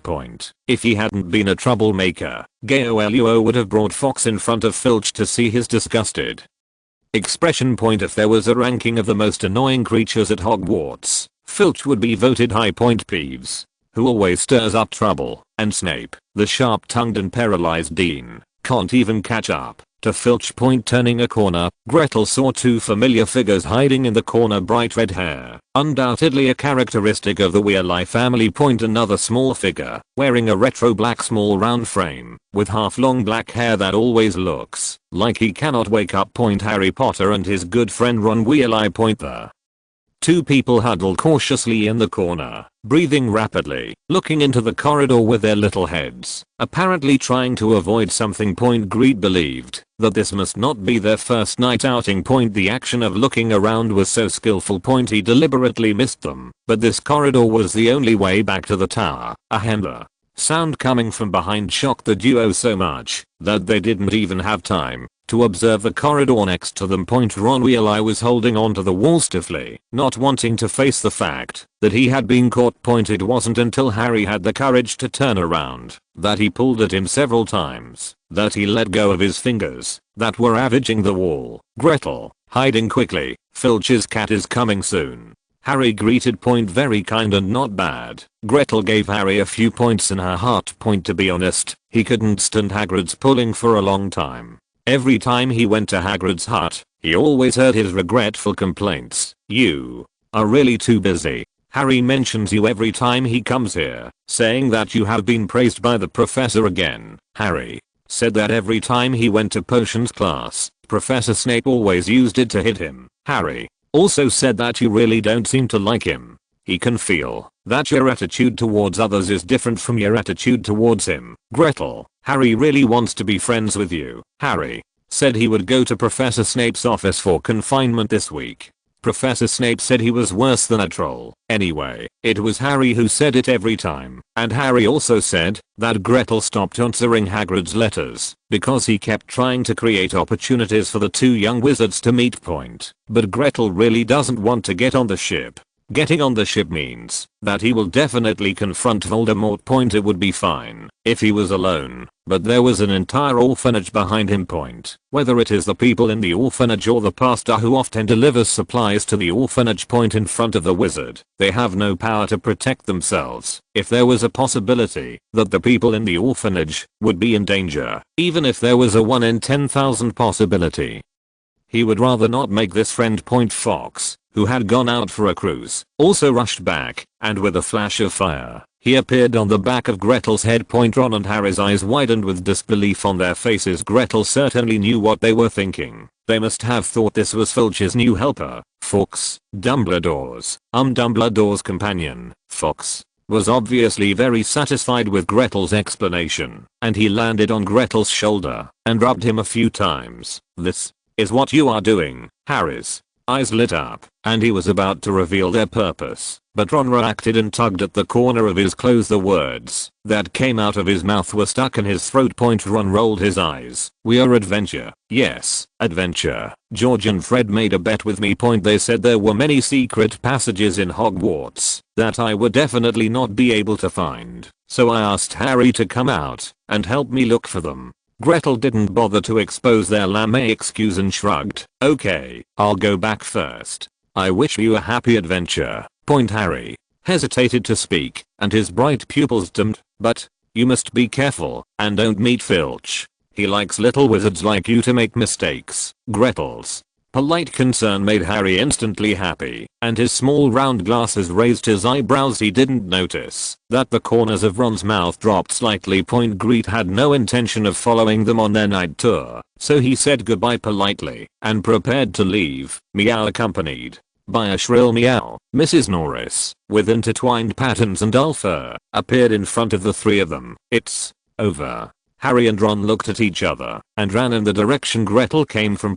Harry turned around and said, "Gretel, run. Filch will be here soon." Gretel did not move his feet, took out his wand, and pointed it at Mrs. Loris's back. "Everything is petrified." He turned around, smiled, and said, "Run quickly. Filch can't do anything to me as long as Fox is here." Fox chirped in response. Harry took a deep look and ran away with Ron. In just 1 minute, Filch ran over panting. Grete believed that it must have been a long time since he caught the little wizard, and his haggard face was filled with uncontrollable joy.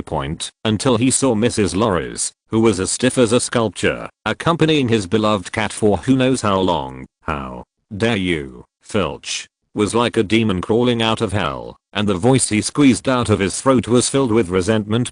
Especially, the culprit in front of him crossed his arms with his chest raised and his head raised. Facing him, the gatekeeper. Not only was he not afraid, but he also had a sense of pride on his face that was eager to try. He recognized this little wizard, Gretel, the most famous person in the entire Hogwarts this school year. Even Harry Potter, who defeated the mysterious man, is not as famous as him. He had fantasized more than once about what kind of punishment Gretel would be punished if he fell into his hands, leaving a lifelong shadow on him. It's just that there has never been a chance. It can be said that Gretel is the most disciplined little wizard he has ever seen. He never cast spells in the corridor, he didn't even play in the corridor, and he didn't look like an 11-year-old first-year wizard at all. In addition to classes every day, there is the library, dining hall and his dormitory, Ravenclaw Tower. There is no clue at all. He had already given up, but who would have thought that there would be such a big surprise tonight. Thank you to all the book friends for your recommendation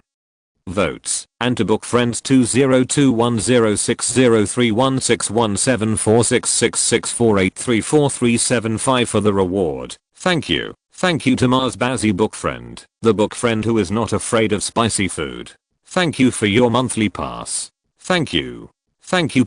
Small theater Filch. Gretel, you finally fell into my hands. 1 point will be deducted for staying out all night. 1 point will be deducted for casting spells in the corridor. And 100 points will be deducted for casting a curse on Loris. Gretel, what kind of curse is this? Let me show you. This squib, a real curse. Avada, from the true biography of Professor Voldemort. Filch, running wildly with Mrs. Loris in his arms. Just wait, I'll go and fetch Dumbledore.